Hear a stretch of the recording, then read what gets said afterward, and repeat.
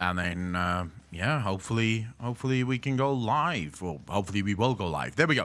Sup, ladies and gentlemen, Akulon here, and welcome back to each one of you. Of course, if you're watching this over on YouTube, thank you so much for watching the VOD. Please remember to hit that subscribe button, hit that like button, and as always, the link in the description down below will bring you to the conversation live in style.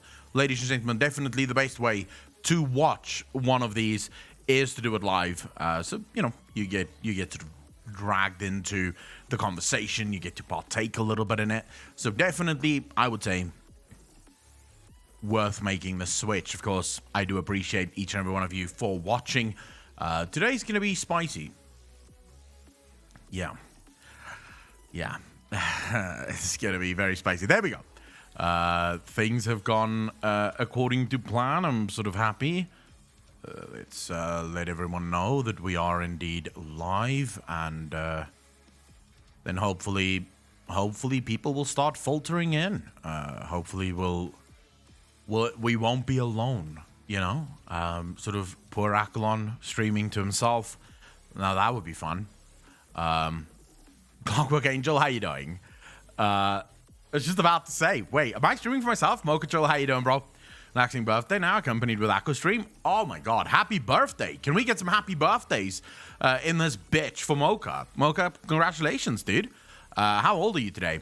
Razor Connor, how you doing? Thomas, how you doing? Chef, how you doing? Jamanio, Enoch Blanche, how you guys doing?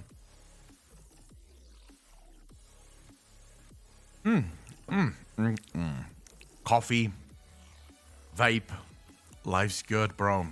Old man, old 32, but loving it. Dude, I'm 36. It's not that old. You're only as old as you feel, really. Bloody exhausted, but good. Why? Why are you tired? I'm doing well, hitting hard on the grind for the Pokemon X Monster Hunter game. I have no idea what that is. Raise Connor. Thought I'd do well with some company. Chef, happy to have you here, bro. Akmendrick, how you doing? Your favorite streamer? Hey, I am very happy to hear that. You are talking about me, right? Or are you talking about someone else? Because my favorite streamer is Asmongold. Angawar, how you doing? Different, how you doing? Got no sleep, still in bed, actually. Why? What's keeping you awake? It's called Monster Hunter Stories 2.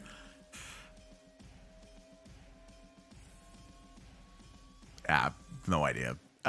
If it's got Pokemon sort of related to it, that's probably why. I have no idea what it is. As you guys know, I don't really play Pokemon. I've never played a Pokemon game in my life. It's just not my style, I suppose.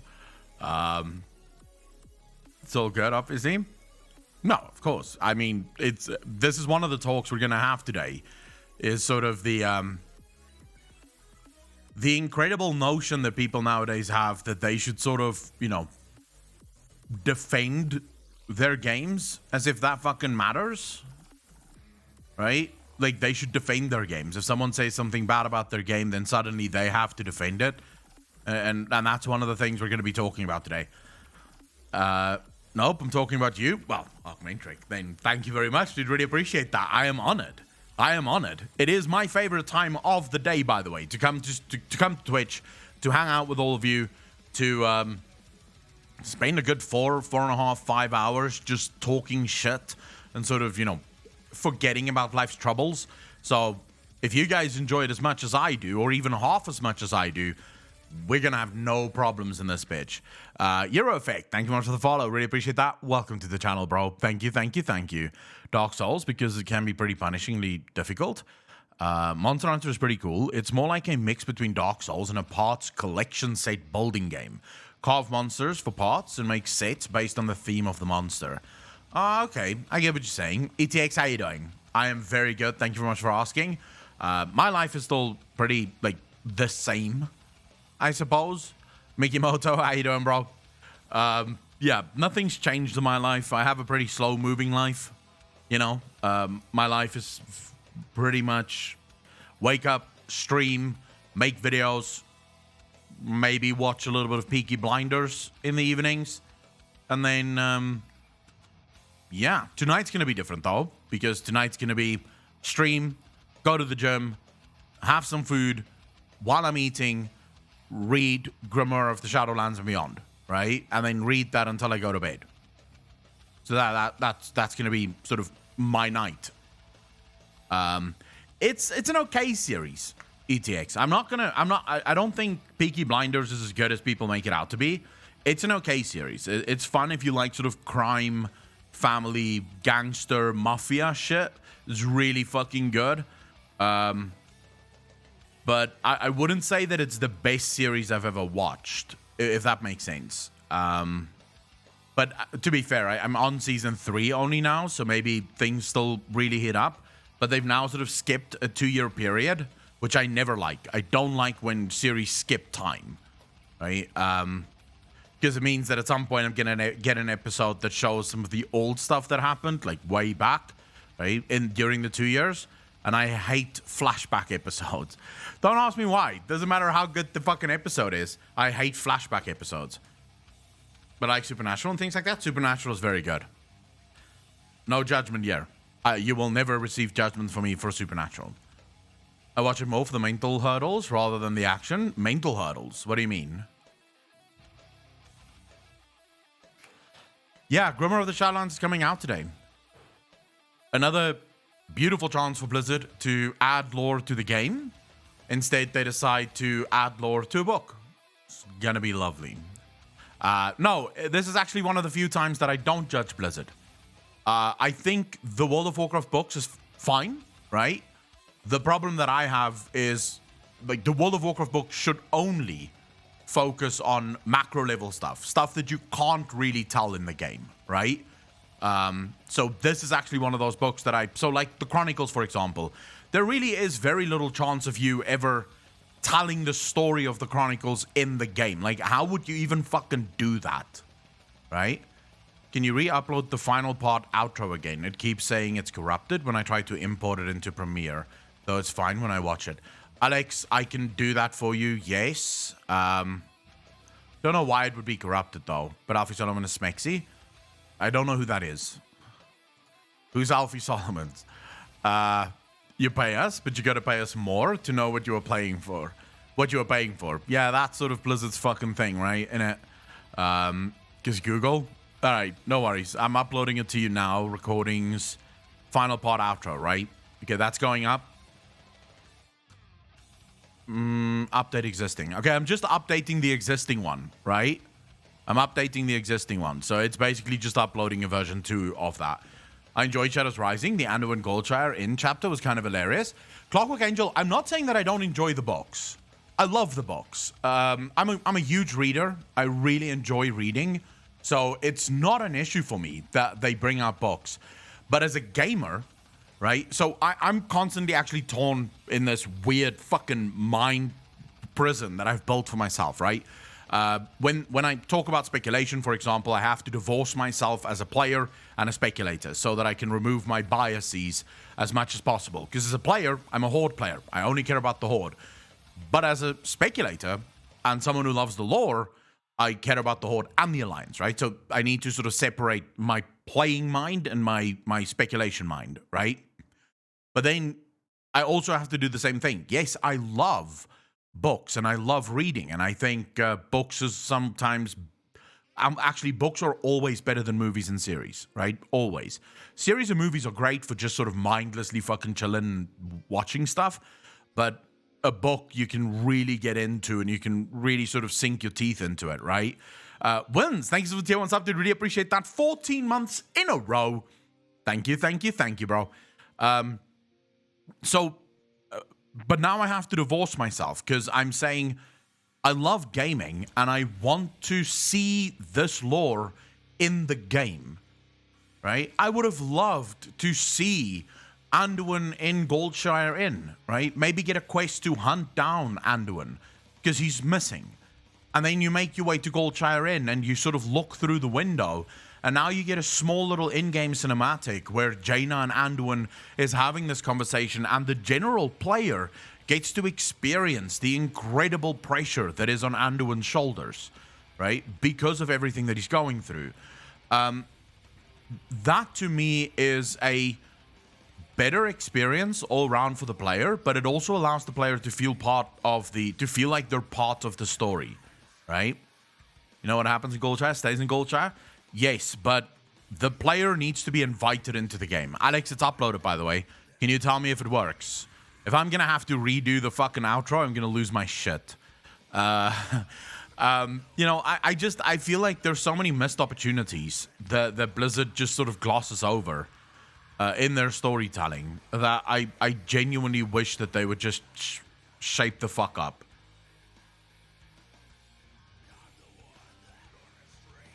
And this is one of the reasons. So today's title is obviously titled, now that's a nice sentence.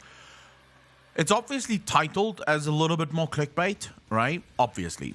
I am a content creator after all. I would not be worth my salt if I didn't do slight clickbait, but I'm not, there's no lies, right? There is a bunch of things that we have to talk about.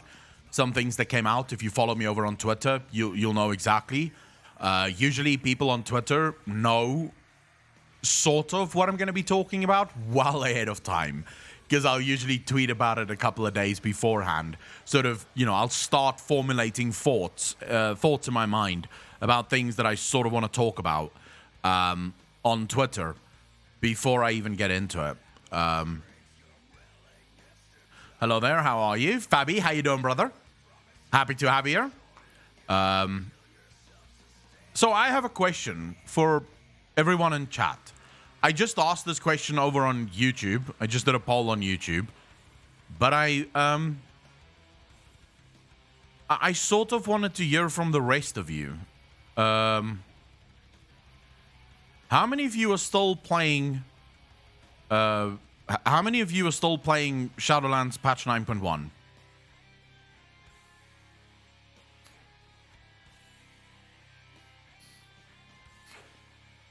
SBJ, I am happy to hear that. And I realize many people hate Twitter, right? I realize many people hate Twitter. And that's fine. What you will never get from me on Twitter is political bullshit. So even if you're sort of scared to follow someone on Twitter, what you get from me is only gaming stuff. I only care about the game stuff. I don't partake in the political bullshit of Twitter because people are just fucking annoying on Twitter.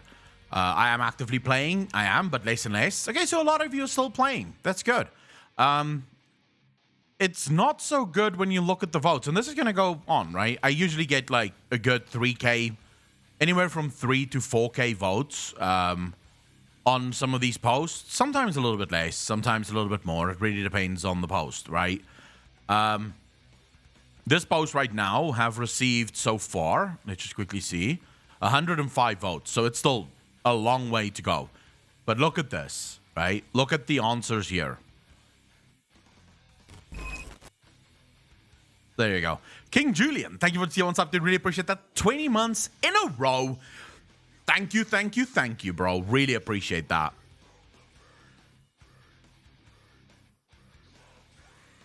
Ugly Mug, it doesn't matter if I pre-order it.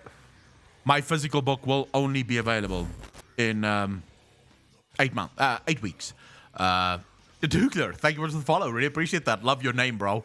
How you doing? Yes, there is content, but most of it is just the same thing day in, day out. The statistics looks really weird to me. Augmentrix, so there's still quite a lot of votes that needs to come in, right? So don't pay too much attention just yet. I just wanted to bring this up to sort of show you, right? Out of 117 people that have already voted, which this number is going to go way higher.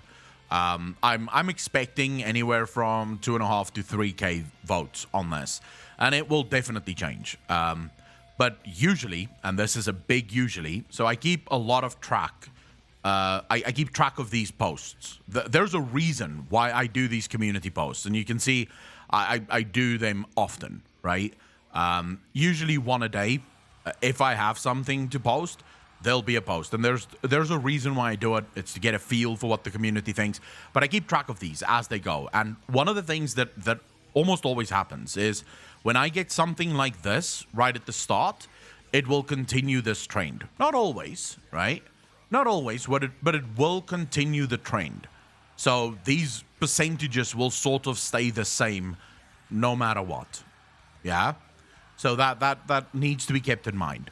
And that, to me, suggests that a lot of people on my channel right now is sort of either only raid logging, came back, but they're already bored with what's there, or they didn't even try it, which makes sense. I have a lot of viewers now that no longer play WoW. They only watch for the lore. That's it. Which is a huge problem, right?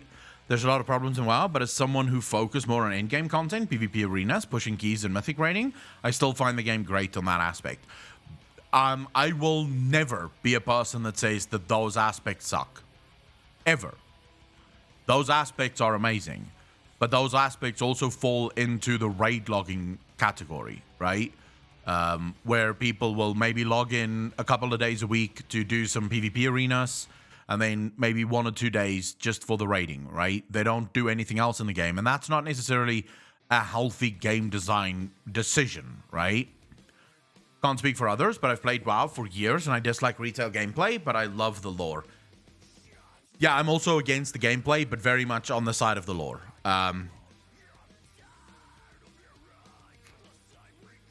Don't play anymore, but you make the lore worth paying attention to. I'm really happy to hear that. I am really happy to hear that. I mean, I am sort of slowly shifting into sort of, more generalized things as well. Because I don't know if the lore alone is enough to build an audience on. So I'm sort of building on supplementary content, right? That's just going to be added on top of the already very heavy lore content of the channel. But just to give myself a little bit of a break as well, because sometimes I don't want to make a lore video. As funny as that sounds, lore videos take a lot of fucking time and effort, like a lot. Sort of work in order to get a lore video up. So the lore video that I've just made for Alex, right? Here you can see all of the parts. It's Alex is busy editing this one, okay? This one took me a good 2.5 hours just to record, right? So that was just my recording time for this. Now, Alex only gets sort of, a couple of parts. There's 7 parts to this video, right? That's what Alex gets. I have so many outtakes from this, like so many times where I did the entire section and then I go, yeah, I don't like that. I messed this up. I don't feel like I conveyed the information correctly. I think I have to restart. And then I do it all again, right? Because I don't script, but I do sort of roughly script. So I'll have like headlines of things that I want to talk about. And then I have to keep doing it. Now, that's just 2.5 hours of recording time. That's not even talking about the research time that goes into it. Because there it actually goes, like, we're talking about at least 7-8 hours maybe. Recording time, recording time included.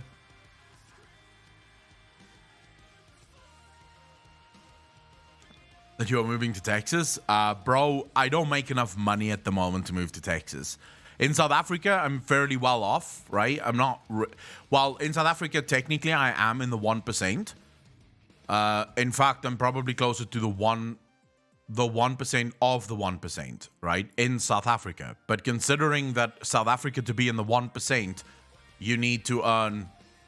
I think it's $1,400 a month. Right? That's not difficult to do, right? So in South Africa, I can survive rather nicely. But if I moved to the US, I would be sort of what we would call a struggling artist, if you will. Right? I would be called a struggling artist if I moved to the US. That's the flawed design of MMORPGs generally. I strongly dislike that. I found out when I quitted BFA, but was so invested in lore, so kept watching your videos to discover the story behind my favorite character, Sylvanas. Lemon Master, then I am very happy to have you. Come here, EU starting zone. Actually, yes, cheap food, cheap night. EU is still very difficult. By the way, Akko, you do my days better. I'm watching your videos and streams so much I can, and when you love Show. ETX, thank you very much. I'm really happy to know that people enjoy it, right? Because that's all I do, right? I'm not in this to sort of teach people anything. My channel isn't filled with incredible knowledge. I just want to entertain people. I just want all of you to come here, you know, every Tuesday to Friday, hang out for about 4.5 hours and just forget, you know, about all the bullshit and all the crap. And yeah, sometimes we talk about politics, but you all know my politics, burn it all to the fucking ground. That's not very ideologically charged, I think. There's also no real wisdom or knowledge in those words. So, you know, it does give you the opportunity to see someone just sort of rail against himself, I suppose, in many ways. Streaming in your OnlyFans page and you will be fine, lol. The water is fine, come on over. Dude, $1,400 a month, won't even pay rent in most big cities. I know. Well, I don't make $1,400, right? So my exact earnings, including Twitch and Patreon, right? So if I included both of those. Now, of course, I pay Alex a salary, and I also pay Apocalypse. It would be an insult to call it a salary, but he does get a cut, right? He does get some money. So I pay 2 salaries, well, 1 salary and 1 sort of tip. But if I include all of that, my earnings is closer to usual earnings. So the last 2 months have been quite slow, but that's just because it's that time of the year on YouTube. You get good views on your videos, but your videos barely make money because there's nothing big coming up yet, right? There's no Christmas or like big holidays that people want to really capitalize on with the advertisements and shit. But I've been making, let's say, on average, close to about $5,000, right? Like $5,000 a month is sort of my holistic income, all things included. And then YouTube is usually, you know, what I take because it's difficult to get my money out of South Africa. So I can't really pay Alex from my YouTube money because then the government comes and says, no. You don't have the right to send your money out of the country.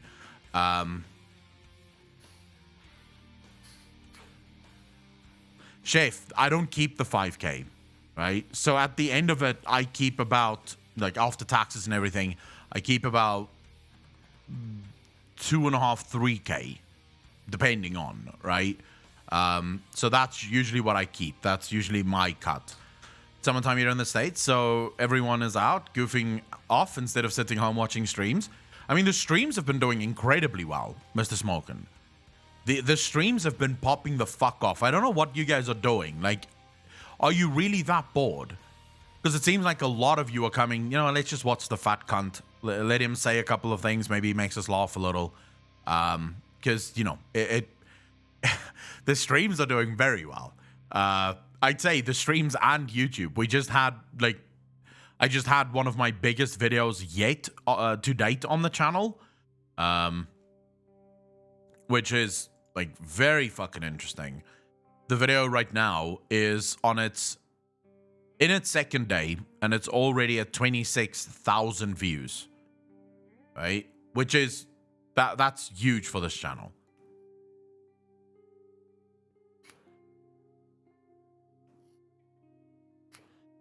You started a great time for me. I can watch it as I drive to work. Found it nice. You lost some weight. That's terrible. Have a dumpling. Every lore player come before the Acolin, and he, ever wise, experienced all that had shaped a soul in lore. With this knowledge, he makes all these lore into a video it justly deserved.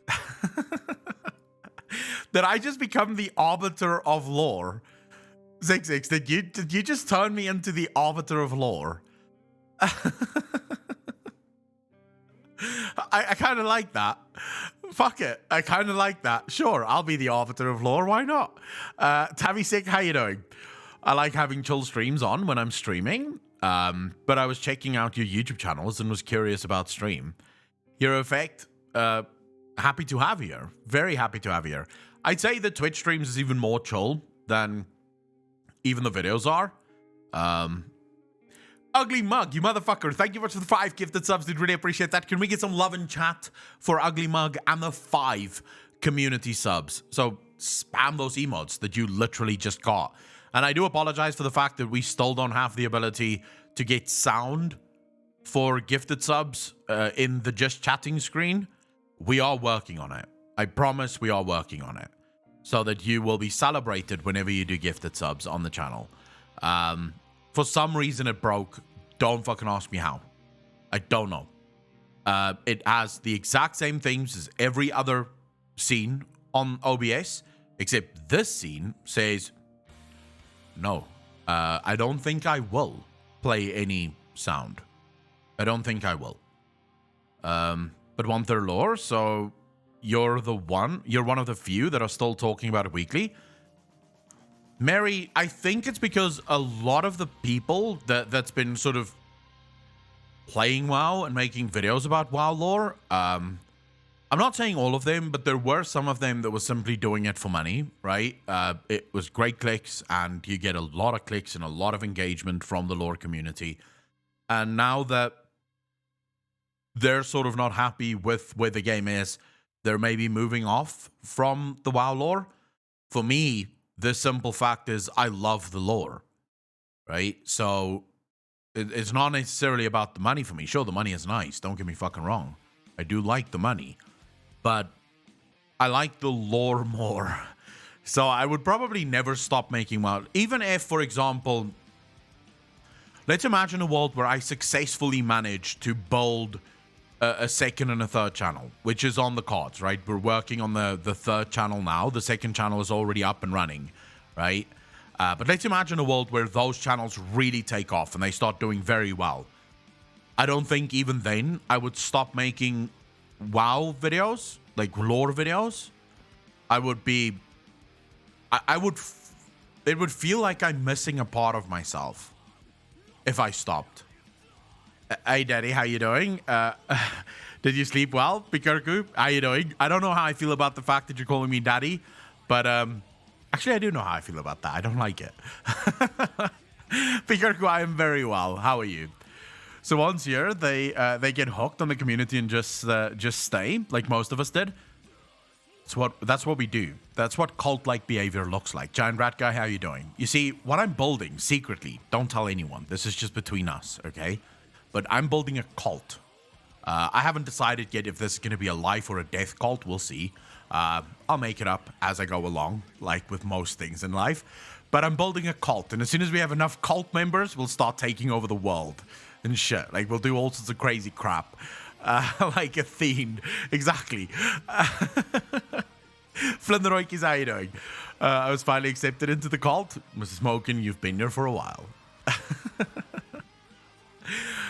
It's just to make a little fun. I love seeing you smile. I'm good too. Pikerku, I know. Don't worry about it. It's not that I don't like you specifically calling me daddy. It's that I have a problem with the whole use of the word daddy. Right? Especially in relationships where I go, what happens when you finally have children and one of your kids say, Daddy, can you help me? And you immediately realize, fuck. Right? This term now has a sexual meaning to you, and it's not supposed to, because your innocent little child is just referring to their father, right? Oh, that would be horrible, Alex. Daddy, I'm dirty. And what happens if you're so ingrained in this shit that you go, yes, you are, you little whore, and you go, oh, fuck, sorry, oops, right? So I just think maybe people shouldn't use the word daddy, right? Maybe people shouldn't fucking use the word daddy when they're referring to, especially if you're planning on having kids, right? Maybe you shouldn't use the word daddy. Oh my God. Although, Daddy, can you help? I'm stuck. Isn't that the step bro meme more, right? Although I guess that could work too. Denrick, how you doing? By the way, Akko, I was watching the videos about the raid cinematic, and you said the jailer's armor looks like the Drust. I think it's just like that because it's damaged and has that hole in the chest. Denrick, so I can actually show you a couple of things. If I can find it. Someone, I think, DM'd me. I think.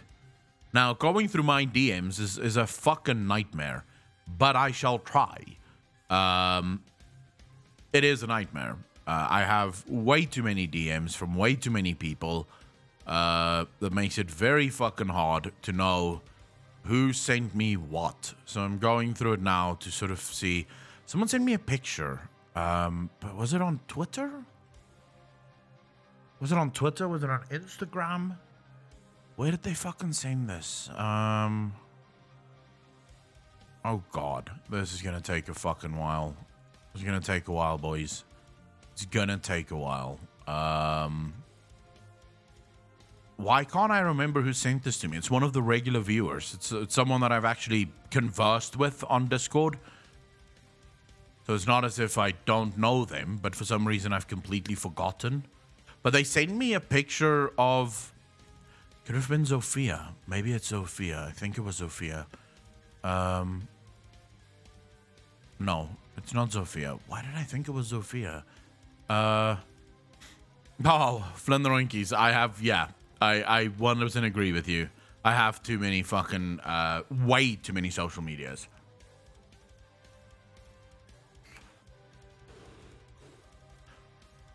Who the fuck sent it to me?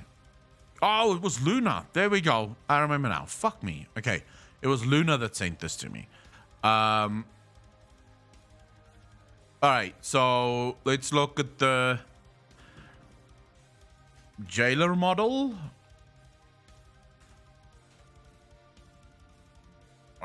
Images.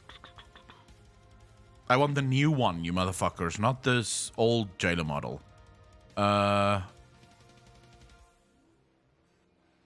Is there a picture of the new jailer model, or am I sort of going ballistic here? Oh, there we go. There we go. All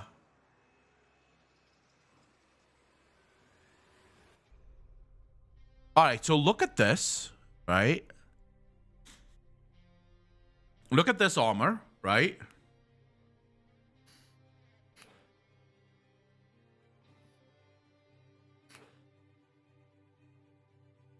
I always question my reality. Look at this armor, and now look at this armor. Do you see similarities?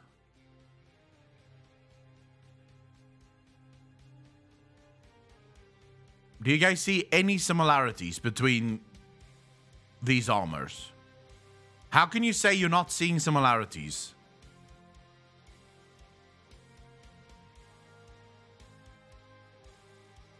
Remember now, Tabisik. He is, if he is related in any way to the Drust, he would be their god, right? That they would serve him like he is a god. In fact, I would go so far as to say Throsh may have been his covenant realm. It would not be impossible. Remember, the Drust was sort of banished, right? Because of their use of death magic. This is how they became death druids. So there's an entire possibility that he used to be in charge of the Drust. And then when he was banished, so were they. Right? They were cursed the same as he was. But if you look at these two armors, this looks as if it was inspired by this. They couldn't make it exactly like this because he's a god, obviously. But it does look inspired. If you look around the rib area, it's a similar sort of architecture, if you will. Stebby, that's exactly what I think. They're trying to mimic what he looks like, if it makes sense. I think he ripped the sigil out and replaced it with the one he has now. Mary, no. I think the sigil, so this video that Alex is busy editing now will answer all of those questions. This is actually, I spent a lot of time making this video because I'm trying to answer questions that we have no answers to. The video sort of focuses on his early life, the early life of the Shadowlands, why he may have been banished, why he was so obsessed with the sigils. So I'm really basically writing the story of the Shadowlands with this video, at least trying to figure it out. I just think it's artistic coincidence. Keldana, I do not believe so. Nothing is almost always artistic coincidence with Blizzard. At least not from a lore perspective.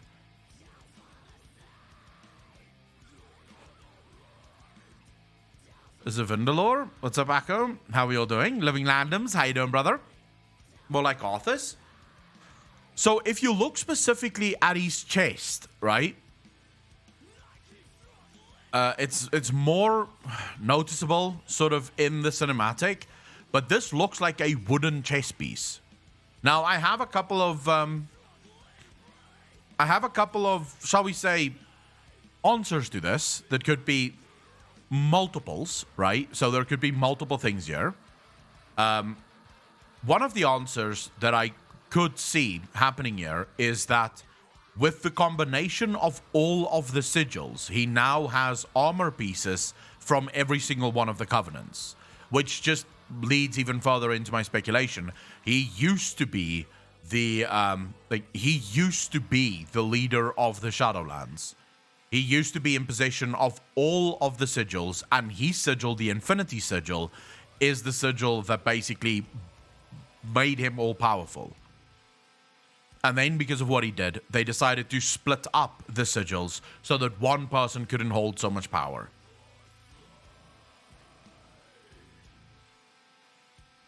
That sort of initial stuff, right?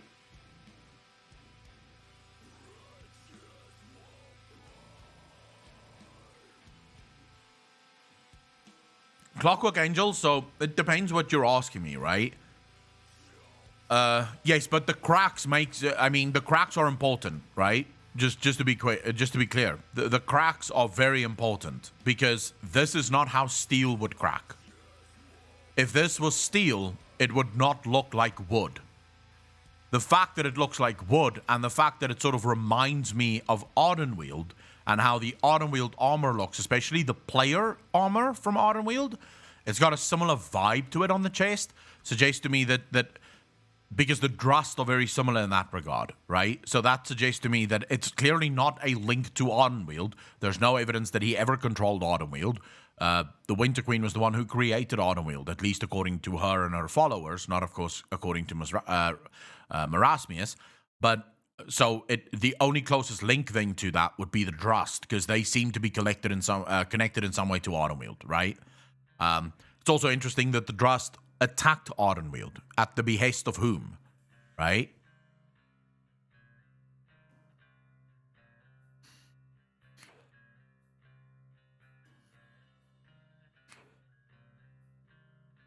Caldana, I do not agree with you at all. You're welcome to your opinion, although the aesthetic look of this armor, especially on the chest plate, Blizzard could have gone with anything. Because the rest of the chest plate doesn't look wooden at all. So why does the chest plate look wooden? Why does it give wooden vibes? So, no. Like I said, this is speculation, right? And everyone can have their own opinion. We'll have to wait and see to really find out, right? Have a dumpling. If you could look at the cracked platform at the Arbiter's Chamber, I actually now start to think maybe things on that platform is not a crack, but a symbol of sun. So the crack has sort of been confirmed that it is a crack, right? I believe it was in one of the interviews where Steve Denuser said, you'll notice that the sigil of Zuval was sort of scratched out, if you will. So it's been kind of confirmed that that is not his actual sigil. That is the sigil of... that is the destruction of his sigil, if that makes sense. Unscheduled Gaming, thank you for the follow. Really appreciate that. Welcome to the channel. Thank you, thank you, thank you. Lightning hitting his chest. I see what you mean, but I think the connection with life, maybe Elune, is stronger than Drust. Definitely not life. He's way too obsessed with death to be with life, at least in my mind, right? Maybe it's a wound, kind of like the Mournblade wound. So the cracks are definitely not natural, Cloudiade. I'm not on about the cracks. This is clearly where the sigil was ripped out of him, right? When they first removed the sigil, they broke through his armor and ripped the sigil out of his heart, right? So that's what this signifies, yeah? But the way it cracks, it's like wood. It's what would happen if you had wood, and I wish I could fucking scroll up there. But it's like what would happen if you broke out a piece of wood, right?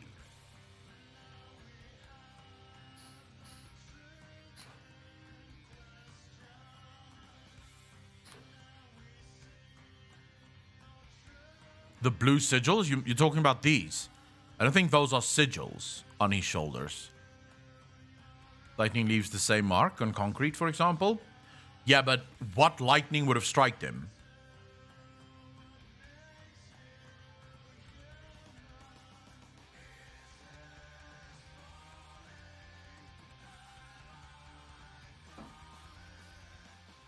Like, what lightning would have struck him?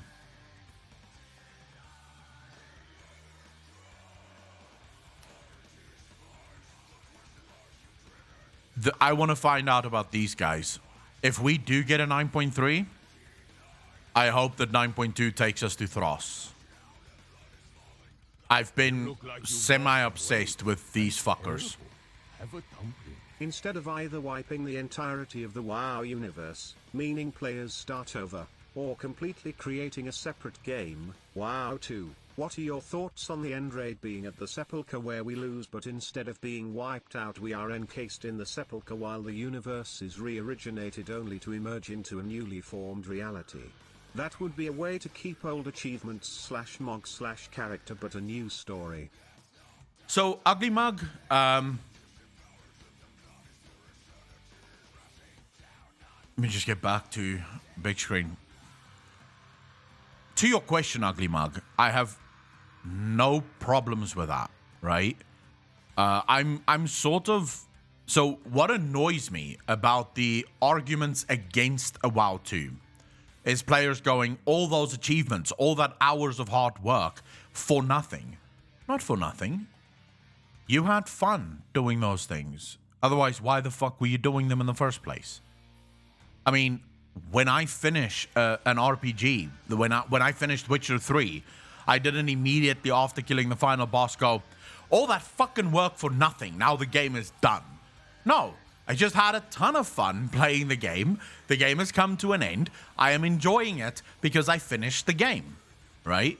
So that's sort of part one of what annoys me about the argument, all that shit for nothing. Not for nothing, you chose to do those things, right? So don't come crying to me saying, now I'm going to quit the game because they took away my shit. I'm not saying you're crying. I'm saying this is what I keep getting from people on Twitter. Very upset about the fact that I even suggest that there could be a WoW 2 without all of their mogs and all of their and all of their mounts and all of their pets coming to the new game, right? But it's like people complaining, right? It's similar. So people who complain and say, I want all my shit in the new game, otherwise fuck the new game, is like me complaining that when I play Mass Effect, all of my stuff that I did in Witcher 3 isn't in Mass Effect. It's like, what are you... It's two different games. Of course your thing from Witcher is not going to be in Mass Effect. These are two different fucking games, right? So it's not going to waste. You've done those things. It's yours. You still have it, right? Because I can guarantee you the way that I would do a WoW 2 reset is as soon as I reset WoW, as soon as I bring out WoW 2, I would make every expansion of the original WoW into a classical server. And I would keep the Shadowlands server, the one that we have right now, I would keep that as an active classic server. In other words, it's basically the base game with all of the expansions up until Shadowlands available for people to play in. So if you still have mounts and stuff that you wish to collect in the old game, you can log in and you can go to the old world and collect your shit. It's just never going to be updated again because it's done. WoW is done. Shadowlands is basically just kept alive for people to dive in and sort of still go back to the old world. But WoW 2 is a brand new game, still set in the same universe, but completely wiped free, starting over. And everything needs to start over. That means achievements, that means mogs, that means everything. It all starts over. Why does it all start over? Because it has to. It has to. You cannot have people running around on Invincible when Arthas wasn't even killed in this fucking universe, right? Like, why are they running around on Invincible? It's all been wiped. How did the player keep their shit, right? If the world was re-originated, wouldn't your mounts be re-originated as well, right? And I believe that would lead Blizzard to being able to do even more things, because they would have the knowledge of all the shit that they did wrong, all of the mistakes that they once made, and they'd be able to go and say, right, we're not going to make these mistakes again. This time around, we're actually going to think before we implement things into the game. This time, we're going to be certain that when we implement something into the game, that this is something that can last for a very long time, rather than it just being removed at the end of every single patch. And that's something that we are going to be talking about in the broader spectrum of today's topic, because I do think it's something that needs to happen. The issue for a lot of players, and the issue that I see with a lot of players, is if you're complaining about all of the hard work that you put in farming that stuff, it says to me that you've been playing the game basically on hate. So you've been hating, absolutely fucking despising your experience in World of Warcraft, but at least you got that shit, right? And so at that point, you have to start asking yourself the question, well, why are you playing? Right? If I can finish Mass Effect and absolutely love when I finish the game, but you can't play WoW and love when you finally finish the game, then clearly one of us have been playing the game wrong. Because the game is supposed to be fun. So you still had your fun, right? It's like when you have sex. When you just had sex, right? You don't sit there and think to yourself, fuck, I can't believe it's over. You just had sex, motherfucker. It was fun, right? You came, she came, everyone's happy. Well, for some of you guys, you're too fucking lazy and you don't actually allow her to also have fun with it. But that's a whole different topic for a whole different day, right? But you don't sit there complaining, oh my God, I can't believe it's over. Fuck, you know? Because it wasn't a chore, right? You weren't sitting there like halfway, literally every minute through the sex going, fuck, can I just get this over with, right? That's not what you were thinking. You enjoyed your time doing it. So why would you complain when World of Warcraft 2 comes out? Right? Why would this be a complaining moment for you? I was going to say he came, thought finishing first was the game. You have to win at 6. I always win at 6. Much rather see WoW change up dramatically than see it slowly suffocate to death. The later would make me so sad. Right now, and that's one of the things we'll talk about today, because there's a lot that needs to be discussed. There's a lot of rumors. There's just been another leak that came out that suggests that things are not going well within World of Warcraft, within Blizzard specifically. So that's going to be discussed as well in today's stream. But right now, it feels like Blizzard is on the sort of managed decline level, right? So people don't even realize this. Do you guys know why the 6-month sub has become such a major thing in World of Warcraft in recent years? Like, why do we now have 6-month mount subs and shit?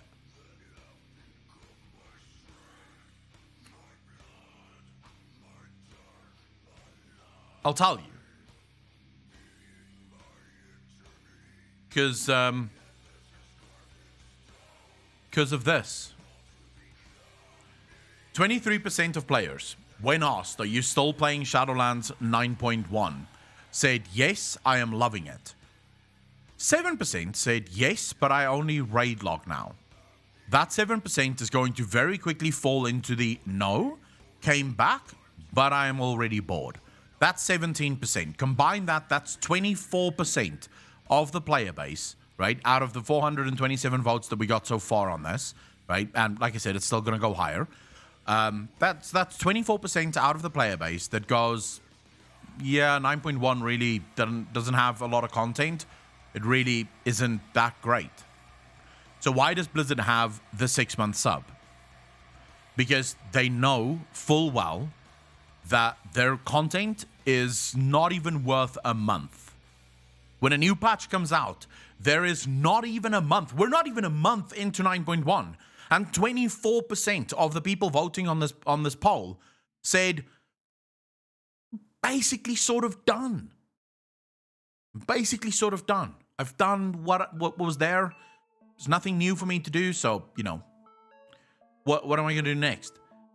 But if I can tie you in for a 6-month sub, I don't give a fuck that there's less than a month's worth of content. Why would I care? You've already paid 6 months. So if you quit a week into the new patch, cheers, motherfucker. I'll see you in 6 months when I bring out the next patch that hopefully gets you to sign up again for 6 months. This is why the 6-month sub exists. It's to lock players in between patch content, because they know that their patches alone will not keep the majority of players in the game. They know that. So this is part of a much bigger problem within World of Warcraft at the moment. A problem that ties into everything that we've just been talking about. It ties into this sort of problem that we have with WoW 2 and people not wanting WoW 2. And it feels more like people are begrudgingly playing World of Warcraft rather than just generally getting into World of Warcraft and genuinely enjoying it, right? Because if you genuinely enjoyed it, you wouldn't hate the fact that it's gone. At least as far as I'm concerned. Let me just quickly check here. Pig Calavera. Thank you very much for the joining, dude. Really appreciate that. Hey, dude, great channel. Thank you very much. Really appreciate it. I recently answered the YouTube survey, and I want to know your opinion on this. WoW is right now a raid and dungeon speedrun game. There's two kinds of RPGs. The ones where character customization is absent, but you allow a strict story that develops beautifully, like Chrono Trigger, and others where you can do lots of things for your character, like Skyrim. WoW is neither one of those. I feel WoW is not even an RPG anymore. World of Warcraft isn't an RPG. The fact that... So... This is a very good question that I need to answer. World of Warcraft is not an RPG. People need to remember this. World of Warcraft is a looter shooter. These are two very different things, right? In a looter shooter, there's very little story. The main cycle of the game is killing a bunch of shit, getting loot. Killing a bunch of shit, getting loot. Killing a bunch of shit, getting loot. The quest is simply an obstacle for the next killing a bunch of shit and getting loot for it. World of Warcraft is literally just a looter shooter with magic, right? Instead of shooting, you get to cast spells. But the fact that World of Warcraft still calls itself an MMORPG is really an affront to the genre MMORPG. But that's not Blizzard's fault. Well, it is Blizzard's fault, but I think this happened by accident. You see, we spoke about this before on the channel. For a long time, World of Warcraft was an MMO minus the RPG thing, right? It was just an MMO. The story sort of existed to move the gameplay mechanics forward, but the story didn't matter, right? There was really no story outside of the macro story. The players really were the story. We were the story. We created our own stories in the game.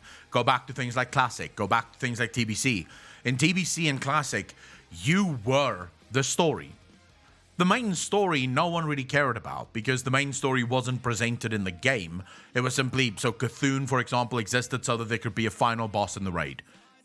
Outside of that, people didn't know anything about Cthulhu, and Cthulhu really didn't matter much, right? So it was just meant to introduce new gameplay elements to the game. They would use sort of global lore in order to tie these things together. And then in WoD, there was a major shift in Blizzard. The problem is that only one half of the company made that shift. The other half sort of stayed in their lane, right? The one half of the company said, okay, we're going to do story now. Everything's going to be about the story. We want the story to be this immaculate thing that exists and transforms the world. And we want the player to be at the center of the story. Only no one went to the quest designers, no one went to the gameplay designers and said, this is what we're doing. So the gameplay and quest designers are still designing the game as if the lore does not matter, right? The lore doesn't, who gives a fuck? Go kill 10 of this, go collect 10 bear asses, and then come back and we'll tell you what we did while you were away, you know, doing busy work. So no one informed the quest designers that this was a new direction for the company. It feels more to me, this is a personal opinion, like there's a bunch of different departments within World of Warcraft right now. So a bunch of different people working on a bunch of different things in World of Warcraft. And none of these people have the same vision. That's genuinely what I feel. It feels like every single one of these teams are just sort of making their own thing.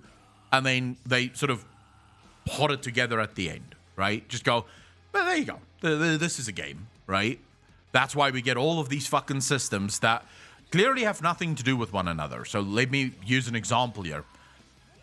Explain to me what Torghast has to do with PvPers or even hardcore Mythic Raiders and Raiders. Or Mythic Raiders and Dungeon, Mythic Plus Dungeoneers. What does Torghast have to do with any of those two groups? The answer is nothing. Torghast has nothing to do with those two groups. Torghast, when you look at it as a tool, as a system within the game, is casual. It's a casual thing. It's for casuals. There's no, you can do it solo. There's no real right way or wrong way to do it, right? You can basically go in with any talents you want and you'll basically be able to pop the fuck off. It's a roguelite. It's a game within the game. It's a casual thing. You see, but the team that designed Torghast never spoke to the other teams to figure out, okay, what is the direction for Shadowlands? So what do we want Shadowlands to be? What's the focus here? They never spoke. They just came up with the system. And then once the system was designed, they sort of went, okay, how do we tie this into the game? Because we don't know if people are actually going to enjoy the system. Well, I know. We'll just add legendaries to the system. We wanted a way to add legendaries. We'll just add legendaries. And then, of course, all of the problems that ensue because of the addition of the legendaries. Because now, suddenly, it can't be too hard because everyone wants a legendary. So you have to design the game now for the lowest common denominator. That means, you know that Pete guy in your raid that keeps wiping the raid because he's too fucking useless to understand that he should move out of the fire? You know the guy. Everyone knows that guy. There's a guy like that in every single raid group. Pete. We all fucking hate the guy because he's a moron. Pete needs to also be able to complete Torghast. Because if Pete can't complete Torghast, Pete can't get a legendary. If Pete can't get a legendary, Pete won't be able to dungeon and raid. So in order to get Pete to also do Torghast, we have to make Torghast doable for poor old Pete. So where do we end up? Torghast is fucking boring. All of the promise that Torghast could have been turns into, what the fuck is this? Why is this a thing? My job and my wife? Pete's a fucking moron. Like, he is a proper nonce, to be quite honest. No one likes Pete, but Pete is there, and World of Warcraft is designed for Pete.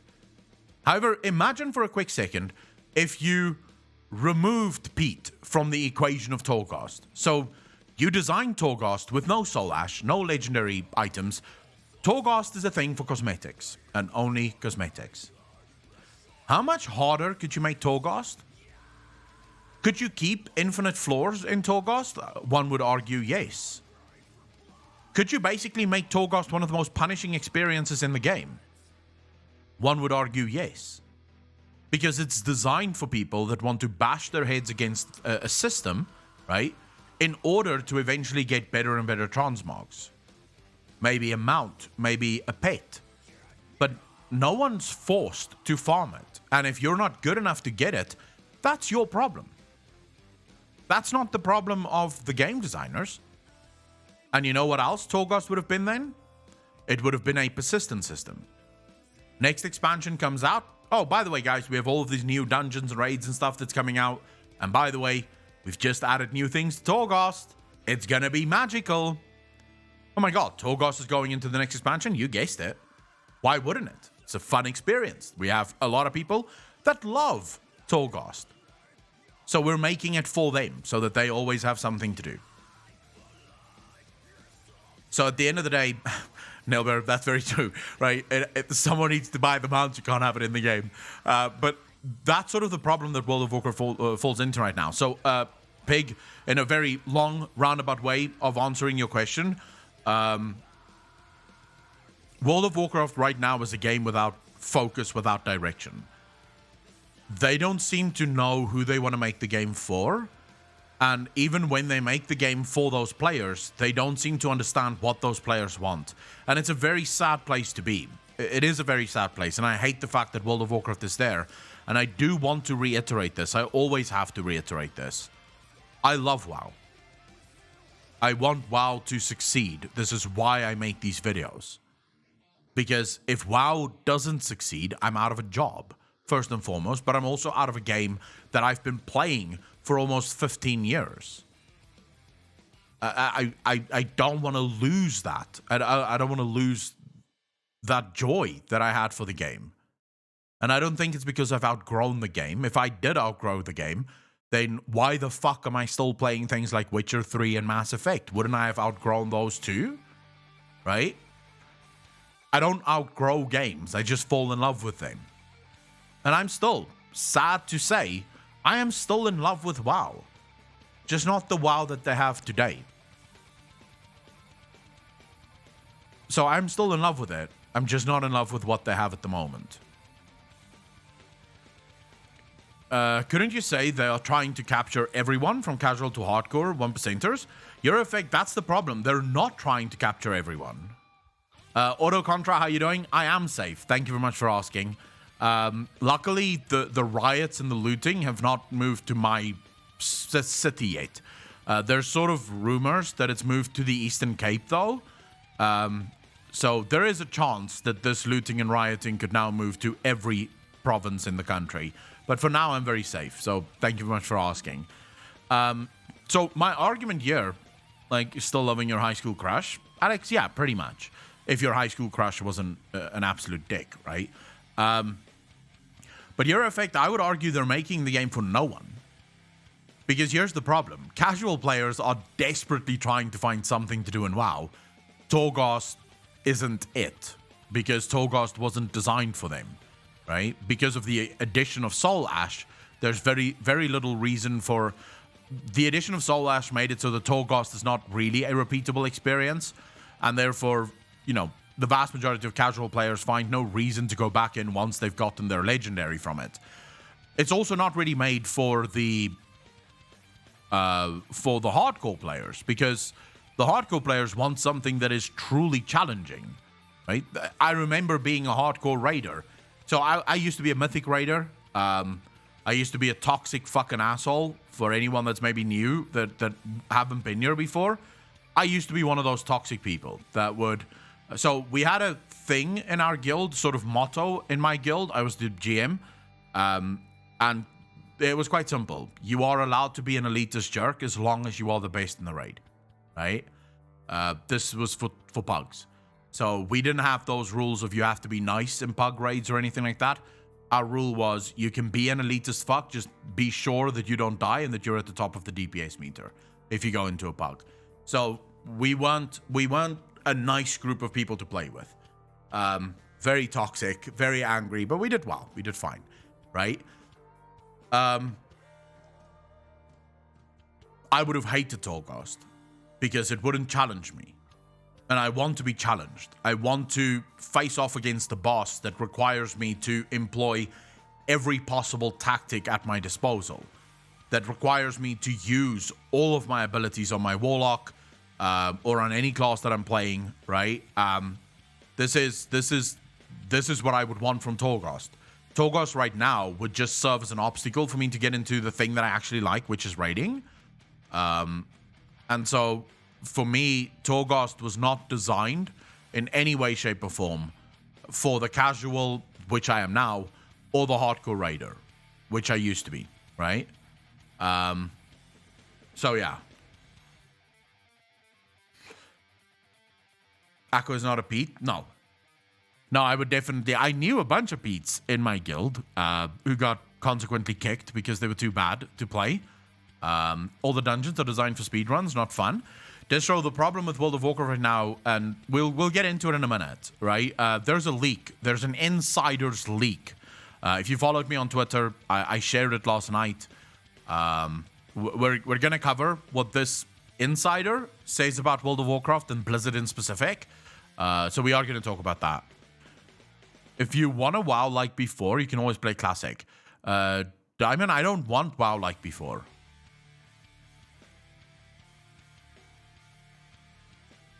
I don't want WoW like before. I want WoW that's better than before. I had my days in Classic. I had my days in TBC. I enjoyed them. They were fun. I don't want them again. What would be the point? I mean, fuck. I know what those experiences were. Were they great expansions? Of course they were. Were they magical in some of the best expansions World of Warcraft has ever had?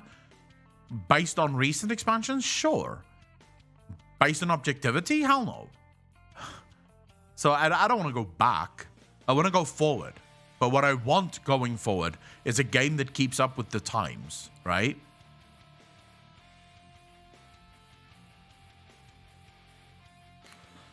Chaos, what do you mean Mark Kern kind of confirmed it? Where? Can you tell me where to find that? The confirmation of it? Because I would love to have it. They could have put all dungeon bosses that died in Torghast, but it's Big Tiger. There's a lot of things that they could do. There's a lot of things. We'll get into it.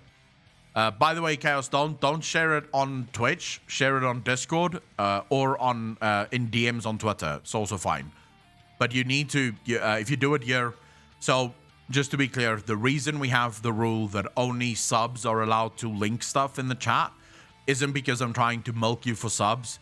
It's because we've had people that share very nefarious links. So we've had people sharing links that stole people's information as soon as they clicked on it, right? Stealing their IP addresses and stuff like that. So that's why we did that. You have to be a sub in order to actually be able to link stuff.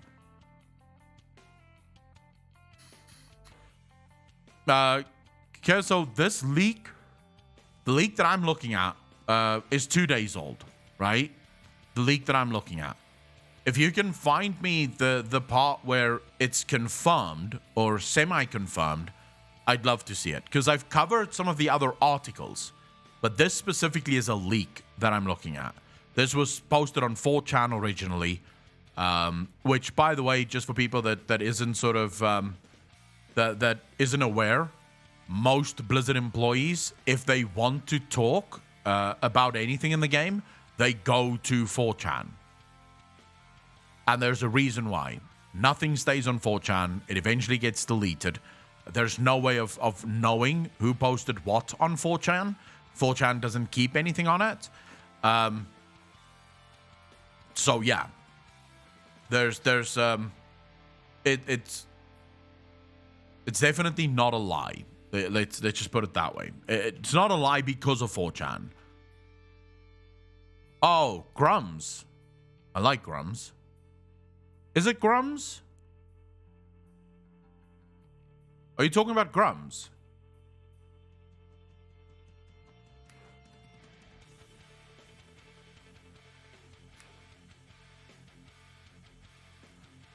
Trying to see where is his response to it.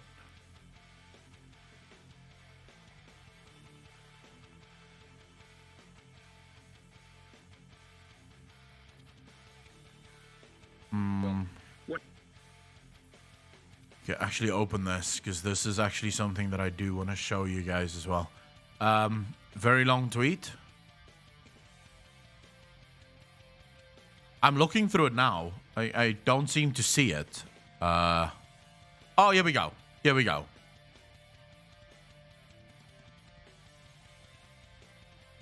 Oh my god. Okay, that is a lot of fucking...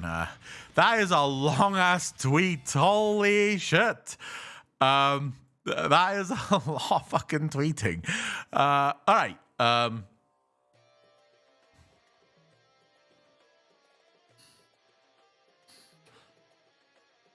Can give credence on it, but not sure he can confirm it. No.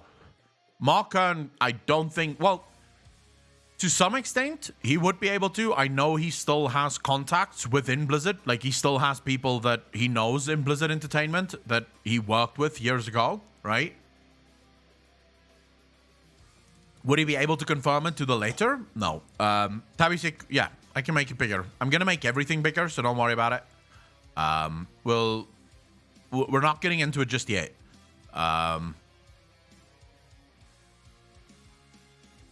We'll make this one bigger as well, because we're gonna read all of it. Can you guys read that? Hopefully you can.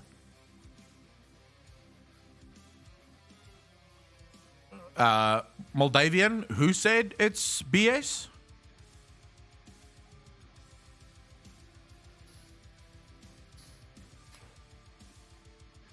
Moga, thank you much for hanging out, dude. Really appreciate it. Seek Leaky. Who the fuck is that? Should I know that person?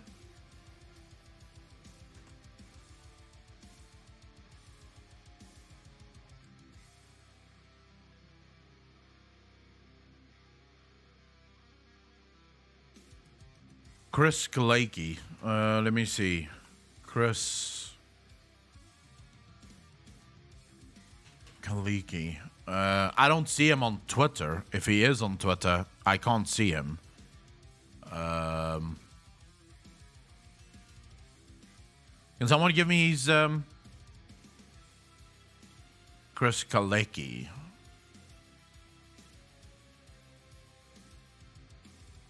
Yeah, I'm not even seeing the dude here. All right, hold up. Great Slacks. Let me grab that quickly. It's gonna be easier. I don't follow a lot of people on Twitter, by the way. Okay, here we go.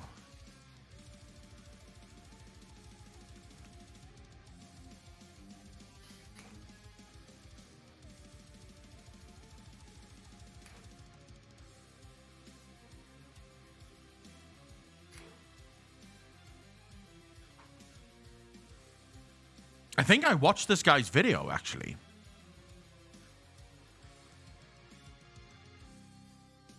I don't think he can say that this is fake as fuck. Remember, he has left the company, right? He has left the company. Now, there's sort of stuff that we will get into, but if you watch his video, it's sort of telling. How many of you have seen his video?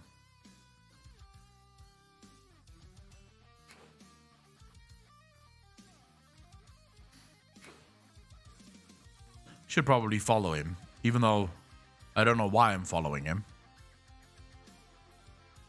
Mad Peace for Mad Souls? Yeah, Twitter is a fucking cesspool, bro.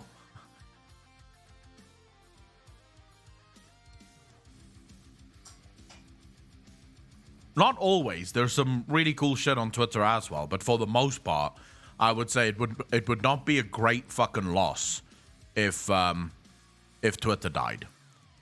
It would not be a great loss. I think the world would be better off if Twitter sort of died. I know I would be better off because I don't know how social media works. Actually, scratch that. If anything should die, it's Instagram. Because I get the Twitter thing at least. I do not get the Instagram makes no sense to me. I don't understand Instagram whatsoever. Yelling back and forth. I mean, if somebody who left the company can say it is true, he can say it is fake. Oh, I'm not saying that he can't say it's fake. I'm saying that his word should be taken pretty much the same way that Grum's words are, right? Which is, could be either, right? We'll get into this conversation in a minute. What's something about Instagram you understand? I understand that you should take pictures. I don't know how exactly that should work. Nicole, how you doing? I don't know how exactly those pictures should work. I also don't quite understand the reason people want to take so many pictures of themselves. That makes no sense to me. And I understand that hot chicks make good money on Instagram. That's sort of the extent of my understanding of Instagram.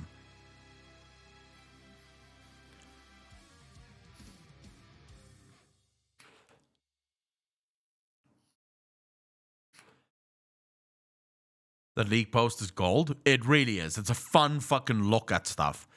Do you guys want to get into the leak post? I don't really want to try social media like Twitter or Instagram. But smoking, that's fair. That is fair. I use Insta more as a gallery. I like scrolling back and remembering the fun times. Why not? Yes, please. All right. All right, fine. You guys asked for it. Sophia, how you doing? MSA, how you doing? Better money on OnlyFans? True. But most girls use things like Instagram to filter people. The way I use my social media to get people from other social media platforms onto Twitch, most girls use other social media and Twitch to get people onto OnlyFans, right? So that's sort of how this works. All right. So the topic for today was chosen very specifically, and I want to make a couple of things clear before we even get into it. This is a leak that is supposedly a leak from a Blizzard insider. And when I say supposedly, I do mean supposedly. There is no evidence of this. There's no evidence that it's true or false either way. You have, on the one side, someone like Grums, who used to work for Blizzard Entertainment, saying that this is accurate, at least somewhat accurate. Not that he knows that this post is accurate, but this is definitely the feeling he gets whenever he deals with AAA companies and the like. And then you, on the other hand, have someone like Chris Kaleki that says this is fake as fuck, right? Now, Chris used to work for Blizzard Entertainment. Grums used to work for Blizzard Entertainment. So we have conflicting pieces of information here. There's a couple of things that you have to take in mind. Keep in mind. Take all of this with an ocean of salt, right? As with all leaks, even if it's expansion leaks, I always say the same thing. Take an ocean of salt with your leaks. We do this more for fun, more for enjoyment, and sort of maybe talking about some of the issues that we may or may not see within the game and within what's highlighted here. But the chances are very good that this guy simply wanted to get some kind of recognition, right, for the shit that he says. That's basically my read on this, at least. So let's get into the leak. First and foremost, the leak was done over on 4chan, and I immediately know what a lot of people go, 4chan, fake as fuck. No. There are multiple leaks. The Shadowlands leak, for example, came from 4chan. I covered the Shadowlands leak about a year and a half before Shadowlands was announced. 4chan is one of the safest places for people in the industry to leak something if they either want to or if they're upset. Why? Because any post that goes up on 4chan gets deleted after a while. They don't keep any records of it. And also, even if Blizzard Entertainment were to contact the creators of 4chan and say, we want to know who made that post, 4chan will just go, fuck you. We're not telling you, right? It's as simple as that. We don't care. And that will be the end of the discussion. So that's why a lot of developers and a lot of people in industries will use something like 4chan to get their message out there. So anyways, let's get into it. I'm dropping this here after getting chewed out for 3 hours over shit. The chewy didn't work, so fuck it. Assume LARP and let me vent. The perfect line to sort of give credence to your post, right? So sort of making it sound like, oh yeah, I'm just venting, so fuck it, right? Not done the best. I've seen leaks that were fake doing it better, right? Convincing me right off the bat that this is proper and true. So I've seen leaks that do it better. I'm not saying this guy is completely useless, but definitely could have been better. Anyways, Shadowlands is a shit show. Critical response. Player drop-off and just about every engagement metric outside of the cash shop have been catastrophic. Now, I will say this. Even though this might be fake, and even though this guy might not be working for Blizzard, these are things that I've heard via the grapevine. So I have my own sources that works for Blizzard Entertainment that will reach out from time to time. I can ask them questions. Sometimes they answer, sometimes they don't. I know they work for Blizzard Entertainment. So my sources are vetted, at least in that way. And what I've heard via the grapevine, this is true. Player engagement is at an all-time low. Subs are at an all-time low. They are struggling to bring new players back into the scene. And I do believe there's actually a reason for that. No higher up expected this, but expected this because of their "we are too big to fail. If we built it, they will come" mentality. Now, this is something that I don't even think you need to be a developer of Blizzard Entertainment to know that this is the truth. We've all been feeling it. We've all been sensing it. You could literally... Most of the things he writes here are things that we've all been saying for a while. This is one of the reasons I sort of feel like this might not be true. And this post might not he might not be a developer. This could actually be someone who knows someone in Blizzard Entertainment, right? So they know someone that sort of fed them some information, but this is them trying to get some relevance, which makes no sense on 4chan specifically, because you get no recognition if you post stuff on 4chan. But we all know that they have this mentality, right? The leaks have been coming out. Many people have been speaking out about this for a long time.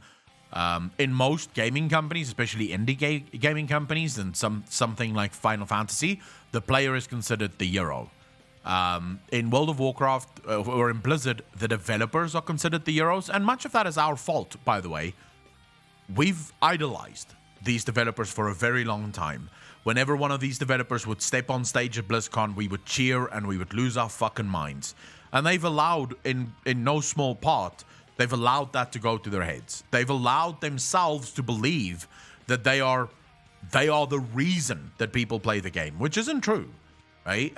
And we'll get into why this is even more dangerous than you might think. They refuse to accept their focus on the world being a begrudged mechanic to funnel players to raiding is not appealing to the player base at large because it appeals to them. They have spent the last 4 months trying to course correct, but there is no solid direction, and the response to 9.1 has only made things worse. I agree with his statement here. He's not saying anything that we don't already know, that we haven't already spoken about, right? And the fact that he says there's no clear direction, and by the way, as I'm reading this, I am reading it as someone that assumes it to be true. It's not saying I believe this to be true. I'm reading it assuming that it's true. So there's a big difference in how I read this.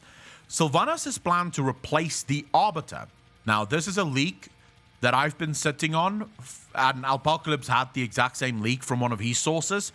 I've been sitting on this leak for about 7 months now. For about 7 months now, I've known that this is what Blizzard wants to do, and I've heard no one else speak about this. I got this from my sources. Blizzard wants to turn Sylvanas into the next quote-unquote Arbiter. The reason I sort of rejected that source from the get-go, even though it is from one of my vetted sources, one of the people that I know things in WoW, and the reason I thought that might just be brainstorming is I don't see how someone like Sylvanas turns into the Arbiter. How does a mortal go from being a mortal to being an eternal one? And now, not just an eternal one, sort of like the most important fucking eternal one ever, right? The one that keeps the world in balance. Surely that doesn't make a whole lot of sense, right? Not only that, but of course, this is just rinse-repeat storytelling. At that point, Blizzard can literally change Sylvanas' name to Kerrigan, and we're done. Just leave it at that, right? Because it is the Kerrigan story. It's literally pound for pound, word for word, it's the Kerrigan story. They've just changed the names. They've just used different names for it. So that's sort of why I've rejected this leak, and I've sort of said, nah, I think that's just brainstorming. I don't think that's where they'll end up. Despite so many people in the company, and God knows how many online, saying this would be a total replication of Kerrigan's storyline in StarCraft 2 that killed the non-competitive interests in the brand entirely, and you can only go, no, they will like it eventually, for so many real-world years before it's time to change course. Thus far, that has not happened. Now, why have they not changed course on this at all? The answer is rather easy. And this comes from Blizzard themselves. We've heard this. Blizzard themselves do not care about the creator community. They don't watch YouTube videos. They don't care about the YouTubers. They definitely don't care about Asmongold. Anyone that says anything negative about the game is immediately branded as just a negative Nelly, just a toxic person that they don't want part of their community. So I don't know who they want part of their community, because any criticism to Blizzard is immediately met with a big fuck you attitude from Blizzard Entertainment. This I know to be true. Wasn't long ago that I got a message from someone that just left Blizzard Entertainment, and this was sort of one of the things they told me. So you can even take the things that I tell you with a pinch of salt or an ocean of salt. But I have people, right? Not as many as Balliolo or those people would have. I'm sure they have far more context than I do. But I have people. I have contacts within the gaming industry. The elephant in the room is Final Fantasy XIV. To the people in charge, they're acting like this came out of nowhere and don't even seem to understand why it's drawing players away in their tens of thousands. We have all tried to highlight things it is doing that are clearly appealing to an MMO audience and not, in my opinion, focusing more on mobile game style retention traps to keep MAU users and habit-forming personalities logging in. It's not that they don't care, they just seem so pig-headed and digging their heels in with their fingers in their ears, thinking all the problems will go away because WoW is too big to fail, there will never be a real competition and they will keep coming back. But they aren't coming back anymore, not in the numbers they used to.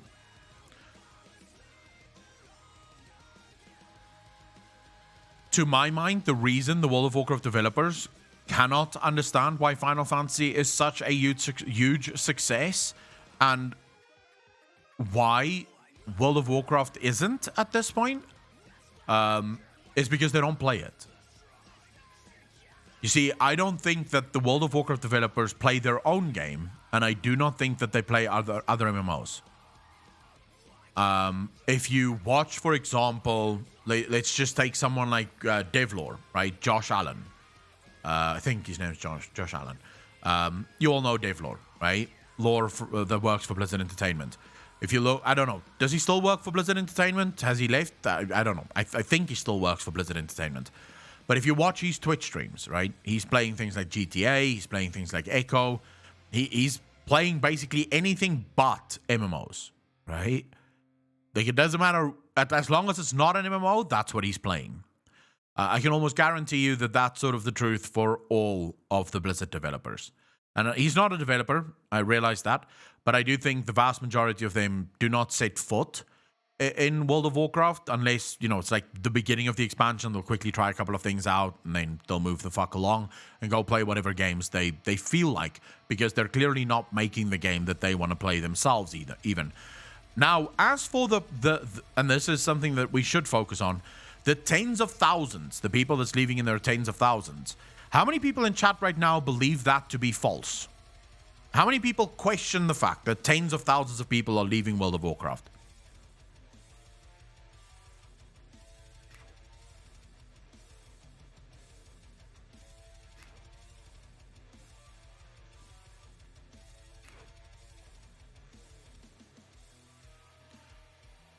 I don't question it.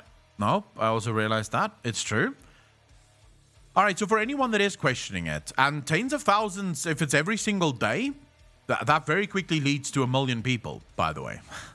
Very quickly leads to 1 million people. And World of Warcraft only has about 3.5 million active players. So if 1 million people fuck off, that's a huge number of the community. If 1.5 million people fuck off, that's almost 50% of the community, right? That just left. Now, I'm going to explain to you why it's probably far more than tens of thousands of people unsubbing from World of Warcraft. Asmongold.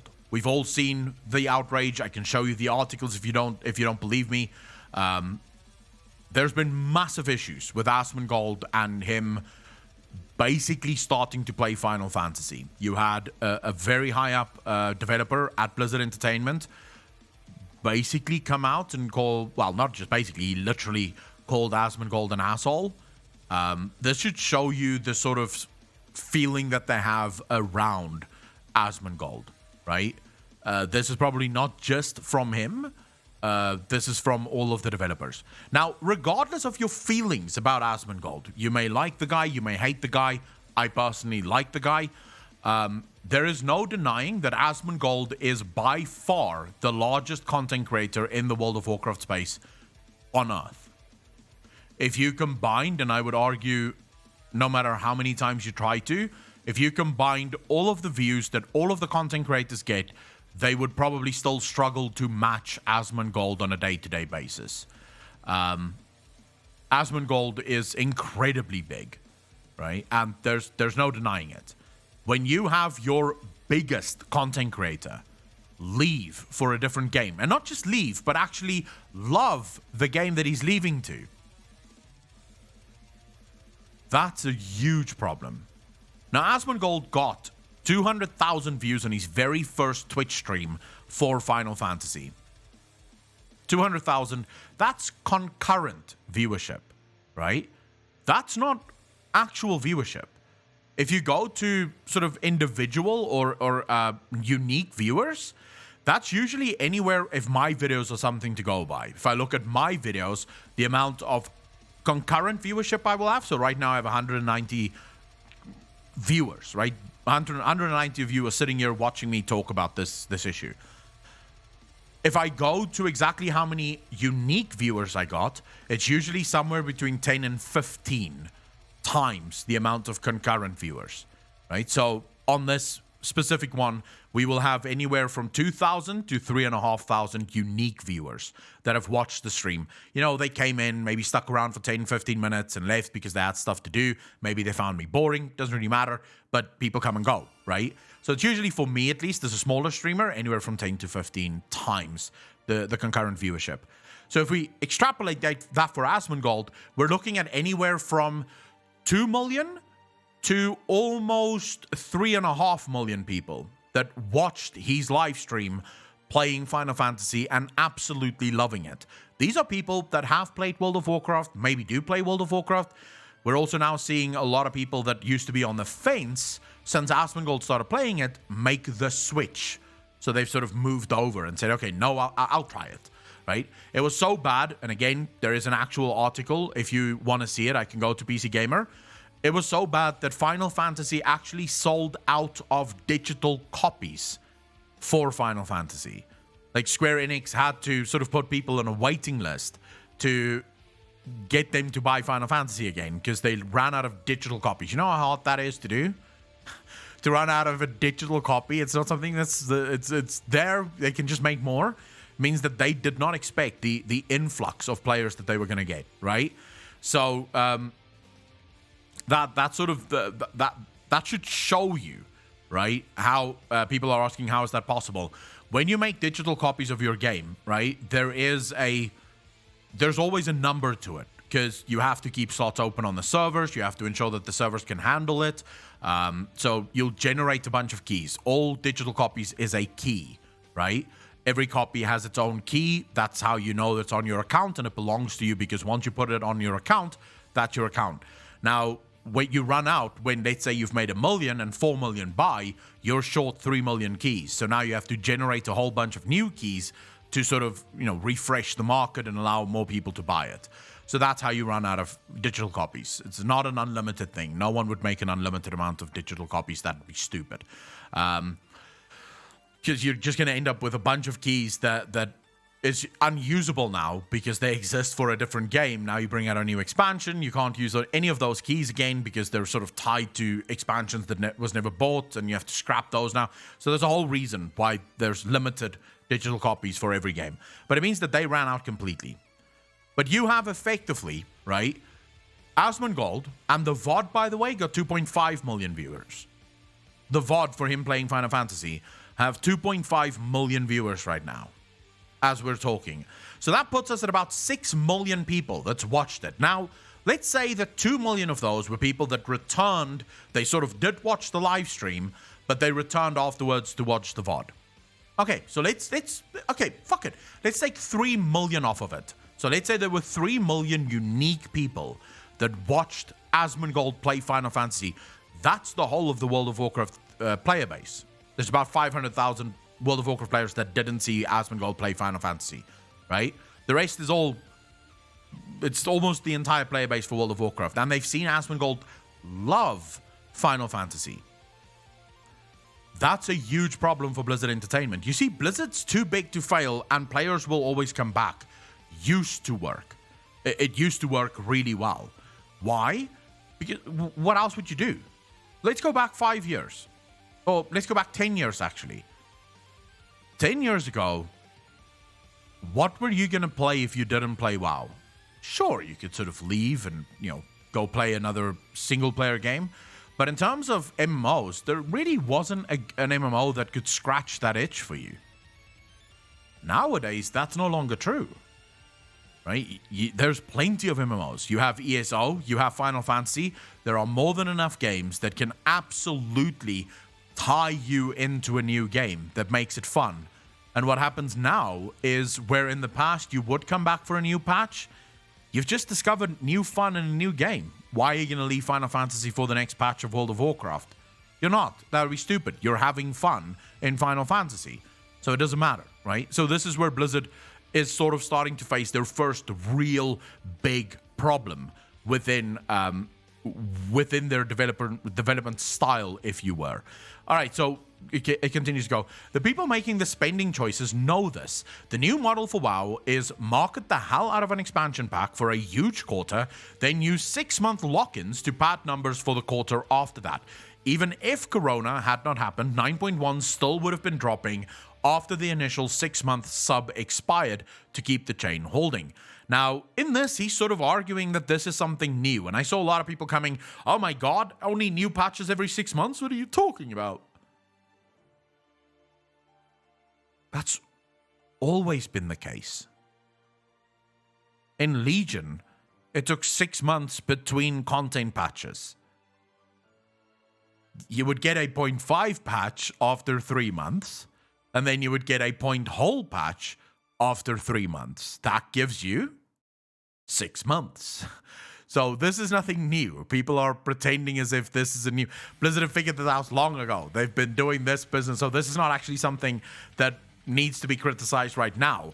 It should be criticized as a whole because it's a scumbag move. And I'll go back to actually a question that I asked. Let's refresh this and I'll just show everyone so that people know. Okay, so I asked the question. I have 749 votes on this question as it stands. You can see that 24% of the entire player base that played 9.1 have grown bored with 9.1. 24%. This means that the patch 9.1 for Shadowlands, Korthia, offered less than a week worth of content. But they've already got you for 6 months. So they don't give a fuck. They're laughing all the way to the bank because us morons paid them for 6 months for a week worth of content. And I can guarantee you that, yes, I am loving it, that 25% will change over time. Over time, that 25% will fall down until we get this number way higher.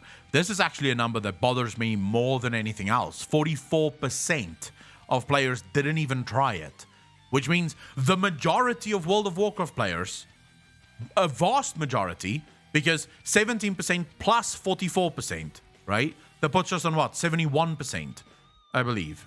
Yeah, 71% of players went, fuck this game. I will not even resub. I will not even come back. That's out of 749 votes. We'll come back to it once we, once it goes to about 3,000 votes, which is usually what I get, right? And that makes it rather scientific because it means it's a large enough group of people. It's randomly chosen. I didn't pick people to vote in this. This is literally just the poll. This is one of the reasons I love doing these polls over on YouTube, so that I get a feel for it. But that means that 71% of the player base didn't even try it. In other words, Korthia 9.1 did not even do enough to bring them back to the game. If we include the 7% that is only raid logging right now and will most likely join the no came back but I'm already bored, let's say in a month or two from now, right? That puts us at 78% of people that just sort of went, no thanks. Gonna leave now. No longer in the mood, right? So this is bad. This is not good, right? This is not a good thing. Ibentown, you're pretending as if my channel has nothing to do with World of Warcraft.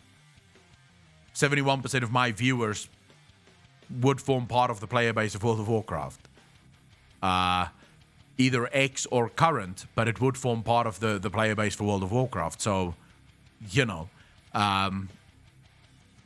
what do you want me to do? I'm not making videos on anything but World of Warcraft, so it's pretty safe to say my players would be the player bases for World of Warcraft. Very few of my players would actually be non-World of Warcraft players. Otherwise, what the fuck are they doing on my channel? Are they trying to find information on something that I don't cover? It doesn't have to be the full player base. Do you understand statistics? I be in town. Statistics. When they do political polling, for example, they will take someone like 1,500 people randomly selected from the country, right? And then they'll say, all right, based on this is how people are going to vote. It's what we call statistics. So we can use a smaller number to extrapolate to the higher. If 100% of my community feels like this, right, then we could extrapolate. It's not perfect. Of course it's not perfect, so I 100% agree with you. It isn't perfect, but it still means that there is a large group of people that would probably feel exactly the same. That would probably follow the same line of thinking, right? You're making arguments now that is completely pedantic, so I'm going to end our conversation here. Commander JP, thank you for the prime sub, dude. Really fucking appreciate that. Welcome to the channel. Thank you, thank you, thank you. All right, so this, by the way, is something that's been well known for a very long time. There's really no arguments that needs to happen around this. We've known that this is Blizzard's business model. There's no guesswork involved here. The mood in the company is tense, but also very much it's just a rough transition period. Again, something that I've heard from contacts within the company. They think it's just sort of, you know, it's the time of the year that the game came out. You know, it's sort of being blamed on a lot of different things. So, for example, I heard from developers that the failures of BFA was sort of blamed on the political issues that the US was going through, right? So they sort of think BFA failed because of, you know, Trump getting elected and the stuff that happened in the UK. They think that had something to do with the failures of BFA, to which I would argue, no, it definitely made it worse, but it definitely didn't have something to do with it. It just made it worse, because my life sucks now, but so does my fucking game, right? And I don't really care whether you... Personally, I would prefer if no presidents ever get elected, so I don't care who you voted for. I just wanted to bring that up, right? People sort of... The time of the year was sort of blamed for it, right? Kivo, thank you for the tier 1 sub. Did really appreciate that. Welcome to the channel. Thank you, thank you, thank you. So anyways, yeah, just wanted to sort of throw that in there. And this is genuine. I've genuinely spoken to developers that believe this. They said as much to me. Okay, so the mood of the company is tense and it's very much also a tough transition period. Activision has been pushing hard for Blizzard to release more regular product. Again, this is true. The Jason Schreier article from 2019, which was an entire expose into Blizzard's dealings, highlighted this very clearly, right? So this is very true. Activision is on the ass of Blizzard Entertainment to bring more content to market. Blizzard right now is one of the worst gaming companies in the world when it comes to content. Most other gaming companies bring out games every single year like clockwork. Blizzard is one of the only companies that brings out no fucking new games, right? When's the last new game that we've received? Is it 6 years ago? I want to say 6, 7? Hey, how old is Overwatch right now? How long have Overwatch been a thing? So we're going on about 6 years, almost 6 years, 5-6 years now. That since Overwatch have released, right? So it's insane. It's fucking insane that Blizzard takes this long to bring out new content. So Activision have been on their ass for a while now, trying to get more and more content into the game. By all accounts, not just WoW, but Overwatch was intended to be the moneymaker in the interim, but once again, someone had the bright idea to kill a game casual players loved on the altar of esports, hoping for another brood war. Kivo, thank you so much for the 10 community subs, dude. Really fucking appreciate that. Thank you, thank you, thank you. Ladies and gentlemen, if I do not see those emotes in chat right now, giving Kivo a lot of love for the 10 community subs, I'm gonna be fucking livid. I'm gonna be livid. Visriard, thank you very much for the follow. Really appreciate that. Welcome to the channel, bro. Thank you, thank you, thank you. There we go. Thank you very much for saying thank you. I really appreciate you guys very much. Thank you so much for all of the support. And everyone that's just joined the Fat Fuckers Club, welcome. I hope you're going to enjoy it. K-Wood Slayer, how you doing? Thank you very much for the first time chat. Really appreciate that. Holy shit. Another 10 community subs from Kivo. Kivo, thank you very much, dude. 20 community subs right now. And I want to see chat literally light up with emotes right now. I want to see all the emotes. And you can use the Akolon Uhu face to do it. I want to see lines and lines and lines of Akko Uhu faces. That's what I see. That's what I want to see now.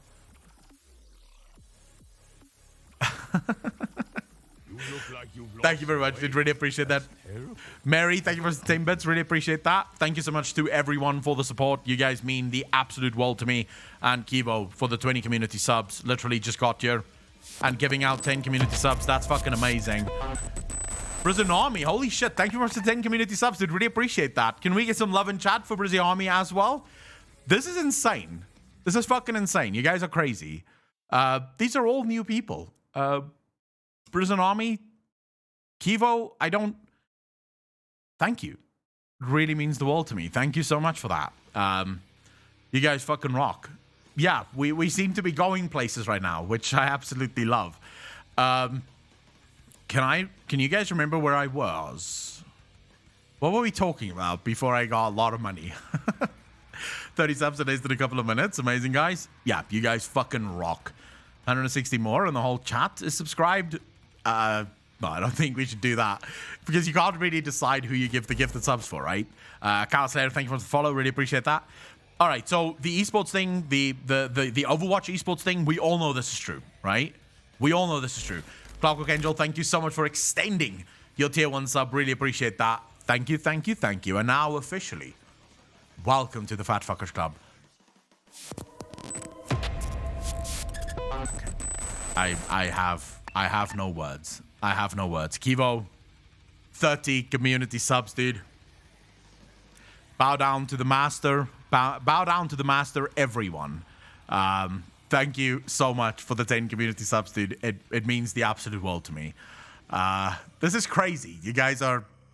yeah, I'm not used to getting that many community subs in such a short period of time. So, really, thank you so much for that.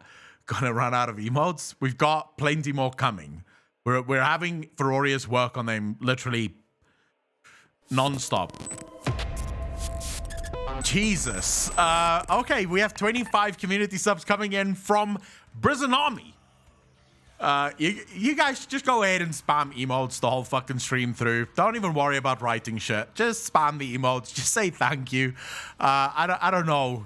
I don't know what to do. I don't know what to do next. Let's just say that. You guys absolutely fucking rock, and I do think that that's it's sort of you're gonna trigger the Skamar strain, so slow down. The Skamar strain is definitely don't want to trigger that thing. But thank you so much, Brazilian Army, and also to Kivo, both of you. Thank you so much for the support. It means the absolute world to me. Now, where was I? Okay, the esports thing, it's clearly, right? It's clear in every single game that Blizzard brings out that esports is like the big push within Blizzard Entertainment, right? Every game must become an esport. And if it can't become an esport, then, well, fuck us, I suppose, right? Then it doesn't matter. We don't want to do it. Overwatch had a bright future ahead of it, and Blizzard started pushing the esports line, and that sort of destroyed the game for the casual player base that just wanted a nice shooter, right? So it wasn't really, they didn't allow for it to, and where is, let's just be fair, who in chat watches Overwatch esports? I'll be honest with you, I don't even know when it's on. So I would like to know, is there anyone in chat that actually watches the Overwatch esports? Because as far as I'm concerned, that's dead. I don't think there's anyone that watches it. And it's because they pushed too hard, right? They so desperately wanted it to be an esport that they didn't allow for it to just develop naturally, which is what you do with esports. This is one of the reasons League of Legends did so well as an esport. They didn't push it, right? They didn't push for it. Kivo, thank you very much for another 10 community subs. Did really appreciate that. Thank you, thank you, thank you. Can we get subs again just to be spammed? Been a consumer of your content for some time. Just a small thank you. Kivo, I am very happy to have you here, of course, and you're very welcome. If you enjoy the content, I'm absolutely happy to keep providing it. So again, thank you so much for all the support. It means the absolute world to me. That is 40 community subs now from Kivo. That's insane. That is fucking insane. Okay, so the esports thing, clearly, we know what this is. League of Legends did it well because they allowed for it to develop naturally. The players started esports leagues. At that point, it wasn't even called esports leagues, right? It was just players wanting to compete against each other to figure out what is the right way to do things. And it eventually turned into something amazing, which then Riot picked up and said, okay, we'll turn this into an esports. Unscheduled Gaming, thank you so much for the Prime sub, dude. Really fucking appreciate that. Welcome to the Fat Fuckers Club. Thank you, thank you, thank you. All right, so moving a little bit on here, from what I hear, the told you so's were loud and a lot of people walked beyond Kaplan. I do think one of the reasons Kaplan left the company is most likely because of decisions that was made for StarCraft. I would not be surprised if one of the reasons Mike Morhaime left had something to do with StarCraft. For those of you that don't know, Mike Morhaime's favorite game of all Blizzard games is StarCraft. He is a huge StarCraft nerd. And I will not be surprised if the decisions that was made for StarCraft eventually led to him leaving the company as well. The sentiment that was shared quietly in private, but being spoken more often, is simply that the leadership at Blizzard are not bad people. I actually agree with this. Nor incompetent people, but people who had to fill seats left when the old guard jumped ship. Whether they were suited for it or not, Brack is a genuinely good man out of his depth. Ian is a fantastic raid designer, put in charge of designing a virtual world he has no interest or real ideas for, and so on. They have been taking from their roles they excel at to be put in positions where they get to do far less of that purely because there is nobody left with the experience to do so, and the trickle down is a lack of concrete direction, ambition, and focus. Even if, by the way, this doesn't come from a Blizzard employee. Can anyone tell me that they do not agree with the sentiment of this sentence? Do you not feel as if Ian doesn't have the direction to push World of Warcraft forward? It feels like Ian doesn't understand what the general play, and it would make sense considering where Ian came from. Ian used to run Elitist Jerks. Elitist Jerks is a rating website. It's where people went to find out what was their breakpoints. It's where people went to find out what gear should they use, how should they reforge shit. So Ian had everything to do with raiding. He then got employed by Blizzard Entertainment, and his next step was raid design, and he was phenomenal at it. Some of the best raids we've ever had in the game came from Ian Hazikostas. He is a fucking god at developing and designing raids. Now that he's in charge of World of Warcraft, it feels like he doesn't know what he's supposed to do. It feels to me like he wants to design World of Warcraft the same way that you would design a raid. In other words, a bunch of systems that people sort of need to navigate in order to get the boss down. Which is really not how you design an MMO, right? In a raid, you can't have things disconnected from each other, because then you're going to end up with a mess, right? Imagine if the boss is slicing and sort of spitting and sort of jumping all at the same fucking time, right? So in a raid, all systems have to be connected. If the roof is going to fall, you can't then also have the boss do a massive amount of fucking AoE that just one-shots players and there's no way to hide from it. They have to work together. But in the general game, these systems don't have to be as interlinked with one another. These systems. So personally, I would feel like Ian was put in a position that he is not equipped for.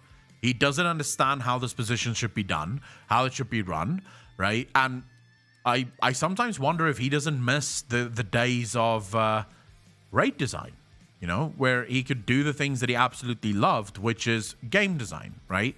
So that's sort of it. But I wanted to show you guys, before we continue, I wanted to show you guys this interview. If I am correct, this interview explains everything. I think this is this interview. But listen to what Steve Jobs himself had to say here. What happens is, like with John Scully, John came from PepsiCo, and they at most would change their product, you know, once every 10 years. I mean, to them, a new product was like a new size bottle, right? So if you were a product person, you couldn't change the course of that company very much. So who influenced the success of PepsiCo? The sales and marketing people. Therefore, they were the ones that got promoted, and therefore they were the ones that ran the company. Well, for PepsiCo, that might have been okay, but it turns out the same thing can happen in technology companies that get monopolies, like, IBM and Xerox. If you were a product person at IBM or Xerox, so you make a better copy or a better computer. So what? When you have a monopoly market share, the company's not any more successful. Yes, dude. So the people that can make the company more successful are sales and marketing people. And they end up Any of this sound companies. familiar? And the product people get driven out of the decision-making forums. And the companies forget. Does any of this sound familiar to anyone? Listening to this, is there any other company that you could apply what Steve Jobs is saying here to? Can you think of a couple of companies that you think is very similar? Get what it means to make great products. It sort of the product sensibility and the product genius that brought them to that monopolistic position gets rotted out by people running these companies who have no conception of a good product versus a bad product. They have no conception of the craftsmanship that's required to take a good idea and turn it into a good product. And they really have no feeling in their hearts, usually, about wanting to really help the customers. So that's what happened at Xerox. The people at Xerox PARC used to call the people that ran Xerox toner heads. And these toner heads would come out to Xerox PARC and they just had no clue about what they were seeing. And for our audience, toner is what? Oh, toner is what... All right. Steve Jobs here. Where's IBM today? Quick question. Where's IBM today? Not that long ago, it was the largest computer manufacturer in the world. It was far larger than Apple. It had the majority of the market share. Apple was considered a small company compared to IBM. IBM fell off a fucking cliff. Apple survived. IBM fell off a cliff. No, we're not talking about them shifting. They did shift. We are specifically talking about them as a computer manufacturer, right? They used to be, almost every home had an IBM computer in the house. They used to be huge on that. They no longer really exist in that function because they fell completely off a cliff because of their focus. You see, it became about the profit rather than the... How do we put this? It became about the profit driving the company rather than the quality of your product driving the profit, which is what Steve Jobs had in mind. Now, Apple nowadays, now that Steve Jobs is no longer there, is very much doing exactly what IBM is doing. Let's be fucking honest, right? They come up with a new iPhone every single year, and the only difference really is the name. In terms of what this new iPhone does, it does everything the previous one did slightly better, right? Not even enough to really say that the price is worth it. It just does it slightly better than the previous iPhone, right? And the same is true for Samsung. The same is true for almost every company these days, right? It's basically just fucking... it's basically just sort of reinventing the product a little bit and then pushing it out. Now, Apple have been making a bunch of funny moves now, especially with their brand new processor that's completely theirs, which is absolutely insanely good, right? So Apple does seem to go back to what Steve Jobs has been saying, but this is not about Steve Jobs or Apple. It's just saying big companies start focusing on the profit instead of focusing on the product and allowing the product to drive the profit, which is what capitalism is all about. It's one of the reasons I believe in capitalism, because in a good capitalist system, it's the quality of your product that drives your profits. World of Warcraft falls into this category of IBM years ago, where the people now at the helm are the people in marketing and the people in research. And the only job they do is push, push, push. It doesn't matter if it's good, doesn't matter if it's bad, just push it. Just get people in on the action. Get them to sign that 6-month sub. If we get them, that's all we care about. Whether it's ready or not doesn't really matter. We're just moving, someone just said their video, hype cycles. It's all hype cycles, right? That's all they're doing right now. They don't care about the quality of the product as long as it brings people in, as long as they can hype it enough. This is why the cinematics for World of Warcraft is absolutely crazy big always, right? Whether it's a good expansion or a bad expansion, doesn't matter. The cinematic is good enough to get people hyped. And as soon as they're hyped, they're going to buy into it. They're going to pre-order it, and once they've pre-ordered it, they're fucked. All right, moving on. 2021 has seen the player base, media, and gaming at large turn on WoW to a degree I don't think the leads in their positivity dojo bubble considered possible. It's gone from people going, this is how Blizz needs to fix WoW, to WoW is no longer salvageable, time for greener pastures. I have been hearing this, which again, this guy could just be someone that watches a lot of YouTube videos and reads the comment sections, right? But this is what I'm hearing these days. Back in the day, back in BFA even, I used to make videos complaining about BFA, and I would get genuine people trying to come up with solutions, saying, oh, they should just do this, they should just do a couple of things here, a couple of things there, you know, just change a couple of things around. Nowadays, that's not what I hear. Not even close. Nowadays, what I hear from World of Warcraft players specifically is, I don't see how they can fix it. Can I ask, how many of you are extremely pessimistic about the future of World of Warcraft? And when I say extremely pessimistic, I mean you do believe that it's going to die. Like you don't see how they'll ever be able to fix it.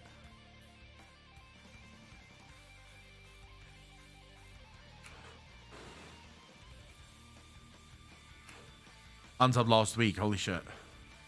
Gave up on it. You see, if I asked this last year during a stream, I may have gotten 1 or 2 people. That actually, I think I did ask this during BFA in a stream. Yeah, I did actually ask this almost exact question, and I had 1 or 2 people sort of coming out saying, yeah, I don't think they'll fix it. The rest of the people were all sort of immediately going, no, they can fix it. They just need to do this. They just need to do that, right? They have to fucking bob and weave this shit, like really fucking work it, and they'll be able to do it, right? Some people were saying step on Ian's dick. That will really push him into gear and he'll fix the game. Other people were saying, you know, fuck Ian, whatever the case might be, but people had fixes. People had fixes in mind, right? Now people are just sort of going, nah, screw it. This game's fucking done, right? I don't think this game is going to work. That's sad to me. That is genuinely sad to me. All right, continuing. There has been some testing the waters lately from certain higher-ups if we can remove the line, no king rules forever. Read into that what you will. What I read into that is you really wanted to get the line, no king rules forever, into your post. Why would that matter? Like, why would, I mean, if your game is going to die, why would you want to remove the, it's not like players are going to fucking forget, right? It's not like players are going to want you remove no king rules forever from the game. Like, players are going to go, oh, what was that line that Arthur said once? I can't even remember, right? It's in a cinematic. No king rules forever, my son, right? So I think this guy just really wanted that line in there, and he couldn't figure out how, even though I could write a couple of sentences that would make it far more believable. Anyways, there are still arguments going on about the Kalthas voice actor shit show. I missed this. Can someone explain to me what was the shit show with Kalthas' voice actor? Didn't he say something either against Blizzard or against China or something, and then they completely fucking cancelled him? Or I can't exactly remember. I remember something happened to him. I can't remember what happened to him.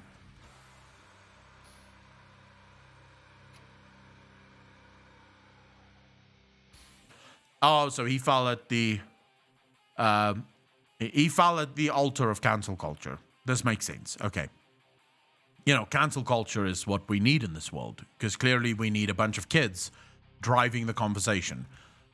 This would make sense to me. All right, so I don't know much about it, but I know it's heated. Wouldn't be the first time a knee-jerk reaction only seemed to generate bad press. We lost a noticeable amount of PvP engagement after the Swifty thing. The Swifty thing was another huge issue for me, right? So just as a content creator, I was very angry over the Swifty thing, because the Swifty thing, again, proven to be false. It ended up coming out, and I actually covered it at the time. The girl who made the accusations against Swifty had made accusations against 5 other fucking people, right? Like, the girl made incredible accusations against a bunch of people, and Swifty himself, if you read what she said about Swifty and what happened between her and Swifty, it was far more a case of one guy sort of trying to get a, shall we say, I mean, when you see a girl that you really like, right, and you want to pursue if something can happen there, right, you make a move, you shoot your shot. Most girls, most normal girls, actually adore that. Whether they agree with it or not, whether they want you to land your shot or not, doesn't matter. They adore the fact that you tried. Because if anything, they feel wanted and they feel beautiful because, well, some guy really wanted her, right? By that, guys, I don't mean shoot your shot, meaning send a dick pic. That's not the same thing. You shouldn't do that, right? Do it the normal old-fashioned way, woo her a little, you know, try to get a date, whatever the case might be. It seems like, right, she at the time didn't have a problem with it, and then afterwards felt like really bad over it, which is not the way it should happen, right? You can't go back and sort of then suddenly go, yeah, screw it. No, I don't want this anymore. That's after the fact. That does not fucking matter, right? That you can't do that. It's like a girl having sex the evening, right? And actually having sex. She wanted sex. She went home with the guy. They had sex. The next morning she wakes up, sobered up, and now she goes, well, now I don't want it anymore. That's not rape. You and the guy were both intoxicated. You had consensual sex. You can't now turn around and go, now I feel guilty. I guess I don't want it anymore. It's done. It's over. That's not the same thing as being assaulted. It's a whole different thing if the guy actually forced you and you didn't want it at the time, or he made you so drunk that you passed out and then did it with you. That's a whole different fucking discussion, right? In that case, castrate the guy and move on with your life. So the Swifty thing was a huge issue for me. What did Blizzard do? They removed Swifty's NPC from the game and they cut all ties with Swifty fucking immediately. They didn't wait for any sort of investigation. They didn't wait for any sort of evidence. They just cut all ties and immediately went, no, fuck that guy. And then, when it turned out that the girl was lying, what did Blizzard do? Crickets.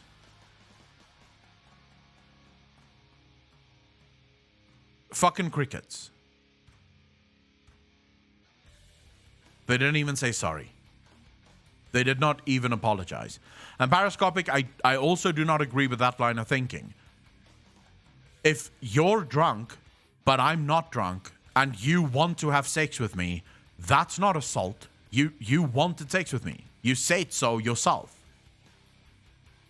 I mean, again, if we get into an argument here that you were completely passed out, that's sex whether you're drunk or not, right? That would be assault.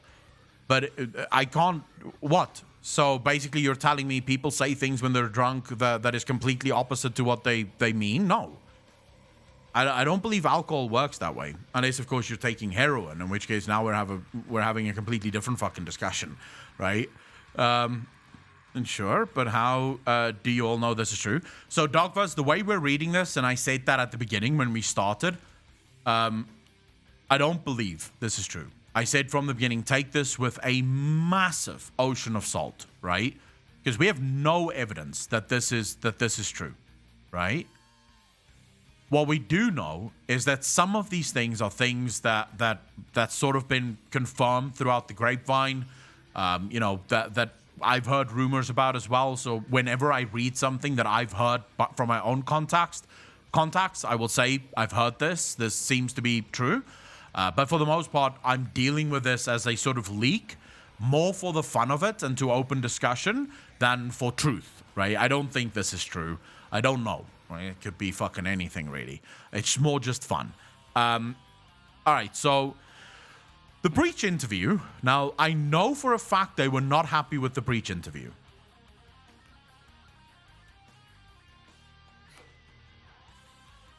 I know for a fact that they were not happy with the Breach interview. There's been quite a few people that came to me and said the Breach interview was a disaster as far as they're concerned. The questions the Breach asked, they believe were gotcha questions. So you guys remember Breach's reactions to some of it, right? Him sort of going... right? His facial reaction things, they believe that those were gotcha questions. So it was set up in such a way that it would 100% reflect negatively on Blizzard. So they're very angry with that one. The Breach interview was treated as a disaster, and there was talk of more strongly vetting interviewers for bad actors and only engaging with a list of questions Blizzard provides. Some pointed out that that could just be used to create some form of fireside chat akin to Final Fantasy XIV live letters, but that fell on deaf ears.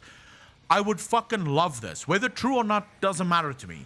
I would love this. Can you imagine if Blizzard once a month came out with a sort of fireside chat, right?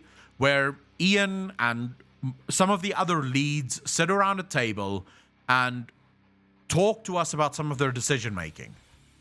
I'm just saying talk, not even an interview. There's no questions being asked. They just talk about their decision making for some of the things in the game. How many of you would watch that? If Blizzard started doing that, how many of you would watch that fireside chat?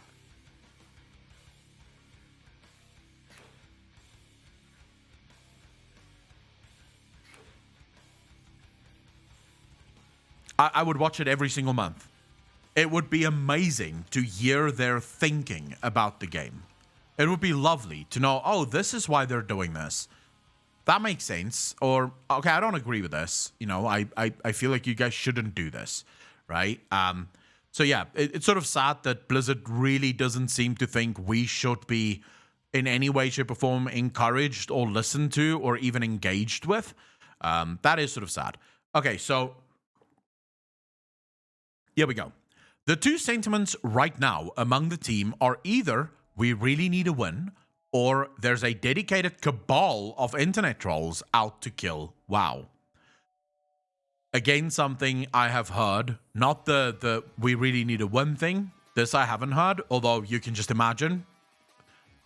They genuinely need a win, right? They know that they need a win. It is what it is. But the cabal, the dedicated trolls, this I know for a fact to be true. I've had multiple people inside Blizzard telling me the exact same thing. And these are people that told me this is what they believe. They believe that right now there is a subset of the community that spreads their negativity and it is infecting every other member of the community. They don't think their game is as bad as people make it out to be. Which is sort of the biggest issue for me. You can't say that. You can't say, oh, people just don't like the game because of these other fucking people, right? That's making people negative.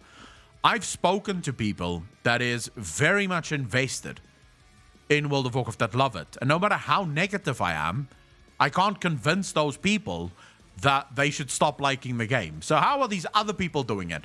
Is there people like with some kind of fucking psychological warfare degree in the World of Warcraft community? Like, does Balula secretly have a psychological warfare degree from the DC University or something. Like, he just knows how to convince people of things that they don't truly believe, right? The only people you'll be able to convince, right, that World of Warcraft isn't good is the people that already feel that way. They just don't, they feel like they might be the only ones. So this is where I think Blizzard needs to understand. The only reason the hate train for World of Warcraft is growing exponentially consistently is because players who used to feel sort of alone are now starting to realize that they're not alone. They are starting to realize, oh, wait, there's other people that also don't feel they're having fun in WoW? Well, I guess that explains it, because I've been playing it every single day looking for the fucking fun, and I can't find this fun, right? It doesn't seem to be here. Or in a lot of cases, it's opening people's minds and eyes to some of the things that maybe they had some kind of bad feeling towards, but they could never put it into words. Anyways, if that doesn't happen, okay, so here's where things get really interesting if this is true. Right now, we are crunching hard to get 9.2 ready to wrap up the Jailers storyline so we can get an expansion out early 2022. Now, I think what he's talking about here is to get the beta or the alpha for the expansion out 2022, early 2022. And then the game should launch around November, right? If this is true, and we will know soon enough if this post was true. If we get the beta in like the first quarter of 2022, we know that this post most likely is somewhat correct. So they're pushing very hard for the next expansion. If that doesn't happen, there are talks of major shakeups coming down from Activision that have been threatened for a few years now. It's an all hands on deck feeling that's been around to some degree since the is this an out of season April Fool's joke BlizzCon. A make or break deadline is coming closer, and things like Diablo 4 were not at all planned before then. Blizzard needs a significant win, not just in the initial profit, but consumer goodwill. Nobody likes working at what the public now seems to see as the bad guy of the MMO industry. So even if this guy doesn't really work for Blizzard Entertainment, I can believe this. Facts are facts. Bobby Kotick is not going to deal. So for those of you that don't know, Bobby Kotick bought Blizzard Entertainment specifically for World of Warcraft. He went through a lot of trouble to get his hands on World of Warcraft. He's a businessman. He realized that there's a lot of money to be made in this game. It was the reason he wanted Blizzard Entertainment. It's the reason he wanted to pick up Vivendi, right? So that he could get his hands on World of Warcraft. So it's a pretty big deal for him. Do you really think that Bobby Kotick is going to let his cash cow die in the hands of developers that don't seem to make the players happy? Because if players are unhappy, they will inevitably quit the game.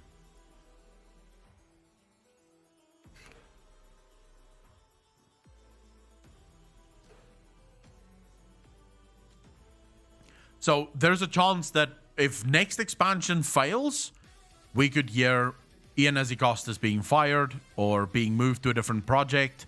Whatever the case might be, we might see some major shakeups. Will these be good shakeups? No. No. These are going to be the kind of shakeups where they're going to ensure that the developers that they do get in can push out a new expansion yearly. And then very soon after that, we will get the 1-year Mount sub service announced. So they'll basically announce a new expansion every single year. There will be a new 1-year sub announcement. So if you sub for 1 year, you get 1 mount, all the top gear, and all the food buffs lasting you forever. So it will be a big fucking deal for a 1-year sub. And that means people buy it, and then no content until the next patch, right? Until the next expansion, right? That's sort of going to be probably the prediction, the direction that Blizzard wants to, or Activision wants to push World of Warcraft in. All right, this has also made new hires decline, not significantly, but the "you want Blizzard on your resume" line doesn't seem to have the appeal it used to. I could agree with this. I don't think right now many people look at Blizzard and go, working for Blizzard is amazing. Blizzard is struggling. Anyways, on the topic of Twitter, we are now being told to disengage from it.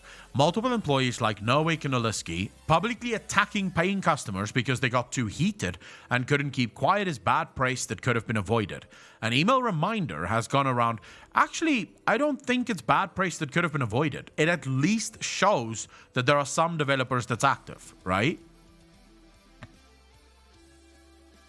So at least some developers, yeah, they're being dicks to the community, but at least they're talking to us, right? You know, sure, it's not much. There's not much insight in the "you're an asshole," but at least it's better than silence, which I think is better than nothing. Anyways, lastly, the biggest elephant in the room is your boy Asmongold. The newer hires cannot stand him. They have used terms like toxic masculinity and dog whistles to dangerous males, while some of the oldest crowd still remaining have called him based or telling it like it is, which has led to friction, to put it mildly. I can believe this because I once had someone in my DMs that worked for Blizzard thank me for a video that I made in response to something that came out that happened in Blizzard Entertainment, and in the same line tell me that I am toxic. I'm a toxic man, and if I would change my approach, they would actually watch me. To which my first thought was, oh, I'm gonna miss your viewership. But so I can believe that there's people like that working for Blizzard Entertainment, because I'm using specific words to ensure that I don't, because yeah, it was sort of a weird conversation that I had with the person, and eventually it turned out well. We did actually keep talking, and they did sort of seem to change their mind eventually about me. But yeah, they wanted to thank me for the video that I made because it shed light on a very important issue, a topic for them. But then also just wanted to make sure that I understand that I'm a toxic fucking man, and that I'm a horrible person, and that I should stop being horrible. Which of course will never happen. What do you take me for? Anyways, they used to use terms like toxic masculinity and dog whistles to dangerous males, while some of the oldest crowd called him based and telling it like it is. I agree with that. I think Asmongold is one of the most based content creators out there, which I love. People are told not to talk about him, and the recent Final Fantasy stuff only made it all worse. The idea that an outside element can have such an effect on the product genuinely upsets people. Like Zack is engaging in some malicious act of cyber warfare. Many of us have pointed out the now famous quotes by Naoki Yoshida about understanding that players will drift, and we need to make something worth coming back to because they want to, but some people, for lack of a better word, see our customers, or consumers as they refer to them nowadays, as some kind of antagonistic relationship where the goal is not being an entertainer putting on a show for a crowd, but some kind of game hunter trying to trap a large target, a profitable kill. I wish I could blame Activision, but this is a sentiment from more of the younger crowd than the tech boomers, which personal opinion is probably why so many folks like Metzen and Morheim left. I can actually agree with this. By the way, Kalnar, thank you for the follow, dude. Really fucking appreciate that. Imperior, thank you for the follow. Really appreciate that. And Iron Wombat, thank you so much for the Prime sub. Really appreciate that. Welcome to the channel. Thank you, thank you, thank you. Okay, so I can believe this. It feels right to me. Do I have any evidence that this actually is true? No. I've never heard anything akin to this. I know that they don't like Asmongold. This is well known, right? I know that they believe that most of the negative people are just toxic males that's sort of dragging the argument down, even though I have quite a few women in my chat as well, so I'm assuming most of you are toxic men as well. Are you ladies just pretending to be women, and you're actually toxic males?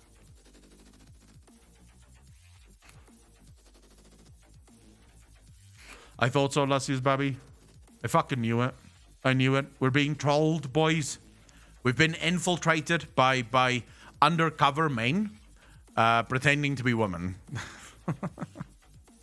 It's sort of funny that it's apparently only men that can be negative towards the game. So yeah, you know, it is what it fucking is, I suppose. Oh my god. Okay. Before you ask, yes, the topic of wokeness has shown up in group talks. Okay, so I realize and recognize that this next discussion is going to be a dangerous one. If you are faint of heart, if you are against critical thinking, then maybe now is the time to go grab a drink or something, because this next topic might not be for you. Before you ask, yes, the topic of wokeness has shown up in group talks. It's not all some grand SJW conspiracy. People really do want people to feel welcome and represented. I think we could all agree on this, right? Of course, people should feel welcome and represented. The big thing is, though, World of Warcraft is a fantasy game with sort of races that doesn't exist. So I don't see how anyone wouldn't feel welcome and represented. Unless, of course, there's some atrocity in the history of the world that I don't know about, where orcs maybe had slaves or something in the real world, and then we killed all the orcs, and that's why there's no more orcs these days. But as far as I know, trolls and orcs and stuff have never been involved in any sort of real world oppressive tactics that would make anyone feel out of, unwelcome or unrepresented within the game. It's one of the reasons I absolutely agree with the cosmetic changes that they made and the customization changes that they made within World of Warcraft, because I do think if you're a player that's, say, Asian or black or whatever, you should be allowed to make a character that look like you, right? Because that's what I do, right? When I play any RPG game, I like making the character look like me, right? WoW players aren't toxic at all. The game makes them seem toxic. Doug, thank you very much for the $3. We'd really appreciate that, and I actually agree with you. A lot of the hatred and toxicity that comes from the player base is mostly because of the game, right? And because of where the game is. Okay, so, however, we need everything vetoed by people not working on it to see if it's inoffensive and bland enough rubs some of us the wrong way. I don't know if this is true within Blizzard Entertainment, but I do know for a fact that this is true in a couple of other companies. I have the luck of the vast majority of my family being in corporate life, right? So they work for massive corporations, tech companies and stuff. I know for a fact that this seems to be the going thing. Every single thing that you bring out must be vetted, right? So they have to know, is this offensive? Is it going to offend anyone? And if it hopefully doesn't offend anyone, then you can bring it out. The problem, of course, with offense, like we've said before, offense is taken, not given. There is no way that you can offend me unless I take offense. You can say whatever the fuck you want. You will not be able to offend me until such time that I feel like I've been offended. Offense is not an objective term. It doesn't mean anything. Because if I'm going to try and speak in such a way that I offend no one, the best thing I can do is shut the fuck up. Because what offends one person might not necessarily offend another.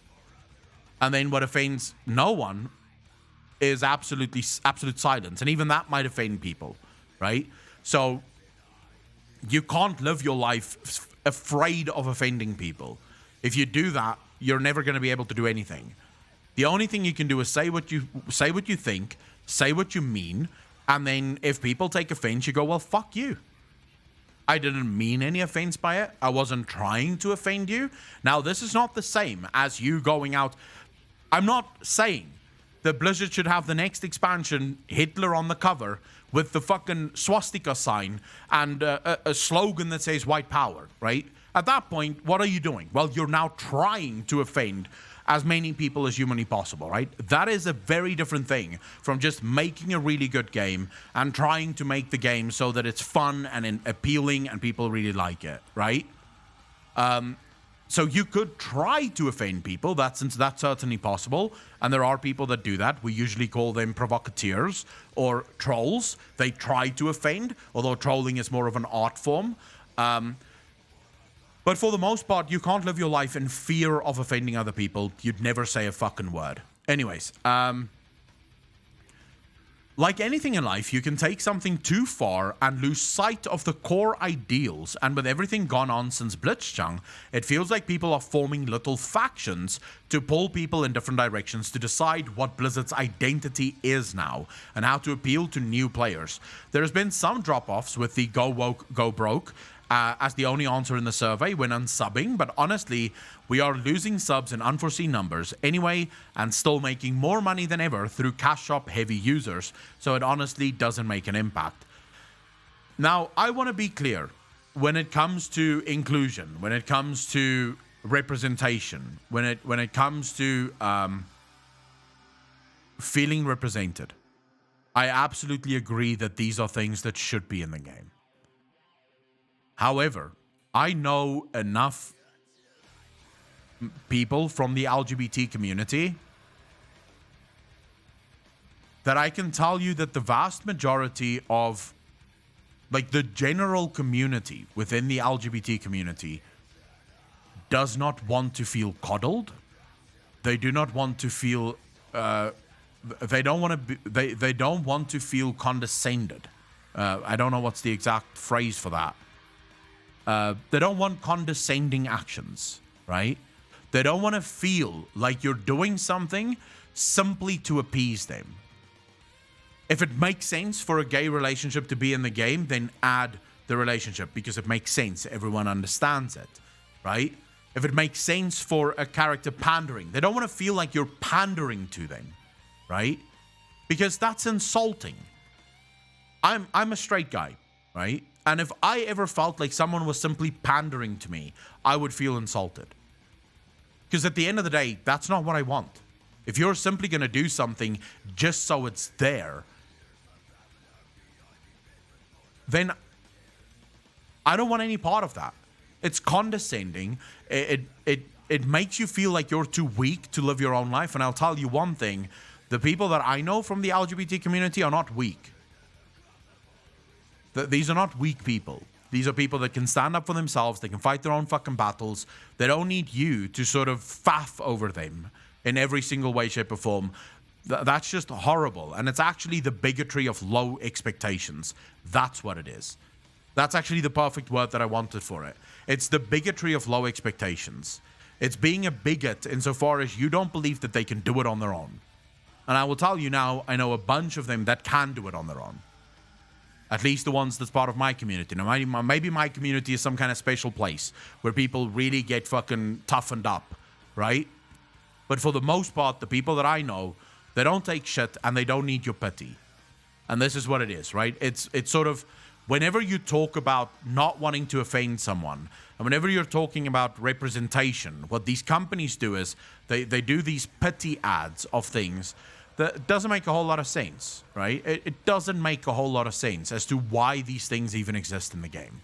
A good example for me is this whole, in Overwatch, right? Where they came up with these romantic backstories for the characters in Overwatch, which I didn't understand. This is a pew-pew game. As long as my pew-pew works, I couldn't give two fucks who my character doesn't sleep with in the game, right? Just pew pew. That's all I care. If you can pew pew, we're good, right? You don't need to. I don't need to know who fucks who and who doesn't fuck who. They people make that up in their own minds in the pew pew game that you've made, right? So it's sort of one of the things that I sort of looked at it and I thought, I don't see how that's necessary, right? I don't see why you would have shoehorned stuff like that into the game. And story mode is different. So Parascopic, I would, for example, argue any love scenes that's added in World of Warcraft would feel forced, whether it's straight or gay. World of Warcraft isn't really a game about romance. Yes, there's some characters that were married, right? And some characters that were involved. But think about modern day, right? The vast majority of ships that we have in World of Warcraft is player-made ships. You know, so player will sort of ships Anduin and Jaina together, or player bases will sort of, player base will come up with their own stories for the characters that they love, right? But from a relationship standpoint, look at Sylvanas and Nathanos, right? Sure, Sylvanas and Nathanos, we think there may have been romance between them, at least everything points to it, but how much focus is there ever on that, right? No one really cares. If they brought out a sort of thing tomorrow, right? If they sort of brought out a cinematic tomorrow where Nathanos and Sylvanas kisses and they walk off into the sunset, that's not going to be the best cinematic that people could have asked for, right? We want something different. We want story, and we want the story to move forward, and that's sort of what we care about in World of Warcraft. So I would actually have said, leave love out of World of Warcraft entirely. Every sort of love story that they can come up with, it's just going to feel out of place. Although I must admit, the Finn storyline was actually funny. It's actually very cool, very funny. So I didn't mind the whole Finn and what's his name now? Master Shaw. I didn't love I didn't hate the Finn and Master Shaw storyline. It was actually funny. It was nice. It was a cool story. I'll admit, even though it's in a game that, you know, I don't really care who loves who. Tell me how Shaw is going to fuck up Jaina the Dreadlord, right? That's something that's far more fun, right? So that's something that I would care more about, if that makes sense. All in all, things are rough right now. Blizzard doesn't have the love of the customers anymore, is no longer treated as an industry giant, while D4, D2R, and Immortal aren't going to kill Diablo. Even if they fail, the sentiment of World of Warcraft and Overwatch 2 are a lot more tense and stressful. The phrase, "it might be good to brush up on your mobile development portfolio if we get another underperformer," has been doing the rounds a lot. If Shadowlands continues its stark decline and Overwatch 2 is looking to underperform like its current projections suggest, I think the Blizzard of a few years from now will be imitating King a lot more than trying to learn any lessons from Square Enix's MMO division, which I actually agree with. I do actually believe that Blizzard themselves have it sometimes feels to me as if Blizzard themselves have lost the interest in developing the game. I don't know if that makes sense, but it feels like they themselves have sort of lost interest. They just sort of go through the motions now. Bring a new expansion, the players play the expansion a little, and then, start working on the next expansion. I feel like the attitude in the offices would be one of, okay, when's the next expansion? Right, how much work do I have to do before then? Oh, okay, yeah, sure, I'll get on it. I don't see people being very happy and proud of the work that they're doing anymore. Which is not my fault, right? I can't be seen. So there was actually a tweet. I'll quickly show you guys what this tweet was all about. But there was a tweet. If I can remember who this person is. Hold up. I'm looking for them now. I see them quite often on my Twitter. Tweeting shit. But I don't think they're... I don't think I follow them. They just sort of pop up because they're tweeting about WoW. So I'm sort of looking now. Give me a second. Where how far do I have to fucking go down? Oh, actually, I replied to them. The fuck am I doing? I replied to them. I may as well just look at my own replies. The fuck? Hold up. Tweets and replies. I actually replied to their tweet, so I could just... Okay. Okay, here it is. Here it is. Let me show you. Side Questress Ally, or however the fuck you pronounce her name. She says, y'all should be nicer to World of Warcraft devs. Blizzard employees overcoming the odds by shipping an expansion and continues new content while working from home during a global pandemic. New content, World of Warcraft players, right? So this is what she tweeted out. So in other words, I should cut Blizzard slack on producing bad, unfinished, shallow content because they're dealing with a global pandemic that all the rest of us are. By the way, how many of you have normal jobs? Like normal fucking jobs, you work for a boss.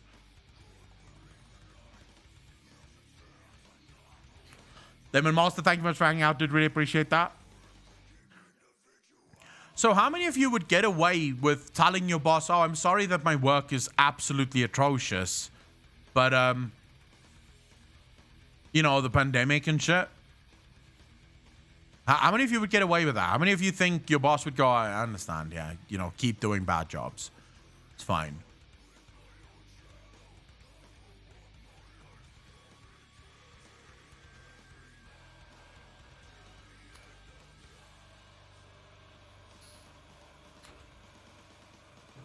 Most of you would have your boss tell you, go fuck yourself. This is not the work that we pass on to our customers. Fuck you. Right? Screw you. So, I'm sorry, but this is not an excuse. You want to know what's even funnier about this? ESO and Final Fantasy have been dealing with the exact same. It's not like ESO and Final Fantasy is being developed on Mars, guys. ESO and Final Fantasy isn't on a different planet. They're also dealing with a fucking pandemic. And yet, their games are on time. Their games provide the content that their players want. And it's good content. So the excuse, oh, you know, we're in a pandemic, we do apologize that our content isn't up to par, is not a fucking excuse. It was an excuse. It was an excuse for like the first 3 months of the pandemic. After that, it's no longer a viable excuse.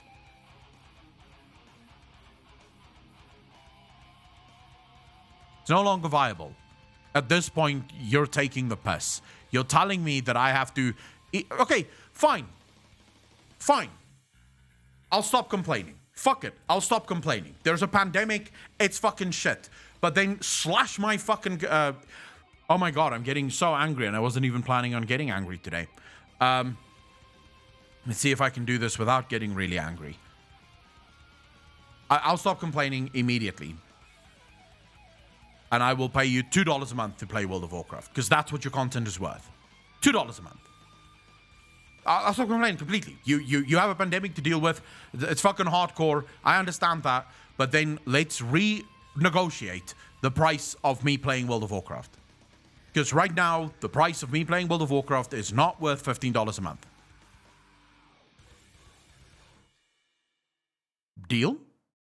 Can we make that fucking deal? Because if you are going to continue to hide behind the excuse that the pandemic is the reason we have to wait 9 months for this fucking for this patch, and then this patch is so much less than what we expected it to be. You cannot ask me to pay $15 a month. I've already paid you for the motherfucker. You have to make it free. For what you've added to Korthia, you have to make it free. What's in Korthia? How much content is there in Korthia? How many months of content is there in Korthia? Is there 9 months worth of content in Korthia?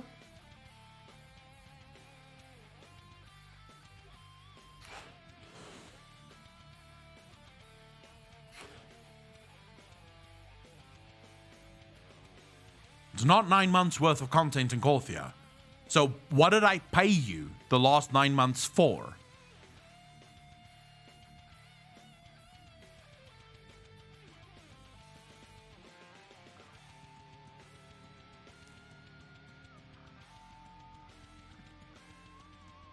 I just don't think it's fair. I don't think it's fair to keep Vorgel, peace out, bro. See, Vorgel is one of those people that really want us to kiss the ass of Blizzard Entertainment. He's one of the people that sort of, you know, he doesn't want to have people say bad things about his game because he thinks that by standing up for Blizzard, they will stand up for him. Vorgel, I have news for you. If you lost your job tomorrow and your life was a complete fucking disaster, there's not a single person that worked for Blizzard Entertainment that would stand up for you. They wouldn't even know who you were. They would not give a fuck. And I do this so much now. Motherfucker, the vast majority of my content is all positive shit. It's all lore related. Go back, look at every single one of my VODs. Look at the last 5 VODs on this channel. It's all lore stuff. It's all speculation stuff. It's all discussions about lore. I do this very often? I don't. I have a Sunday night chill show that's 4.5 hours. 4.5 hours of me only talking about the lore. I have videos, 3, 4, 5 videos a week that's only lore related. No, you do not want me to say anything negative about your game. Because one stream, not even one full stream, 1.5 hours of me going, what the fuck? What the fuck is this? Is you going, oh my god, you rage far too much. I can't fucking stand this. How dare you rage so much?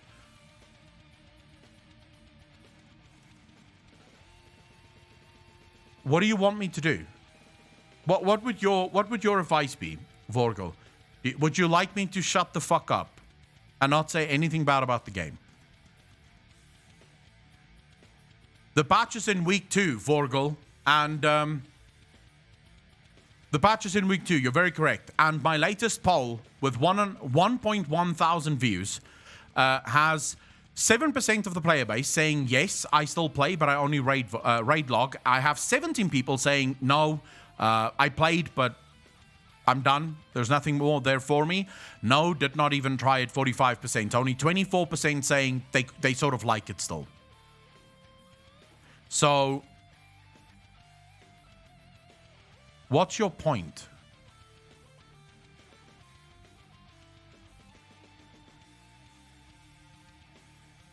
%25% love it. Okay. 71% don't. So,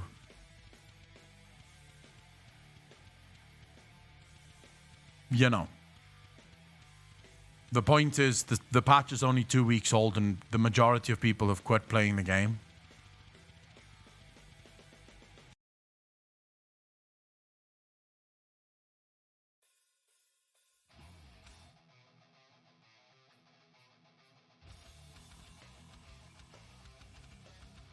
The ones who did it loved it. Bro, you know it's equal, right? 24% of people only raid lock or don't play at all anymore, right? 24% of people like it. It's 50-50. It's 50-50. 45% of players said, no thanks, no more of this, I'm done. I no longer want to play this. I don't even want to come back for this patch. Vorgel, I think what you need to understand is I am not sitting here complaining about the game because I want the game to fail. I am complaining about the game because I don't want the game to fail. Because I want the game to be better. And I believe that since I have the mic, and since I have some audience, it is my job, my duty, to make sure that I get those out. To make sure that I get the feeling from my own community into the ether. And hopefully someone at Blizzard stumbles upon it and realizes, oh, wait, we didn't know this. Perhaps someone at Blizzard sees this and realizes that they've made a giant fucking mistake. Bro, I literally showed you. I'm showing you the fucking post. I don't have the ability to delete anything on this post, Vorgel. Like, I genuinely don't have the ability to delete anything on this post. The only thing I can do is I can say delete, right? So then I remove the entire post. This is my tools. This is the only tools I have available for the post. I didn't change any of these numbers. I can't change them. I can't even vote in these. I can just see what people are saying. So Vorgel, I'm not manipulating these.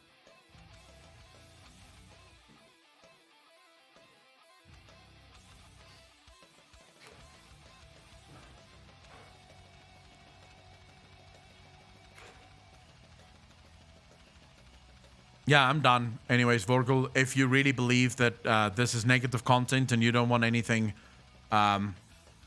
negative said about the game, peace out, bro. I hope that you find a lot of love and community on a different channel. No hate in my heart towards you at all. But I can't shut the fuck up, right? I can't shut up when I don't think that the game is doing what it should be doing. I just don't think that that's okay. I don't think that would be fair to myself, to my community. And you know what? It doesn't even matter about the community that much. It wouldn't be fair to me. Because I want a good game. I want a good game. That's all I care about. I want a good game. Christers, how you doing, bro?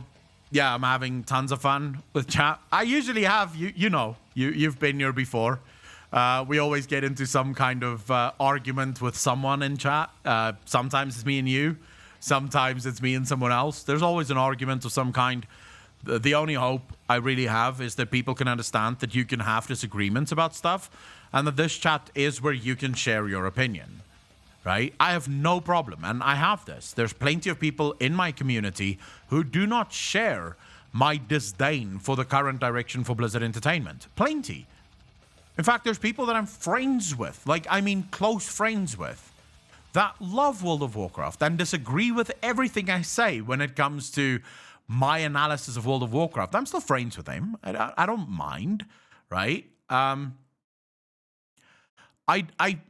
You see, I have a huge issue with people who think that they should defend their game. Like, their game matters. It doesn't. It's a personal thing. It's something that you like for you. I can't tell you that what you like is right or wrong. It's why I will never say, fuck you for liking WoW. What kind of argument is that? Right? You like what you like, and it's your job to like what you like. That's the way life goes. But then I must also have the right to not like something and to say that I don't like it. And then the argument there cannot be, well, then just stop playing, because that is incredibly unfair. If I wanted to stop playing, I would stop playing. I don't want to stop playing, which is why I'm complaining. Still loves WoW. Shannon is my second favorite expansion so far, and a total show. Echo, this is your platform to speak your mind.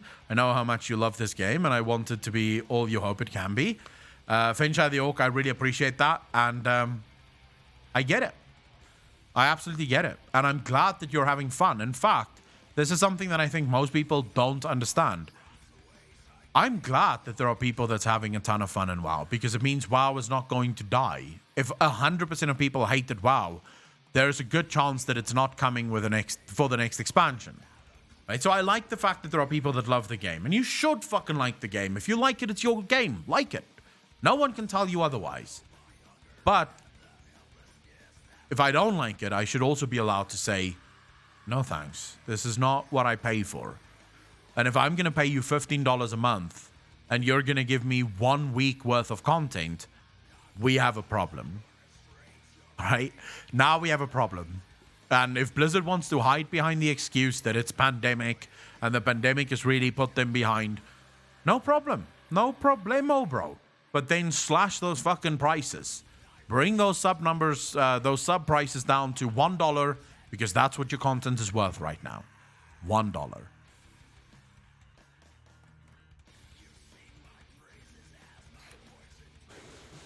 You see, I am for...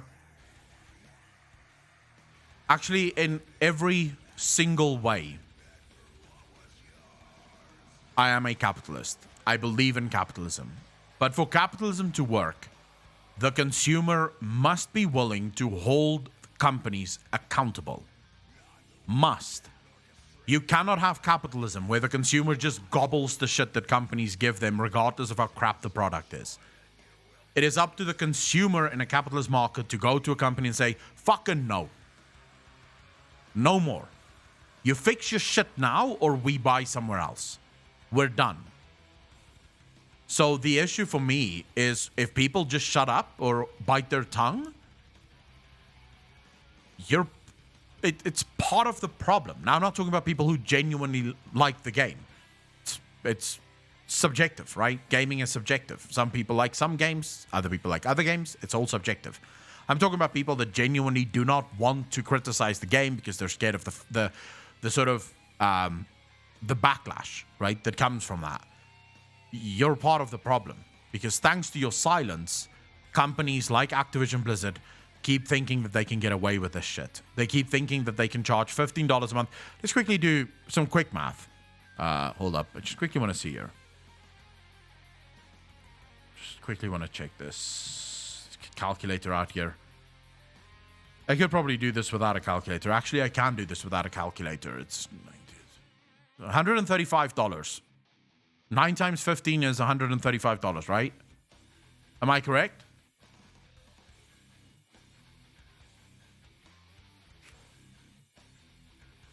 I must be correct. It's $135.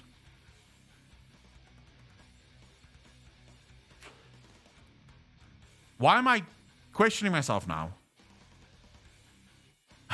Why the fuck am I questioning myself now? I'm pretty sure it is $135, but let's just quickly make sure. Okay, thank you. Okay, so it is $135. $135 right now will get you how many games? They'd say AAA games. 2 and some change, right? My question to you is Corthia or patch 9.1 worth, like, does it have 2.5 games worth of content in it? Think about your favorite AAA games.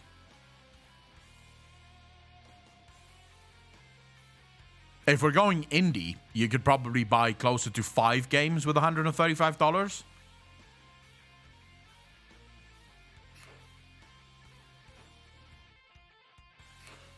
All right, so can we all at least agree that Shadowlands 9.1 is not worth the money we paid for it? Is that something we can all agree on? Whether you love Shadowlands 9.1 or whether you hate it, doesn't matter. Can we all at least agree that it's not worth the money that you paid for it? Gonna send you 2 images on Discord. Just noticed something while editing and making thumbnail for the video. Okay. Okay, so we can all agree on that. So you can love it, but you can agree this is not... I overpaid grossly for this. So that's all I want. You see, when I give you $135, what I want is $135 worth of content. Now, I realize not all of my money goes into content. AB Broken Power Supply, you make a very good point there. You think MMOs in general aren't worth the money? You are correct, but that's only looking at content, right? With an MMO, we aren't just paying for the content. We're also paying for the support, right? The continuous support. The fact that all those people have to be paid, right? Those game masters that sit there that sort out your problems, they don't do that for free, right? They have to get paid. They're not part of making content. They don't make the content. So let's say $100, right? You can still buy 2 AAA games for $100, and we can all agree that Shadowlands 9.1 is not worth that money. So all I'm advocating for is if I give you $100, I require $100 worth of content. It doesn't matter what content it is, as long as it's $100 worth of content. Then I'll be happy. But if you give me $22 or $30 worth of content for $135, now we're sort of getting into a huge issue where I'm overpaying you for a bunch of shit that I don't quite follow, right? And on that, you can't really blame the pandemic anymore. You've had 9 months. Anyways, I don't want to continue hammering on about this. I've made my point, I think. That would actually be a great tweet if I can figure out how to tweet it. It would be a great tweet. However, find me another game that has PvP and raids and dungeons, solo content and paid battles, if that's your thing. And mission table, if you like Farmville. It's more than one type of game in one. Vorgol, if you remove PvP, I already have a game for you. Actually, there is PvP in Final Fantasy, so yes. There's PvP, there's raids, there's pets, there's transmogs, there's housing, there's 2 Torghosts, actually. That's better than the original Torghost. There's how fast are queues in Final Fantasy? Oh my god. I usually wait about 2 minutes, maybe 2.5 minutes for a queue to pop.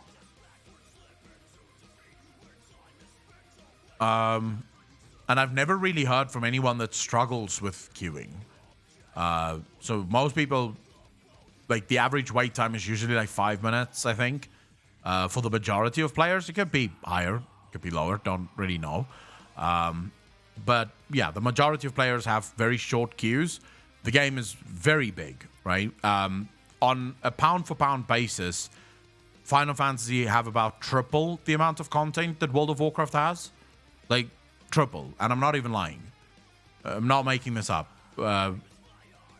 Final Fantasy is... It's much busier than World of Warcraft. And it's World of Warcraft's own fault, just by the way. Because Blizzard keeps bringing out new expansions, and then the new expansion cancels everything from the old expansion. Final Fantasy doesn't do that. A new expansion just adds more content. The older content is still kept viable. It's kept relevant. So you can always do all of the content. It's all there for you. And they figure out how to sync it in such a way that it's always not necessarily challenging, but it works. And I think this is how it works, but didn't they recently start adding extreme difficulty raids to some of the older raids as well as some of the new raids? I think there's 3 extreme difficulty raids. And I don't think all 3 of them are brand new raids, if I'm correct. Savage Extreme or Ultimates, yeah. But it's not just new raids that gets Ultimates. It's like they choose sort of the good raids and they make those Ultimates, right? You see, that's something that I've...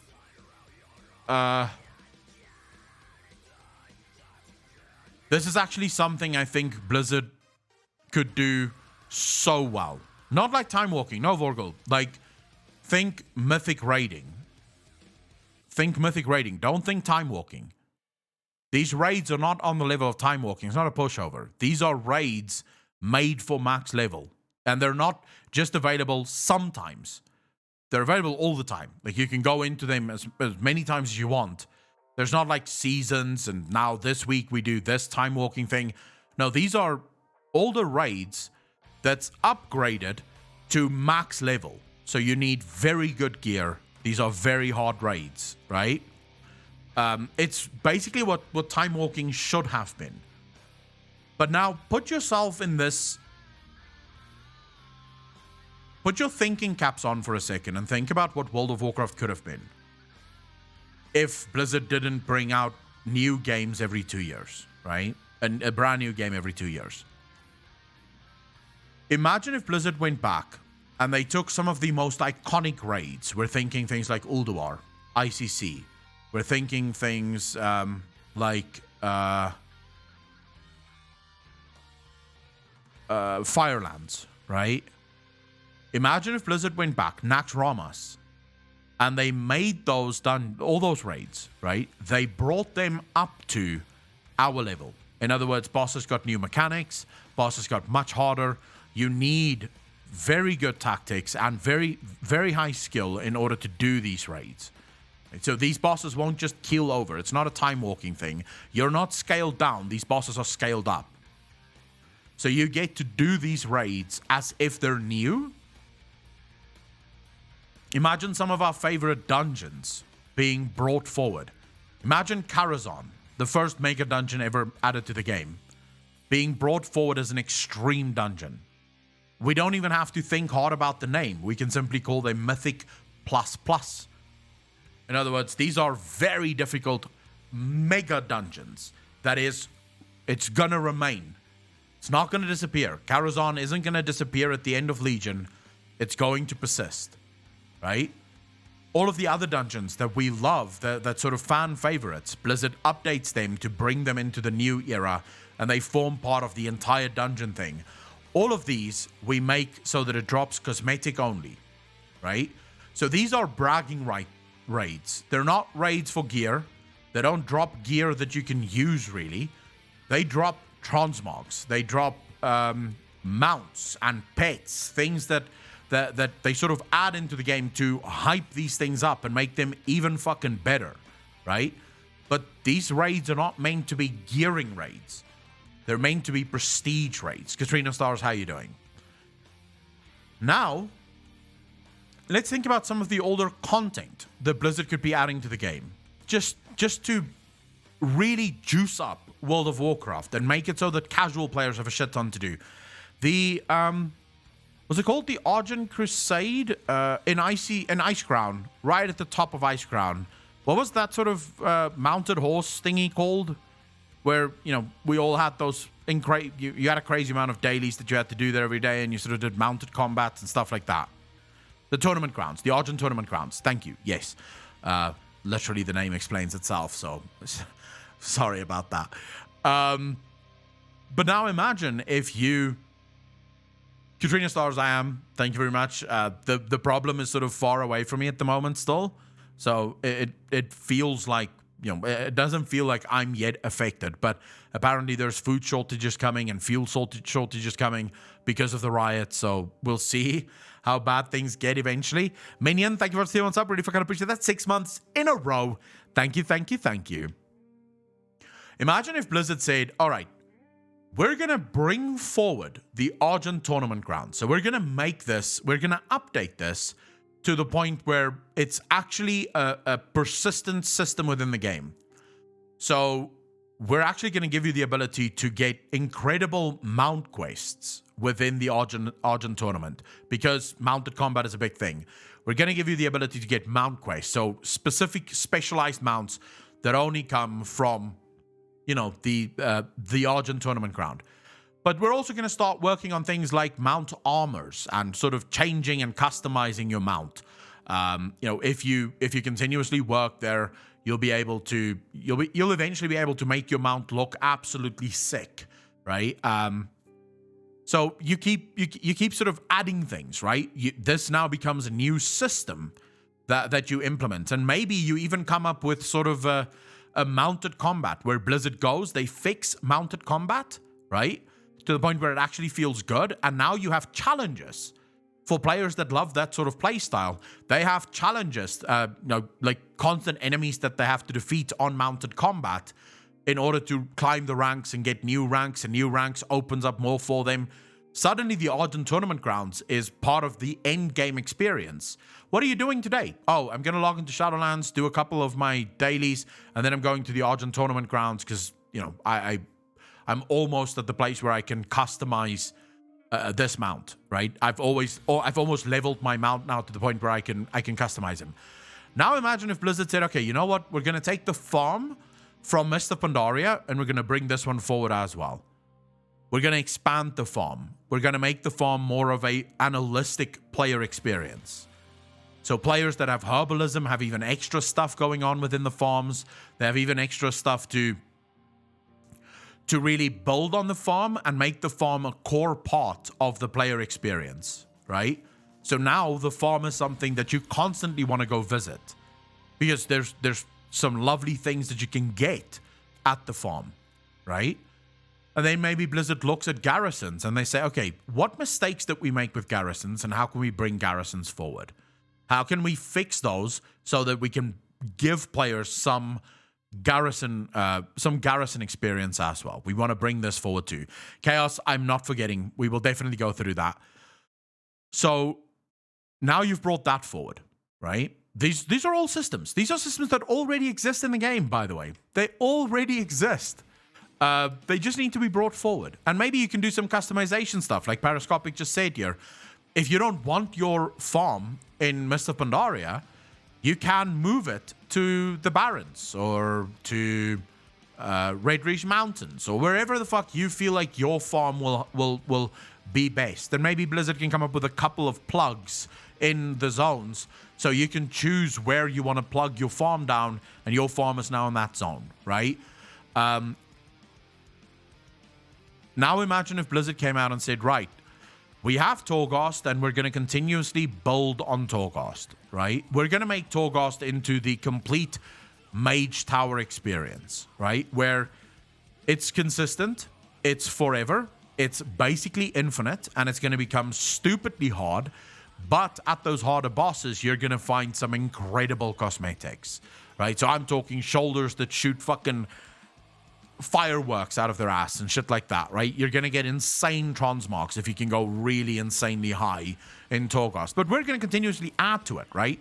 So we're going to keep adding new floors, new bosses, new enemies, new new traps. We're going to build on it and make it better and eventually turn it into a proper roguelite within World of Warcraft. Maybe next expansion or expansion after that, Blizzard comes out and says, you know what? We loved the original Torghast so much that we're actually adding a second one that's even harder, and we're making that Karazhan, right? Karazhan Tower. And you give it a little bit of a backstory. The Legion have figured out how to use Karazhan as a gateway into Azeroth, and you're going in there to stop them, right? Now you have two Torghasts, and they should run completely different. Right? They feel different whenever you play them. One is this, the other one is that. And then I started thinking about actually the biggest feature that I think Blizzard lost so much potential on. The Brawlers Guild. The Brawlers Guild should have had continuously new bosses added every single patch. I'm talking 0.5, 0.1 patches, doesn't matter. You have an endless supply of bosses. You can literally take bosses from raids and dungeons and drop it into the Brawlers Guild, right? The Brawlers Guild should have had its own talent tree. It should have had its own gear, its own weapons. It should have been a game completely within itself. And it shouldn't have been the sort of game where you do one battle and then you wait before you can do another battle. No, it's all phased. You jump in whenever you feel like it, and you just fight until you lose. And when you lose, you go, right, I've got a bit of experience, I'll spend more talent points, I'll jump back in. Now imagine this. Imagine an expansion with all of those things. And tell me that you're bored of the game.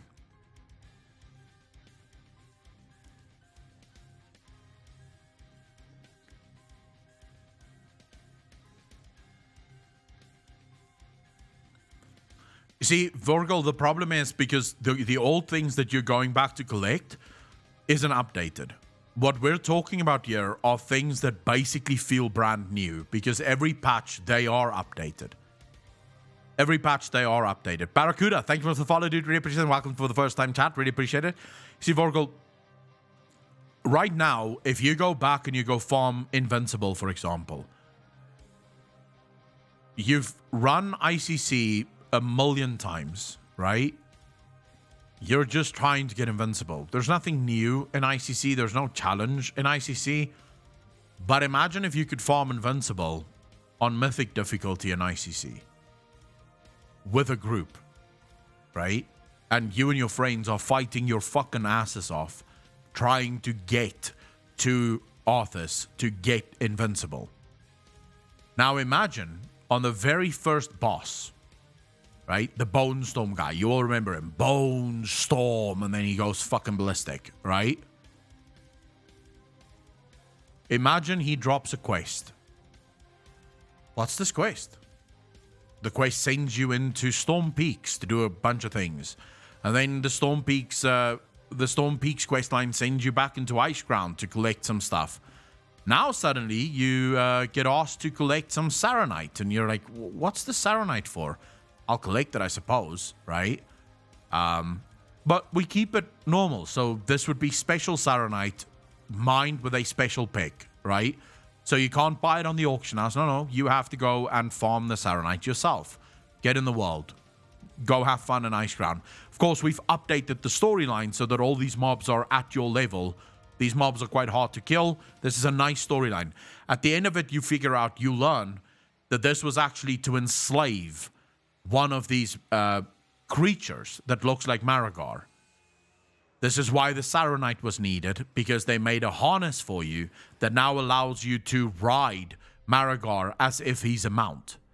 Because, you know, you don't have the Lich King on your side, you don't have the Helm of Domination, you can't control him, but through the Saronite harness, you can control him, right?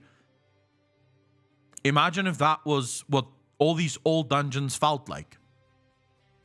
Bosses dropping quest chains that send you back into the old world, a little bit updated, but you get really cool things from it, and it's an experience. The old world suddenly becomes the new world. It's part of you. It's part of the game. There's reasons for us to go back to some of those zones that's been long forgotten to us. There's finally reasons to go back to TBC. You get something in Black Temple that sends you on this giant quest chain throughout the whole of TBC, and it just feels new. It's old, but it's new because it's just recently been added. The game keeps growing, and you keep feeling like you belong in this world. This world is your world. Unlike now, where every world is sort of replaced by a new world. Echo gonna go introduce someone to WoW now. All right, Giovanni, have fun. That's how you can fix the damn game. This I just came up with last night. Now, to be fair, it's far easier to fix the game, sort of armchair philosopher this shit, than it is to actually do these things, right? So I'm not for a second saying I'm better than the developers at fixing their own game, because I don't think I am. It's easy to stand on the outside and sort of point fingers and go, well, you should do that, you should do that. We all know this, right? You've all been to a football match before, a soccer match if you're from the US. We've all been there, right? The guy in the stands is always the guy that knows best, right? This guy knows more than the coach. Yeah, I knew that guy was shit. He shouldn't have put him in. He should have played this guy instead. And then when the guy scores a goal, I knew that was the guy. That was the guy. I knew he would let us win, right? There's always, it's easier to stand on the sideline to sort of point fingers. So I realize this. But if I can think of all these things in a single evening, Blizzard can think of these things far better than I can. Like, I believe that. I do not believe that I am in any way, shape, or form more talented than the people that work for Blizzard. In fact, I don't think I even come close to their talent. So they can do this. They just need to want to. What company would you want making a Warcraft spin-off game, though?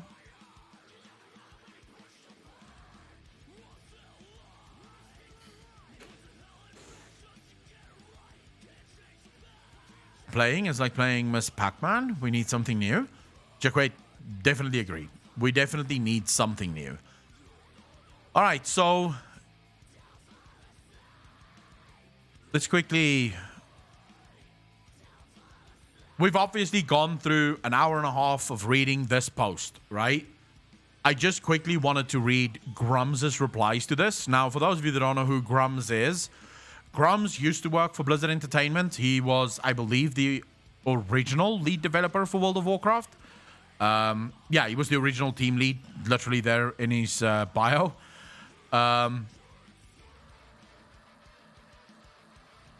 So let's go through what Grums has to say. And again, I want people to take note. There is no reason to think that Grums would know anything. He hasn't worked for Blizzard for a very long time. He's sort of not happy with Blizzard at all. He doesn't like Blizzard very much. And I think it has to do with how he left the company. It might have to do with how he left the company. We don't know exactly how or what happened there, but I think it's still interesting to sort of dive into and hear what Grums has to say. Supposedly, this is Blizzard leak about the current state of WoW. It may not be legit, but the attitude described about monetization and how devs view gamers and hate of streamers is true overall in AAA development. How do we get here? A couple of things happened in AAA dev that led up to this point. The biggest thing is the money. Once AAA gaming got bigger than all media, you start to attract a lot of execs who are in it for the immense profit versus the love of making games. This change starts at the top and is made worse by game companies going public. Now, I have made this sort of clear in the past. I am not a fan of the stock market at all, because at least the stock market that exists today, I'm not a fan of it. Alex, thank you very much. I'd really appreciate that. I'll definitely upload it tonight. I'm not a fan of the stock market in general, at least not the way it's run these days, because I think it destroys. I think it destroys genuine customer service and genuine love for customers, right? So yeah, not a fan of it. Wildboy, how you doing? Even though I know why Wildboy loves the stock market, I think the stock market needs an overhaul, but you know, that's a different discussion for a different video. This starts to flow down to middle management, who are starting to make serious cash. The why of a company changes. Instead of going for games they would love to play and identifying as gamers themselves, there is now a sense of other.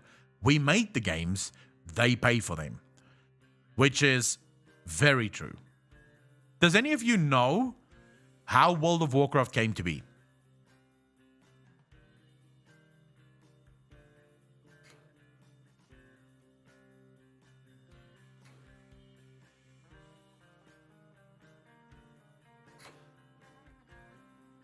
They were working on Warcraft 1, 2, and 3. And they were, like many of us, falling in love with the world and wondering. This is something that I've wondered when I played Warcraft 3 for the first time. And Vorgil, you are correct. There is actually a Warcraft 3 mod that sort of made the heroes like solo, sort of. Like you were playing sort of a solo experience with the hero champions of the game. But most of us wanted to be in this world, right? We wanted to experience this world. So did the developers. There's actually a documentary about it. They genuinely wondered what it would be like to play this game in a more persistent world. So in other words, the game was designed for them. More than it was for us. At that point, they were not even really thinking about the player. They were literally thinking, what do we want? How do we want this game to be? Like, what do I imagine Stormwind would look like? What do I imagine dungeons and stuff would look like, right? They were making the game for them, not necessarily for the player. The player was important because they were players too. I get the sense that's no longer the case in almost any game these days. For example, and I'll give you guys a good example that has nothing to do with World of Warcraft. EA, one of their biggest franchises is the Mass Effect and the Dragon Age franchise. RPG franchises, I should say. It's not as big as the Battlefield franchise or the FIFA franchises, but in terms of RPGs, those are their two biggest franchises. These are franchises that have built their backs, that have made their success from single-player RPG experiences. What is EA pushing to make Final Fantasy and... not Final Fantasy. What does EA want to turn Dragon Age and Mass Effect into? The newest ones?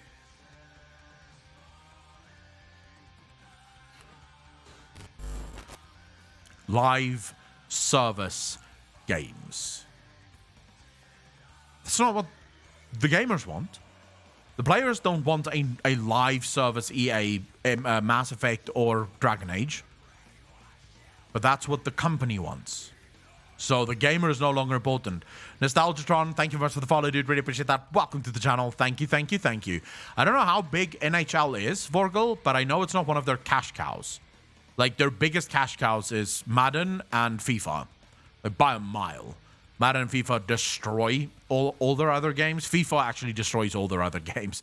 Like, FIFA makes, I think, $2 billion on its own or some shit like that a year. FIFA is crazy big, right? For EA. OG Blizzard culture used to be, we are gamers, right down to the receptionist, and we make game for ourselves because we are gamers. That is gone now, and devs at many AAA studios are distinctly us versus them, the whiny, entitled gamers. Yeah. This was not helped by the increase in personal attacks on devs by gamers themselves. Gamers are passionate, and unfortunately this sometimes this moves beyond criticizing the game to personal attacks and some really unsavory and threatening behaviors.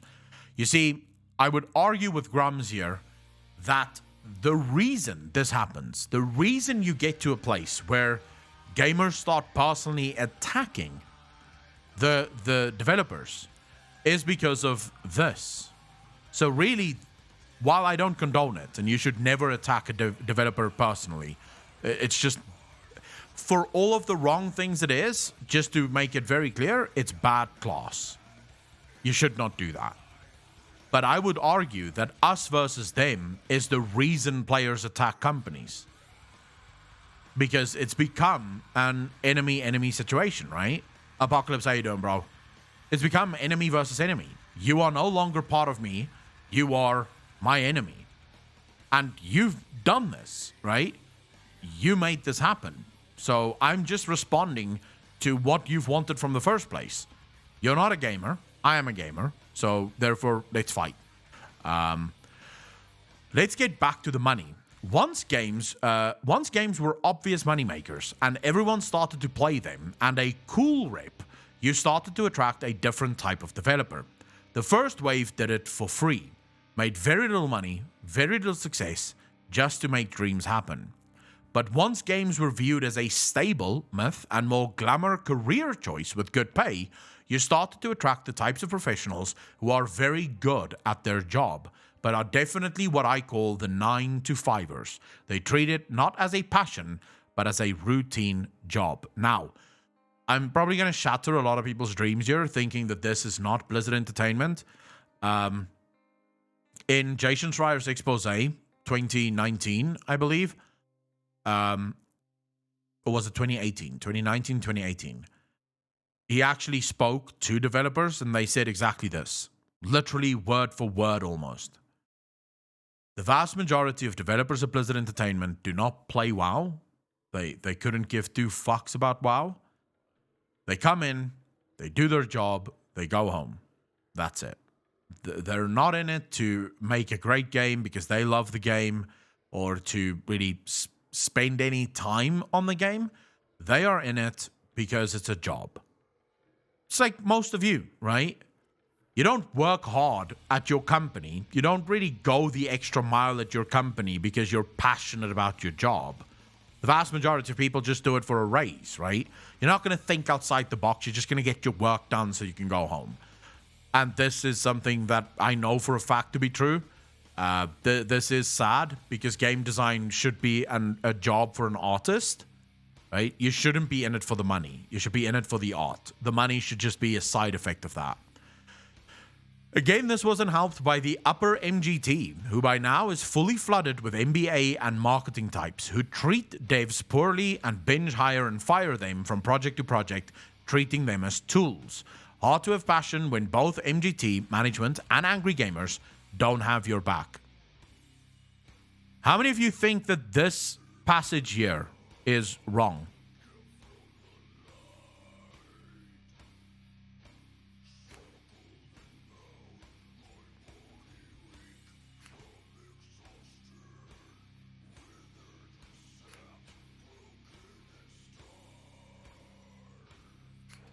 Did chat suddenly die?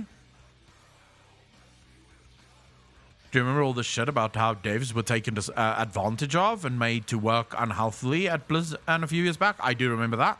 I have to agree with that statement. So it is a two-edged sword. It really is a two-edged sword, right?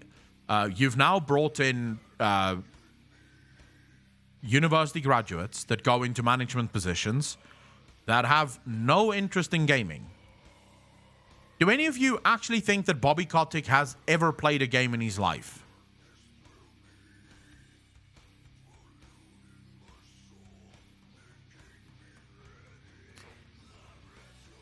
He doesn't play games. He doesn't have time for that shit. He's too busy counting his fucking money and thinking about who to fire next, right? Kirkenroller, thank you. Kirkenroller, thank you much for the 5 community subs. I'd really fucking appreciate that. Thank you. Give some love in chat for Kirkenroller and the 5 community subs. Thank you, bro. Bobby Kotick couldn't care less, right? If you, as a game developer, were trying to explain to Bobby Kotick that you cannot rush brilliance, you cannot make me bring out a new fucking game every 2 years and expect that game to be great every single time with all of the other requests that you have. And I do want to make sure that everyone understands this. Graag gedaan. Groetes uit Nederland. Krekenrolle, baie dankie. Ek waardeer dit ongelooflik baie. I want people to understand, I do not blame the developers. You see, unlike with Final Fantasy, where Yoshi P and his team is basically trusted by Square Enix, they do not interfere, because when they tried to do it their own way the first time, it failed miserably. So now Square Enix is like, okay, you know what, Yoshi P, you do your thing, bro. As long as this game makes money and people like it, we're happy. Just make us money, right? So they don't interfere with Yoshi P. I can guarantee you this is not true from Activision. Guaranteed. They have all sorts of requests, right? All sorts of requests that they want. They want you to increase monthly active users, but they also want you to increase engagement metrics for all fucking players. They also want you to ensure that patches come out and there's all sorts of new things that they can market to people. Think about all of the systems that Blizzard brings out every single time. Covenants was nothing more than a marketing tool, by the way. The reason Blizzard didn't pull the plug on Covenants is because of marketing.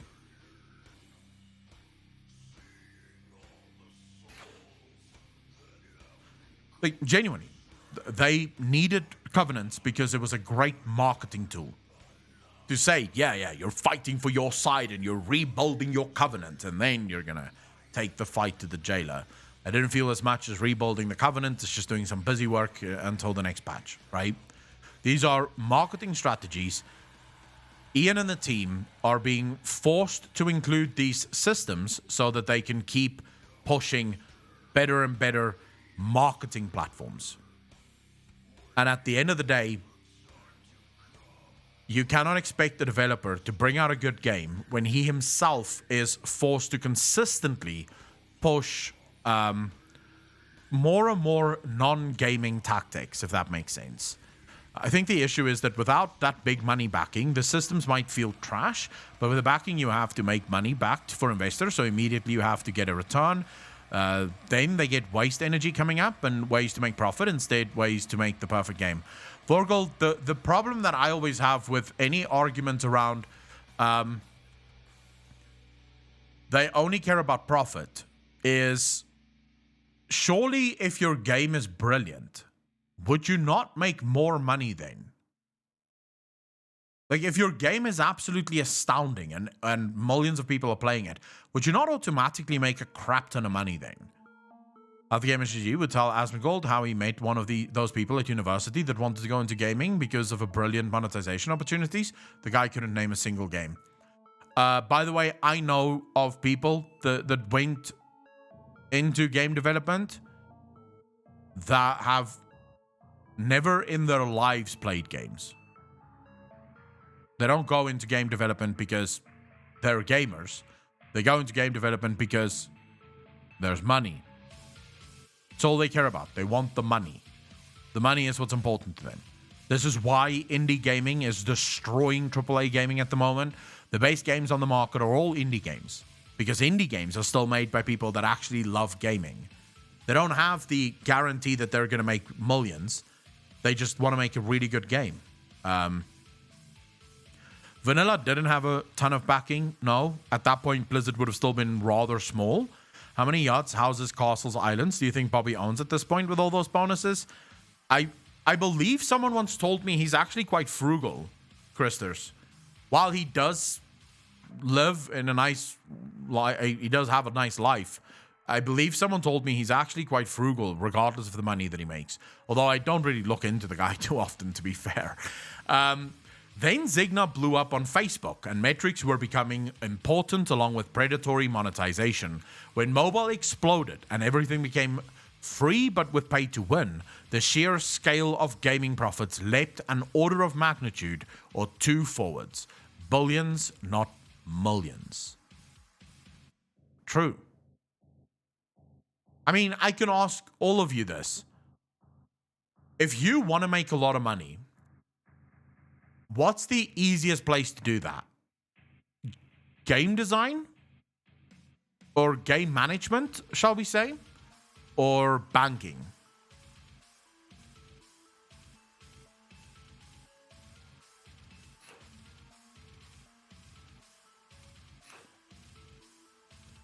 Fluttermonkey's banking is incredibly hard to make money in.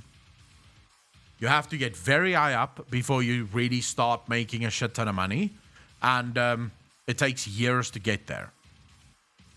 Gaming is not quite the same. Game design right now is a very easy job to get into. You get your degree and you fucking go into it and you start making your money, right? Yeah, bankers make very bad money unless they're right at the top. Like if you're in bank management, you'll make good money, but in order to get there, it can take 20 years, 25 years before you get there. Games is great money right from the start. Gaming companies are falling over themselves to offer shit tons of money to players, right? Now, sure, selling drugs and sex work would definitely make you more money, like most people suggested here. But do you think Bobby Kotick would have a flourishing career in sex work?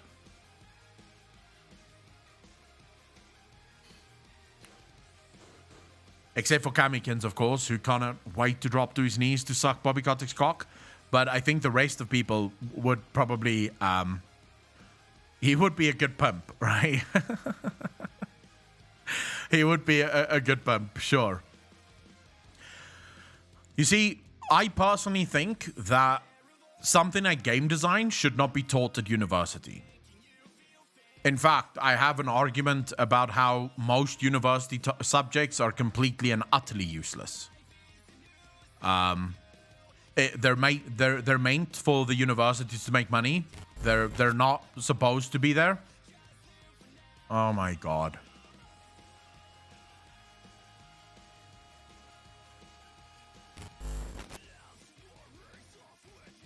Yeah, it's bots. I'm gonna have to fucking... It's fine. Just mark the time. It's 6:30. So I'll just go delete all of the follows that came. Please, if you are a real person, do not click follow. Do not follow me right now because your follow will be deleted after this. It's not a problem. It's pretty easy to delete.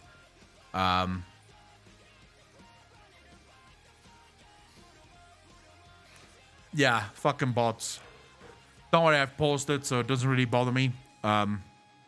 Okay, so Zika blew up. Suddenly, making games for game's sake was not the goal. Now games needed to collect metrics, retain users, and the way success was judged was more about how much money per user you could make versus having a great game. The focus moved from gameplay to monetization metrics. Now, you see, I would argue that...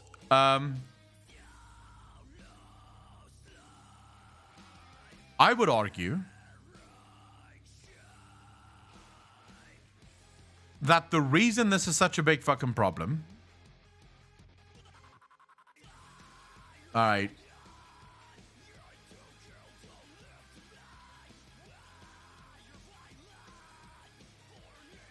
How are they getting through with all of those spams? I'd like to know.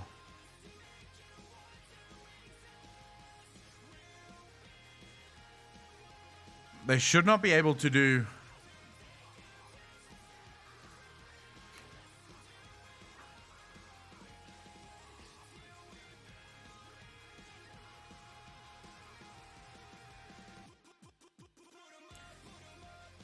You see, I wonder sometimes why someone would do this. Like, I genuinely wonder sometimes why someone would do this.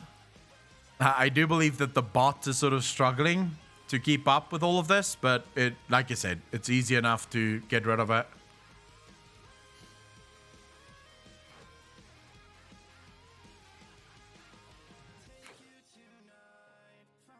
Stream Elements is trying its best to fucking keep all of this banned.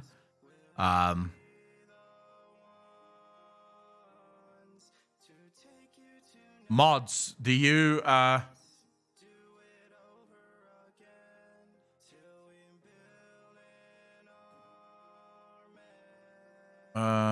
yeah, it is. Don't click the links, guys. Whatever the fuck you do, do not click the links. Don't be stupid enough to click the links. This is gonna be a fucking nightmare. It's not hard to get rid of this. It's actually pretty easy to get rid of it.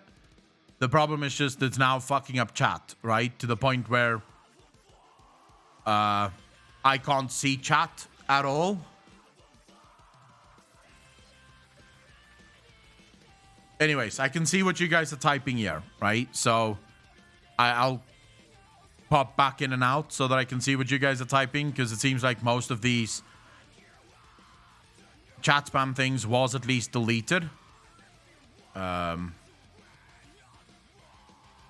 At least it gets deleted. Okay, that's good. At least it gets deleted. No, it doesn't. Well, it is for moderators, so it does seem like it gets deleted. I wonder if... I wonder how many of these people do you think actually, like, do you think... Why do you think someone like this think it's funny? See in chat, is the bots? It's like Asmongold's chat. No, well, this is worse because I can at least read your messages on screen, so that's fine. I can't do follower chat only, but mods, can you at least for now do sub only chat, please? Can anyone turn, because these guys are following and then they're spamming, so follower only chat wouldn't work.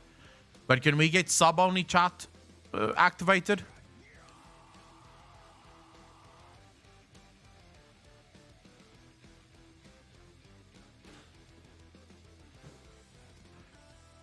If there's any mods available to do this.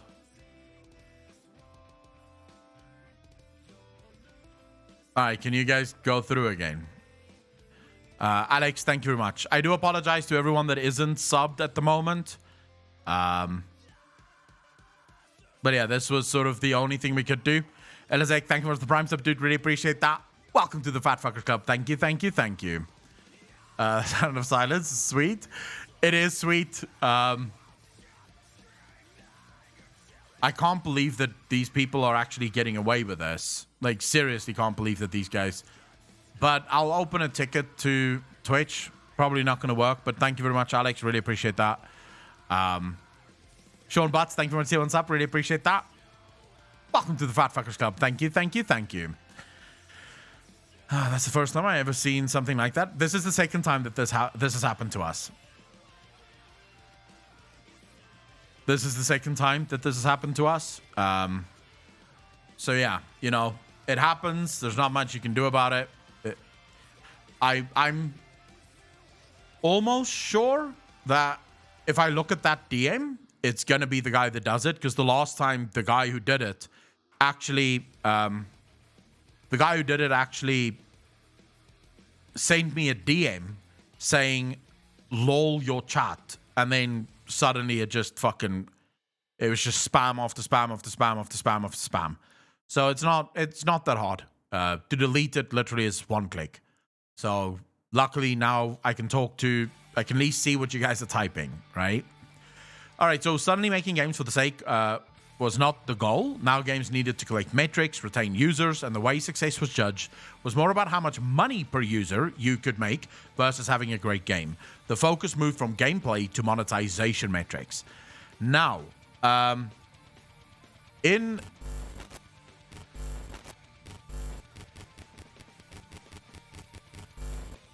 Okay, I can't fucking activate the...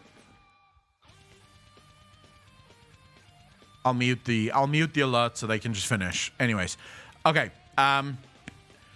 Why mobile gaming? Why did mobile gaming go through... Why did this work in mobile gaming? Is really the question that I want to ask. Because most mobile gamers are not gamers. Most mobile gamers are people that they're bored, and so, you know, turning on their phone, playing games for 20 minutes while they're waiting in a queue or sitting at lunch. It's sort of, it's what they know. Why will this not work for the PC gaming industry? Or even the console gaming industry for that matter? Like, why would this not work? Natora, any donations will go towards Alex's PC. Like normal donations in for PayPal goes to Alex's editing PC.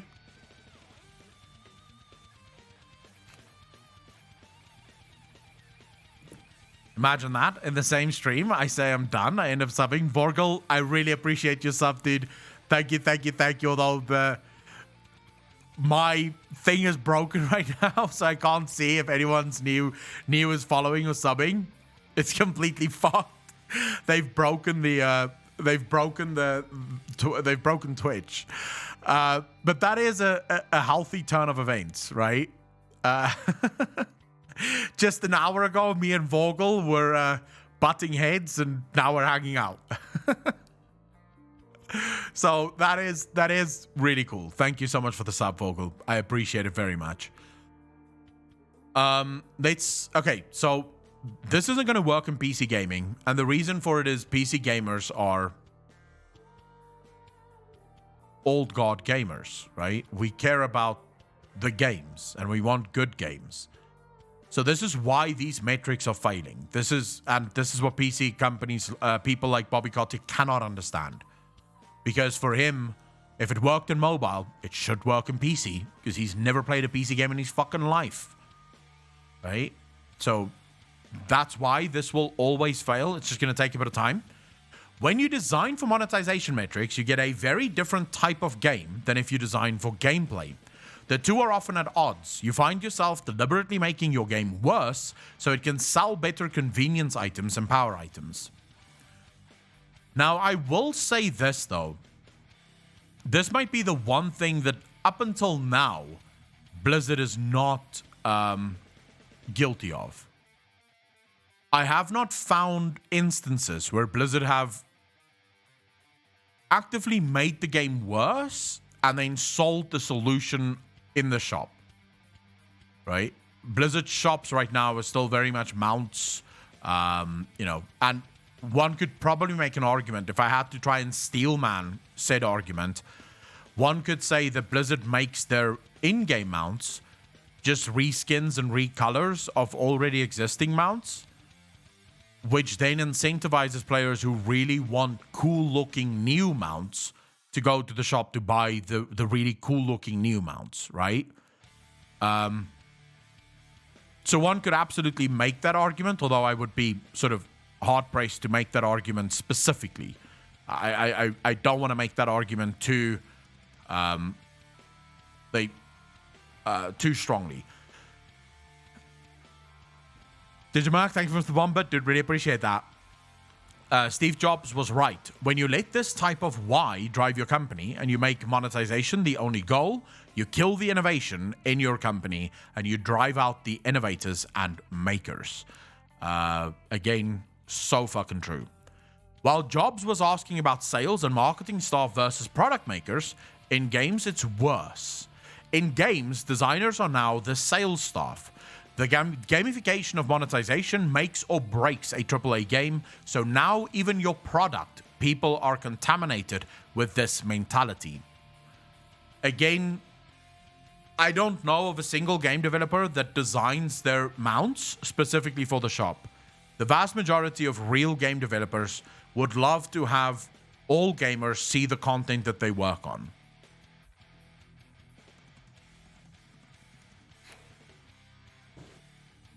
Digit, I really appreciate the fact that you resubbed, but no, I'm not getting any notifications at the minute that, like, I'm not getting anything at the moment. Those guys broke my OBS, I guess. So right now I'm not really seeing anyone resub, but thank you very much. So if you do sub, please just let me know. Hey, I just subbed, dude. So I can say thank you and welcome you to the Fat Fuckers Club, or re-welcome you to the Fat Fuckers Club. Sadly, we have to deal with morons with a child's mentality. So, you know, what are you going to do? So now even your product people are contaminated. The devs who do it for the passion, who are tired of being blamed by gamers for corporate decisions above them, and who do it out of genuine passion, well, they leave and go indie. What remains are those who are doing it as a job. One they often hate, and they are not innovators. Does anyone agree with this sentiment about most AAA companies? Like this last sentiment, the one that we just read. Does anyone agree with that sentiment?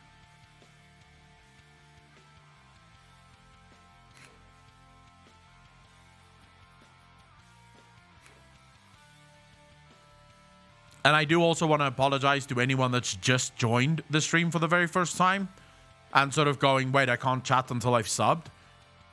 This is not a move because we're trying to be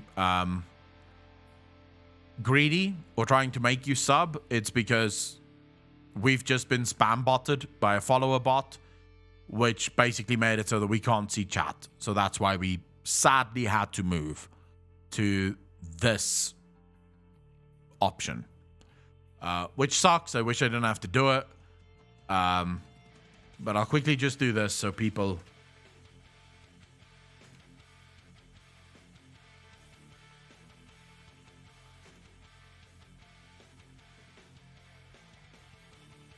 So we'll do that. Sub-only mode, spam bot attack.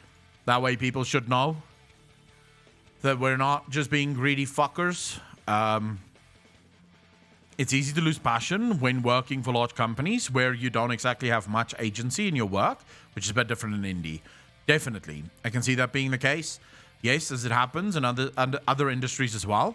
I think this has happened in the vast majority of industries. I think even these days, if you go to hospitals, for example, you will find a lot of people working in hospitals, especially among the management, that's there for the money. They couldn't care less about treating patients or about helping patients. They are there because there's money there.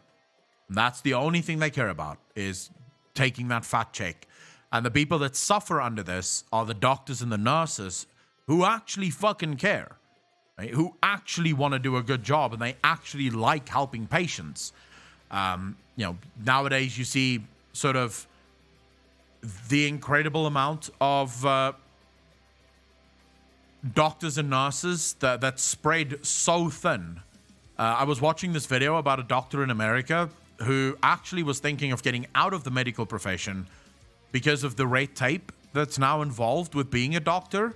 It means that you have about 5 minutes per patient to actually figure out what's wrong with the patient. And then you have to fucking quickly move away from that, right? Then you have to very quickly move away from that. Because the next patient needs to come in and you have to do all the red tape and all the fucking documenting for them again. Doctors and nurses tend to care about patients. It's why they become doctors and nurses. But because of the profit incentive, doctors and nurses are told you can't spend more than 2 minutes with a patient. Then you have to move on. Because we have to cut corners, we have to have as few nurses as humanly possible, and as many patients as humanly possible. These are two conflicting ideas, right? So it's happening in every industry right now. You have these parasites, is what I call them. It's all of these young people that go into university with no real drive or passion for anything but making money. That's all they want to do. They just want to make a good amount of money, right? Alex, thank you very much for the follow. Really appreciate that. I really hope that that's a real follow. And Alex, I do apologize for the fact that you have to that you can't chat at the moment. But if we make it follower only chat, it goes fucking nuts. We can't see shit. The spam bots are real. Stylen, thank you so much for hanging out, dude. Really appreciate it. Take care of yourself, man. Oh my god, your mother-in-law's just put in the hospital. Ladies and gentlemen, can we get some hearts in chat for Stylen? Love and prayers, bro. I really hope that your mother-in-law will be fine. Please keep us up to date about her situation. Hopefully everything works out. Good luck, bro. Thank you very much. Members of the community. Here, if someone is sick, all of us are sick. So let's keep them in our thoughts and our prayers, whatever you want to do. But yeah, please. I think that's fair, Akalon. People focus on money because money is rather important in the times where nobody can afford to own a house or have a security to not worry about losing income source. Iluzek,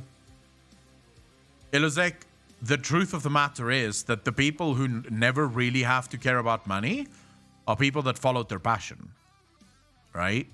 In general. If you love something, learn to do it so well that they have to pay you for it. The problem these days is first and foremost that we are teaching children that they have to go to university, which is completely fucking lopsided. University should not be as big a deal in people's lives as it is. There are plenty of jobs that you do not need a university degree for. For example, management. What the fuck are you talking about? Management. You go into a job, you learn how to do the job from the ground up, you become a floor manager, you eventually become a fucking store manager, then maybe if you're lucky, you become a regional manager. You move your way up from there. You learn how to be a manager every step of the way. These are things that can be taught in-house. You can send them on courses to learn how to be better at management, but these are not things that should put young people into incredible poverty even before they fucking stop, right? Before they've even started. Like, you have young people that they've not even received their first paycheck, and they're going to be in poverty almost for the next 20 years, trying to pay off the debt that they've just incurred, because our society have become sick on this notion that everyone needs a university degree. There are more jobs, I would argue, that doesn't require a university degree than what does. So if I were to break it down to jobs that absolutely require a university degree, I would say doctors, right? Although I could make a case for having doctors train in-house as well. If you want to become a doctor, you start off as like a porter, then you become a nurse, like a junior nurse, maybe you become a senior nurse. You have courses all throughout this time where you learn how to become a doctor. Then you become a junior doctor that you're learning under other doctors how to work. And then you become a senior doctor, and maybe eventually you become a fully practitioner, like a medical practitioner. In that way, you're a doctor that's learned every step of the way right to the top, right? Now you're a full-blown doctor. You do not need to go to a university for that. It can be done in-house, right? Scientists is one of the few things that I would argue absolutely need a university degree, because university used to be a place where you go to reason and debate. It used to be a place of rational thinking, right? Where, yes, this is where scientists should be, because universities used to be for research only, right? It used to be research universities, and sometimes they would train younger students. Some engineers, yes, other engineers could also probably train on the job. And when I say train on the job, I'm not just talking work for 2 years and get your job. I'm saying, let's use the example of a doctor. The doctor starts as a porter. Now he does his first courses on medicine, right? In other words, learning how to be a doctor. And these could be university courses. So they're on the level of what you would learn at a university, but they're done part-time. So you do those in the evenings, you do those in the afternoons, whenever you have time. That's when you study for these courses, right? Once you pass the course, you now become a junior nurse. Now there's new courses that you have to take, right? Where you have to learn new things. And these are, again, on university level, But you're learning as you go. And as you pass more courses, you move up in the world until finally you become a doctor and then so forth, right? So first and foremost, you're getting far more people into nursing. Nurses are no longer going to be strained for time. You're probably going to get far more people as doctors, right? You probably get, you'll end up with far more people becoming doctors. You'll end up with people finding their passion without incurring incredible debt. Because what would happen in this system that I'm envisioning is a system where you're not paying for this course. It's part of your salary. So when you start working in this hospital, you get a salary, and part of your salary is to take this course, right? The hospital takes it out of your salary even before you start. So you agree on a salary. Part of that goes to the degree that you want to work towards, and you can stop at any time. They'd say, for example, the guy started, he wants to become a doctor. He realizes 4 years in, once he becomes a senior nurse or a nurse, he realized, I love the nursing thing. I don't actually want to become a doctor. I just want to be a nurse. Then you stop there, right? You stop there. You want to be a nurse, you can be a nurse, no problem.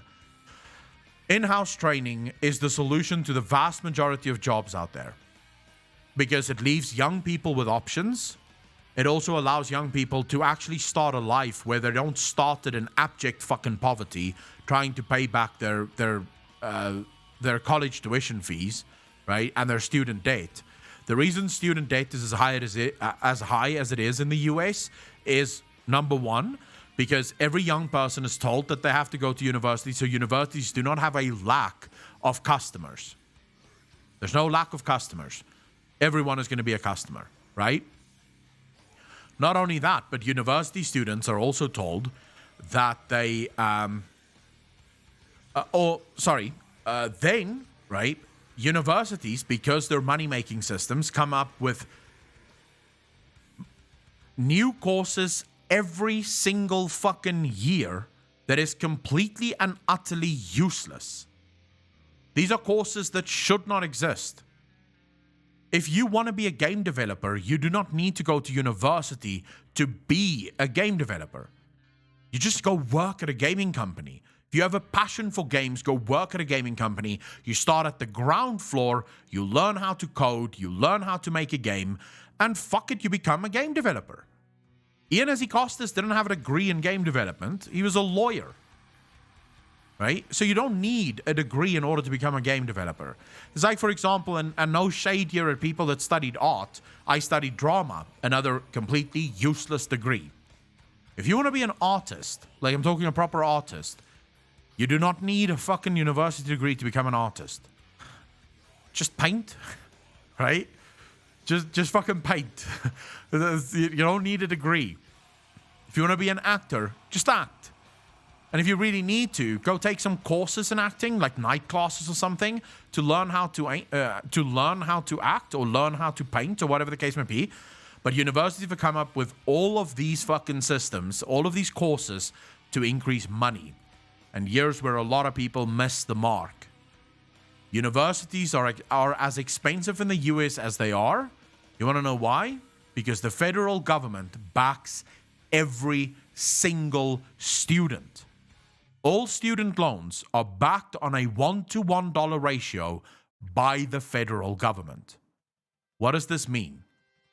It means that if suddenly the students cannot pay their debt, the government steps in and pays it on their behalf.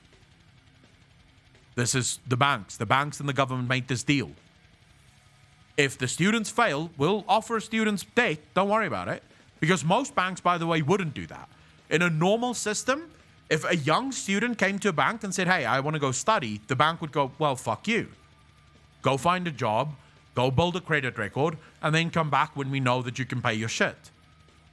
But the banks had to find some kind of guarantee that they're not going to lose their money if they pay for people's tuition. And the federal government came in and said, well, okay, we'll back it. What does that tell you? If you were a university administrator, what does that tell you? What would your next action be as a university administrator?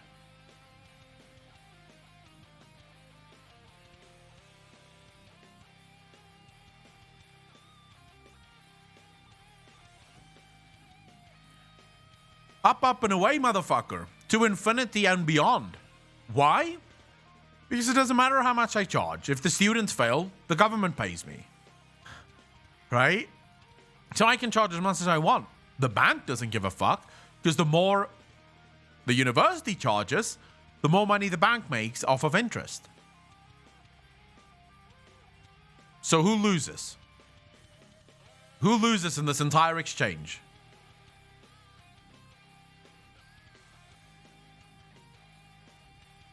That's right. Us. The customers.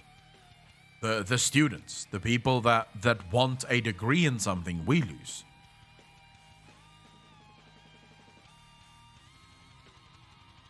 That's just how it is. Universities are overpriced. I know we took a massive detour here, but universities are overpriced because of government's intervention. Insurance causes the same issue then? Yeah. Private health insurance. Well, so here's the problem with private health insurance. Because every single American has health insurance, either backed by the government or backed by private health insurance companies, and the private health insurance companies are backed by the government, because this is another thing that people don't quite understand. Private health insurance companies in America, most of them have government backing. So if they fail, the government will step in, right? The government will help them out. So what did this tell the hospitals? Fuck it, raise the prices to infinity and beyond, motherfucker. See you on the moon. Like the rest of us are going, oh my god, Dogecoin is going to the moon. Oh my god, fucking GameSpot is going to the moon. These insurance companies in the hospitals have already gone to the moon. They're already there, right? Because they know they can charge as much as they want. And if people can't afford it, if people have to default on their insurance payments, the government will bail them out. That's just how it is. I don't like when people call it capitalism, because it's not capitalism. It's statism. When the government gets into bed with business, that's no longer capitalism. In fact, it's literally the one thing capitalism says must not happen.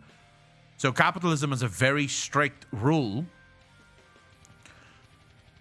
No government in business and no business in government, right? That's the rule. Now, if you have government in business, which is the literal fundamental rule of capitalism, do you then have capitalism? Right? You don't, right? At that point, what you have is socialism. Because socialism is, yes, government in business and business in government. So, you're... Welcome back to everyone that is followers and isn't subscribers. Very happy to have you back. Neil, thank you for the sub, dude. Really appreciate that. So, yeah, the fact that... Did you sub, Neil? Because it didn't pop up. Also, I don't see your name sort of thing going on there. I'm going to try and unmute the alerts now and see how that goes. Let's reload the overlays and see if shit actually...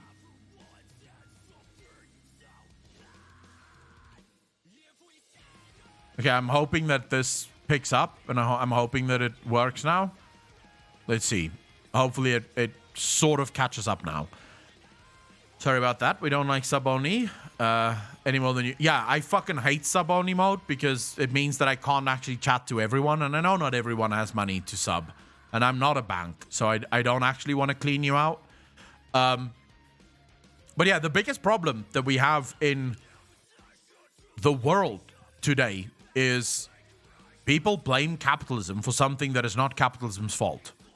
For example, when you look at the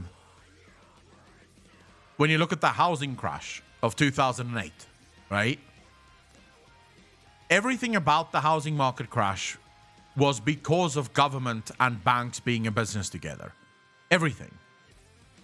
The banks knew that the governments would bail them out. And so the banks knew that they could act as irresponsibly as humanly possible because the government would bail them out. They knew this.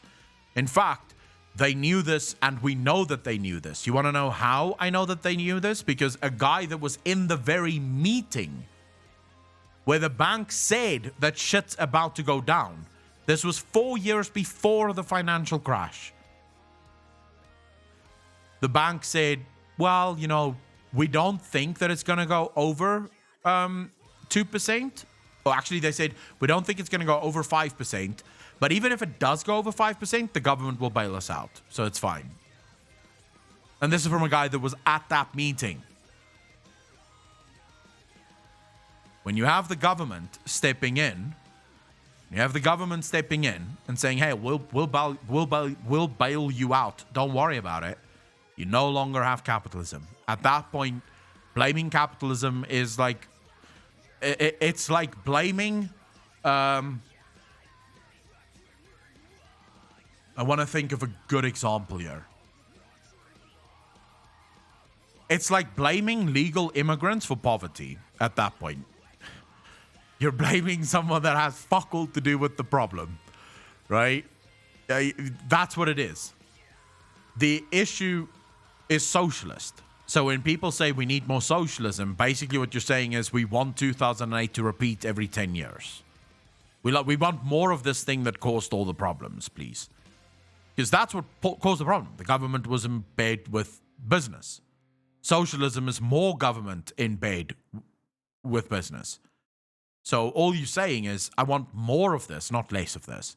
What I'm saying as a capitalist is saying, I don't want any of that. Get the fuck out of business. You have no business there. Your job is to run the military and run the police and then shut the fuck up. Let the business take care of themselves. That's the job. You don't want me to get, you don't want to get me broke? Blasphemy. No, not at all. But okay, so this is sort of a very long detour from the point that Grum's made here. The arrogance is also real. Steve talks about how you get surprised because you have a monopoly on the market. WoW had a monopoly on MMOs, and they are no longer gamers, but game salespeople. So of course they are prone to disruption. I can sort of see this. In this case, it wasn't Square and Final Fantasy by itself. That just happened to be a game that was competing on gameplay instead of monetization because they were not the monopoly. It's also an old enough game where the old values of gameplay were more important. My taste for democracy is starting to sour. People are so dumb. Democracy doesn't work. It doesn't work. Actually, Iluzak, there is literally no mixture between capitalism and socialism. Not a single thing. They are not the same. In fact, capitalists hate socialism with a burning passion. So they are not the same. Not even close. There's no sort of relation of either. Capitalism is the answer to the failures of socialism. Socialism fails every single time. Capitalism is the one that says, right, fuck the government, get it out of the business, because if government is involved in business, it fails. Every time. So they really aren't the same. I can promise you that. If you don't believe me, go read Adam Smith. Go read Adam Smith, and you'll understand why capitalism and socialism are not the same. What about socialism in Denmark and so on? So, Nirfman, first and foremost, your trading or your deficits, your budget deficits are usually very high, right? And socialism in Denmark is freer than America. Denmark is less of a socialist country than America.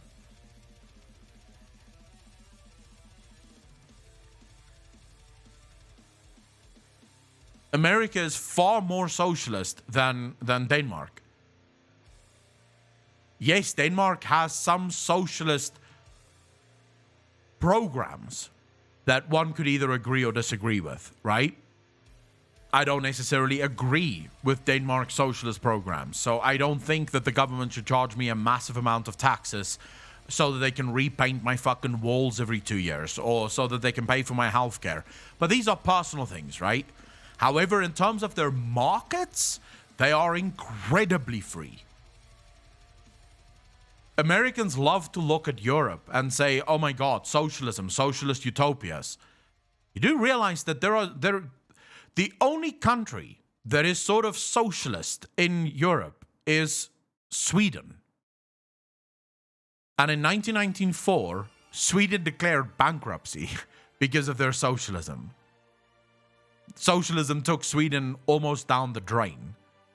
And since then, Sweden have sort of been trying to play this game of how do we balance the two? So how do we get a little bit of the socialist stuff that we do want, but also a lot of the capitalist stuff that we need? Because as they figured out, as Margaret Thatcher actually used to say, socialism is great until you run out of other people's money. Like, socialism works amazing until you run out of other people's money, which is always what happens, because it's not your money. You're spending money that does not belong to you. And as we all know, no one spends your money, or you'll never spend someone else's money as well as you'll spend your own.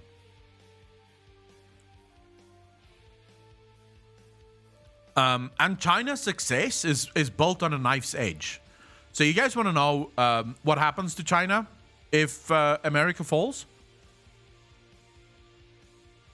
The only thing that's keeping China alive right now is the fact that China produces everything that the world needs. So everyone is buying from China.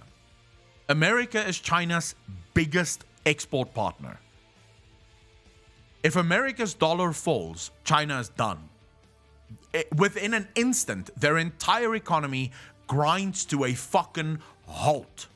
Instantly, there is no economy. Because all of that production, all of the shit that they make, and all of the money that they get paid by America dries up instantly. Because China has no economy. China's economy is purely based on export. They have very little in terms of their own economy. Their economy is based on the world buying from them. So that's the only reason China is capable of doing what they're doing. And also remember that 2/3 of China lives in abject poverty. So if you want to use China as an example of a great socialist state, sure, for the 1/3 of people that live sort of very well, it's an amazing country. Of course, it sort of sucks if you're not part of the 1/3, right? Then you have nothing. And you're also given nothing. So the truth is, we've never found a single country that have worked long-term on socialist ideals. Never. They last for a while. This is the problem. Socialist countries last for a bit, and they can do quite well for, let's say, 50, 40, 60 years. They can do very well. But eventually there's a drop-off, right? It has to come. Because every year they're spending a little bit more, spending a little bit more, going a little bit more over budget. The budget keeps growing. Eventually your actual citizens can't keep funding the systems. Because taxes is a double-edged sword. It's a very dangerous double-edged sword. You see, taxes is, the higher your taxes go, the more poor people you create. Until eventually everyone is equally poor. Now, at least you have equality, right? So, I guess congratulations, you've managed to get to equality. Nerfman, by the way, those studies that sort of show Denmark and Sweden have the happiest people in the world, they're bullshit. Those studies don't work. And this is from actual psychologists who said they sort of sell magazines, but they're not, it's not real science. You can't determine the happiness of a nation based on what? You ask them, how do you feel today? And they go, oh, good. Right, that's a 10 out of 10, right? Things go up and down in almost every single country. And I would just, as a last final thing to people who is against this, we've tried communism, we've tried socialism, we've tried monarchies, We've tried dictatorships, God knows. Why is everyone so against giving capitalism a try? Because it's the one system that's never been tried, by the way.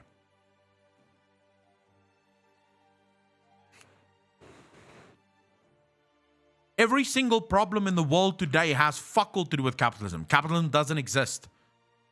Capitalism existed for like the first 200 years of America. And even then, they were sort of moving in and taking away a lot of shit, right? Keep moving the needle ever and ever further, closer and closer to socialism. I would argue we've given everything else a try. Let's try capitalism. None of the others have worked, so we may as well go, fuck it, we'll try something new, right? And if that doesn't work, then we can go back to communism and see how that goes, right? Lady Doors, it's existed in principle. It's never been implemented in a single country. Not successfully. And also, when I say successfully, I don't mean that it failed. America had it for 200 years and America absolutely thrived. In the time that America had capitalism and the rest of Europe had socialism as well as dictatorships, American citizens were becoming richer on average than any other country in the world. American citizens were booming under a capitalist system. And then, of course, the government went, oh, what do you have there? Is that money? We'd like ourselves some of that, please. And then they started helping themselves to literally fucking everything. So, yeah. Okay, when are your pool streams? Soon, I suppose. No, that's not happening. Anyways, let's get back to the fucking article. We've taken another massive detour. In this case, it wasn't Square and Final Fantasy. Okay, so by the way, this point, I absolutely agree with him here. Final Fantasy simply offered a home, and this is actually one of the points that I made earlier in the stream. Final Fantasy by itself caused zero problems. No, it's not a derailment, Nerfin. I do this. I go all over the fucking place all the time, so you don't have to worry about it at all. Very nice. Did you owe tax to develop, create, and test a new drug, only to be told you have to pay a premium price to get it? That you spend $750 a month for health insurance and you can't afford the medicine you need. All right, Evelyn, what are you talking about?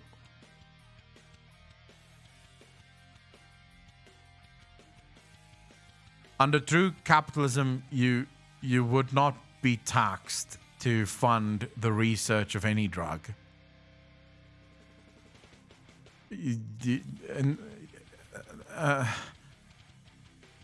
That's socialism. Literally everything you've just described there is socialism. Yeah, the US is not a capitalist country. The US is more socialist than Denmark, Sweden. The US is more socialist than China. So, yeah, the US is not a capitalist country. Not even close. Yeah, no. It's an affront, really. I get genuinely annoyed, and not at you, in general, when people refer to the US as capitalist. It's completely wrong. If the US is capitalist, then if the US is capitalist, then so was Russia.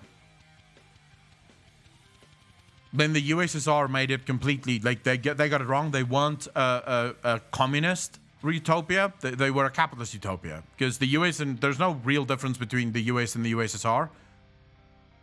Not in terms of how they handle the markets. It's well controlled. The government is involved in every single business. So, yeah, there's no capitalism in the US.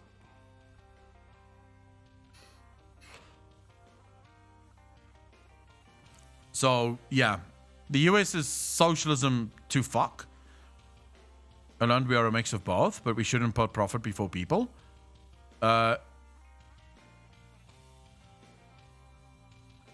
Capitalism isn't about profit, which is what most people don't. It's sad that we've gone down the road where people are taught that socialism is a good thing, even though socialism have the death of millions of people on their hands.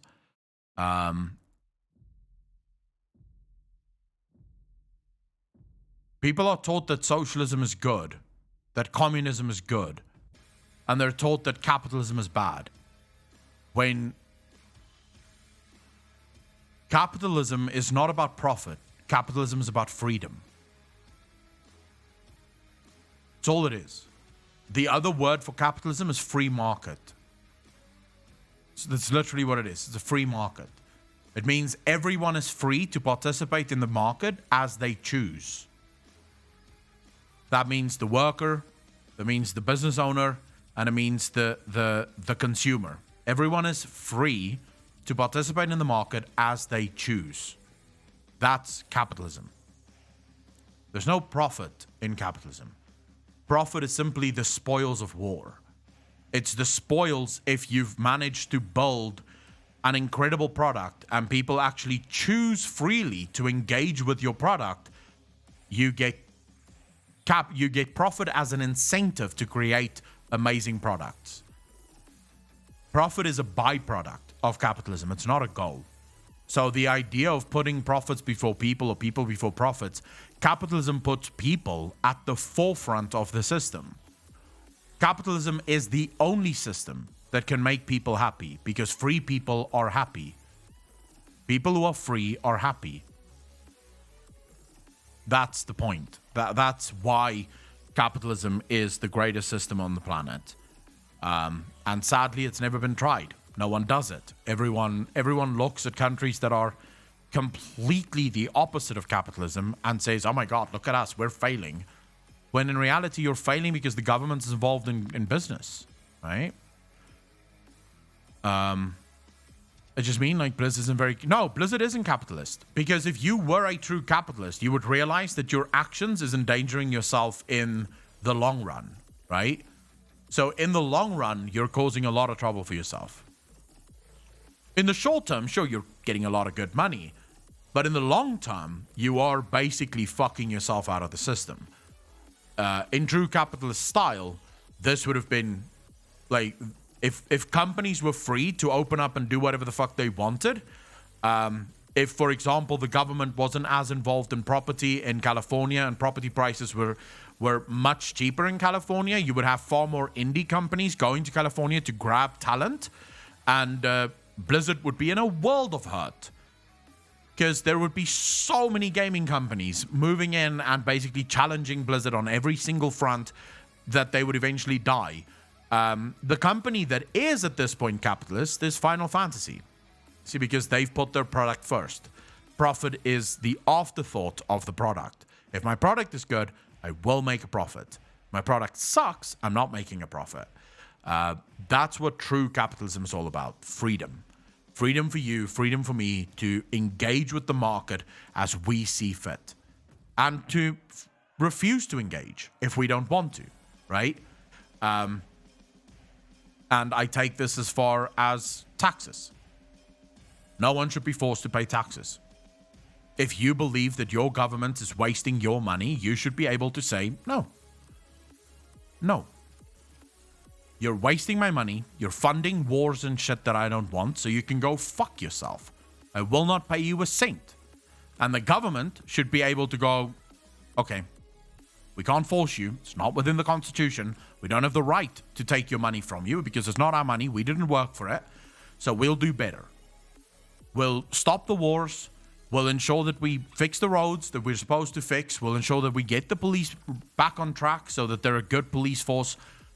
Will you pay us now?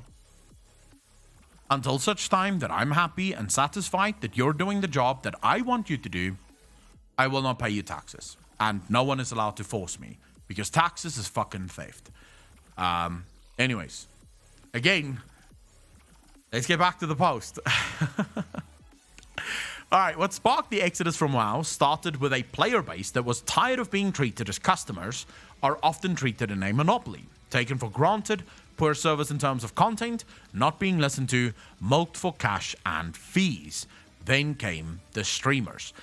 So I will actually say I genuinely agree with him, but where I think this spells a lot of trouble for Blizzard as a whole is previously, and this is what I said earlier in the stream, back in the day, there was no home for MMO players. If you stop playing World of Warcraft, you basically had one of two choices. Go play some single player game, maybe a little bit of Rift, you know, that's sort of all you could really play, or come back to WoW eventually, right? That was sort of your options. There were no other options. Where Blizzard is now, and what makes this such a dangerous place for Blizzard to be in, players have options now. You see, if I quit World of Warcraft, I can go play ESO and I can go play Final Fantasy. I have options. So now it's no longer a guarantee that I'm going to come back. There's a very good chance that I might not come back because I found fun somewhere else, and now that's where I am, right?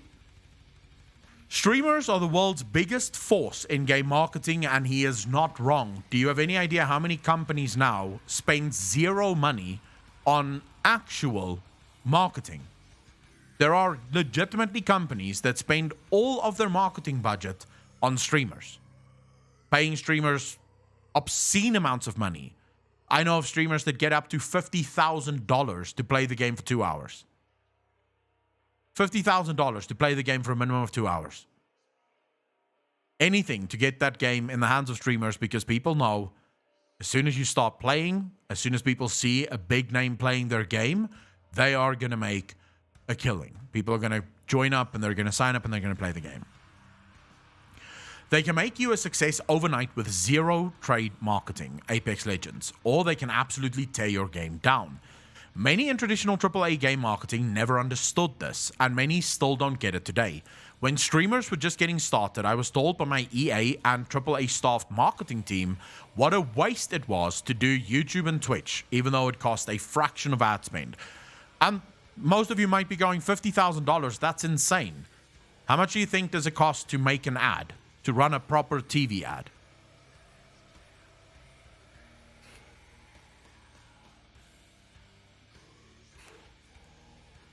We're talking millions.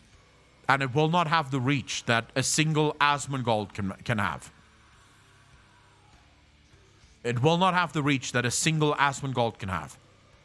Ashes of Creation. How many people do you think is going to play Ashes of Creation because Asmongold and Shroud is playing it? And you know what Ashes of Creation did that was even better? You see, they didn't even pay the streamers to make games. No, their CEO simply reached out to the streamers, showed up on their podcast, showed up in their shows. They became friends and they gave them keys. The streamers are doing it for free. It's fucking amazing, right? You're literally getting marketing, the best marketing in the world, for free. Of course, they were wrong, and they now carry favor and spend money on Twitch and YouTube, but they don't really understand it. They spend money on it, but they don't actually watch the streams to understand when things are going wrong, or they don't believe it will affect them. You see, they still live in the age of all publicity is good publicity, right? This is no longer true in the modern age. It used to be true when all you had was printing presses, right? Because as long as they're talking about you, why does it really matter? But you now have YouTubers and streamers that can sit here for, how long have we been here? 4.5 hours, basically talking about every single mistake in your game. Do you think this stream is good publicity for World of Warcraft right now? Anyone that spent at least half an hour in the stream, do you think they've walked away with a favorable view of World of Warcraft?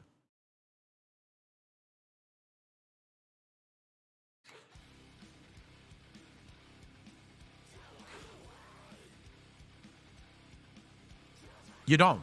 Not the type of marketing that gets people into your game.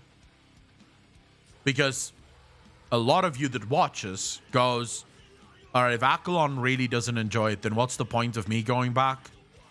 Then I'll just leave it, right? Because there's a relationship there, right? It's different to an ad in the newspaper where I don't know the guy who owns the newspaper from Adam, right? I don't know who that guy is. But here there's a relationship between you and I. So when I tell you that I don't like something, there's trust already there, right? You already know that you can trust what I'm saying because you've been a part of this community for as long as you have. Or maybe you just joined the community, but you do like it. So there is a level of trust that you don't get. And these guys clearly don't seem to grasp that. So when Asmongold started dipping his toes into alternatives to WoW, interviewing Final Fantasy content creators, and then finally playing it himself on stream, Blizzard was unaware or unbelieving of what was happening. They were the monopoly. Even Asmongold was taken by shock at the sheer number of viewers his Final Fantasy stream attracted. Even he had underestimated the number of dissatisfied and curious for alternative WoW gamers. Well, what happens in streaming? Once one content creator hits a gold vein of views, others quickly hop on. Suddenly, you have many WoW streamers talking about Final Fantasy and starting to stream it. What's a WoW gamer to think? This is true. This is true. One of the only reasons I've not turned my stream into a full-time play Final Fantasy is because I prefer just chatting. If all I was doing here was for the money, believe me, we'd be playing Final Fantasy. Because I would gain viewers every single time I streamed Final Fantasy, and eventually I'd probably end up with a good 500, 600, 700 views on a Final Fantasy stream. I prefer just chatting. I don't really like playing games on stream. But this is very true. The amount of people that's now going to jump into... I would like to see this, actually.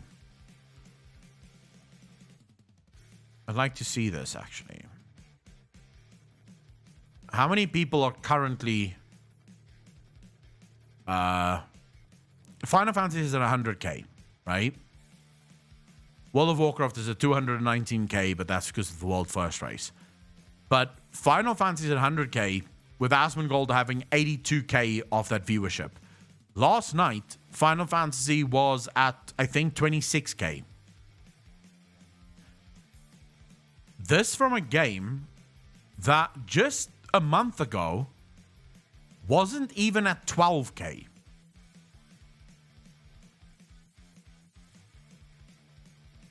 How did that happen? How did we go from 12k to 26k? Well, I can tell you, many streamers. Many streamers. Yeah, it's just 5 viewers, but there's a ton of 5 viewer Andes here, right? And these 5 viewer Andes are all making up quite a large sum of people. And it keeps going, and it keeps going. This is starting to look like a World of Warcraft stream. Grumpy Hannah, how you doing? So at the end of the day, you underestimate streaming at your own peril.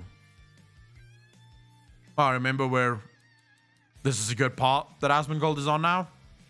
This is a good part of the game. Very good fucking story from this point, from this part. You even have people like Quinn now jumping into it. So this game is it's on the verge of popping the fuck off, right? It's on the verge of popping the fuck off. And it's probably going to get just bigger and bigger and bigger and bigger and bigger, right? Because of this thing. As soon as one streamer catches a break, every streamer goes for that break. That's just how it is, right? And it also helps that almost everyone that plays Final Fantasy loves it. Like that's not a good thing for WoW. It would have been very different if Asmongold was playing the game, but he hated the game, right? The fact that he loves it and everyone else that tries it loves it as well suggests to you that people who watch it is going to go, oh my god, this is amazing. I love this fucking game. I want to play it too. I want to be as happy as they are. Considering starting streaming Final Fantasy 14 is my first try at streaming, niggas better go for it. WoW have started streaming mostly Final Fantasy 14 instead of WoW. More and more people are doing that now, which should be a massive issue for Blizzard Entertainment. The rest is history. The king is dethroned, an expression of shock on his face. Sometimes you don't need the base product. You just need to be good enough to take advantage of a company that has rested too long on their brand and monopoly to actually change, innovate, and improve. This won't stop. WoW gamers are leaving for good. But if the monopoly can wake up and pull an expansion out as a turnaround as drastic as Square Enix itself with A Realm Reborn, it can flip it around again. The problem is Blizzard. You chased all your innovators away. Oh well. I leave a tip for Final Fantasy XIV. Follow this and you will 10 times your sales and user base. Take it from the WoW guy. Fix your account website. Take 6 devs and do an emergency rewrite. Thank me later. It took me 3 hours to buy your game and figure out account issues. I'm not alone. And I will like that because he's right. This is the only thing Final Fantasy needs to fix is their account website. Their account website sucks dick.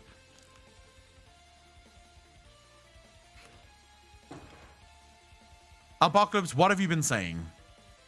Tried the demo, it's alright. I agree with that.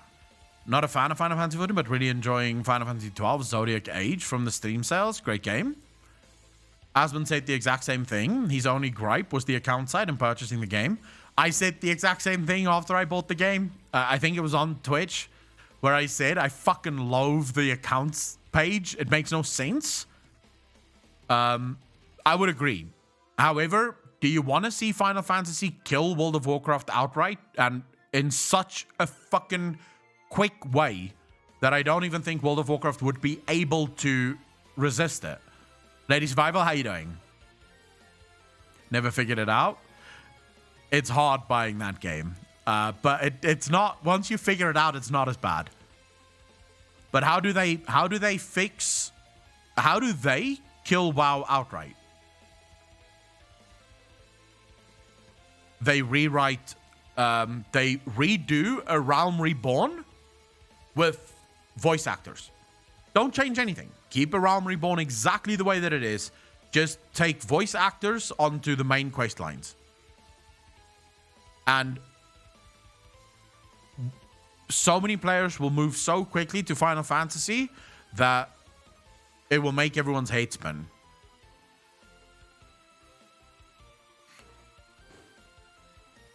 I will say this, whilst I'm not a fan of anime at all. I don't do the weeb stuff, but I will say the following. In Final Fantasy, once you get to about level 30, the weeb stuff, like that feeling that you get that this is a weeb game, goes away because you get completely entrenched in the game. Like the storyline just takes you on a journey that is above and beyond anything that you've ever experienced.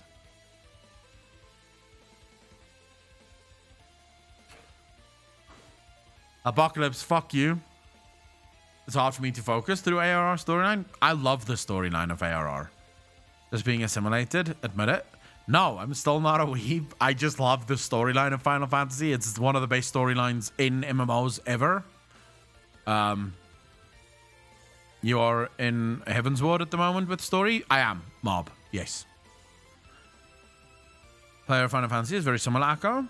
Single player Final Fantasy. I've been sort of playing around with doing some single player Final Fantasy stuff. Because if their story in the MMO is this good, then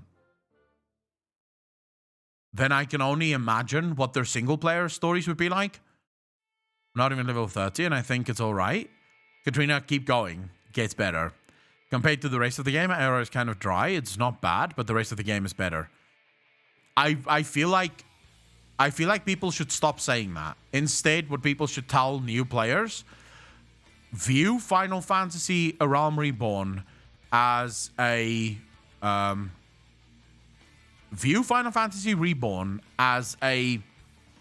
foundation. If you are to enjoy any of the game, you require A Realm Reborn. So view it as sort of the prequel or, the preface of an amazing story. And if you get into it, once you get into it, you're going to be addicted to it. but it's not dry. It's important. It lays the groundwork for so much that's going to come. As soon as Final Fantasy VII Remake Apocalypse comes to PC, I will play it, yes. Yes, Flinderoinky, so if you're afraid of playing the game, you don't want to make the investment, it's very easy. There's a free trial. Up to level 60, you can play the game for free up to level 60. So simply download the free trial, get into the game. You're not losing your progress. If you decide to buy the game at any point during this, you keep your progress, you keep your account, you now just own the game and you can go past level 60. But you are welcome to try the game for free up to level 60 and see how it works out for you. Do you like it? Do you dislike it? Where do you fall? So you literally have nothing to lose.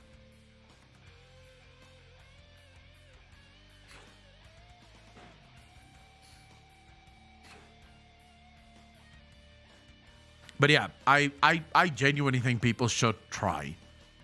At least try it and see what you think of it.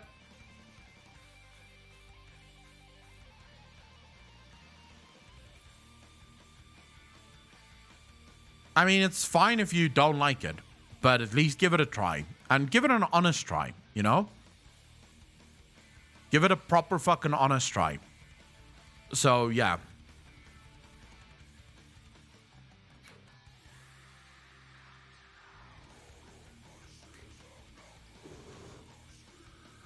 The last week, so only level 4 or something. My only issue is I can't party 7 people with my friends if we all do trial accounts. True, but you'll love it so much that you'll buy it anyways. I literally, I bought it, I think when I was level 5 or level 6. Yeah, level 5 or level 6, I bought the game. That's when I knew I'm going to play this game for a while. I may as well buy it and just sub. So yeah, I don't think you're going to struggle with this game at all. I genuinely don't believe so. Anyways, ladies and gentlemen, it is time for me to go. It's almost gym time. My curfew starts in about an hour and 20 minutes. I still have to get dressed, go to the gym, get tired, and get home. So I am going to love and leave you now. As always, I will be back tomorrow with another stream. You can bet your ass if I hear a lot of noise at the minute about people's books being delayed and people not getting their books. I'm going to try and get the book as quickly as possible. I'll probably spend tonight reading it. So you can expect lore tomorrow. Lots of lore. If I get my hands on that book, tomorrow's going to be off the fucking charts with lore. So grab your condoms. Drink your little blue pill. Tomorrow is not going to give you lore blue balls. Right? Grimoire of the Shadowlands and Beyond. That's what's coming tomorrow. That's going to be insane. So, ladies and gentlemen, thank you so much for hanging out with me. Thank you so much for spending your evening with me. I cannot thank you enough. I love hanging out with all of you. Love you guys. Take care of yourselves. Take care of your family members. And I will see all of you in the next one. Peace out, fam.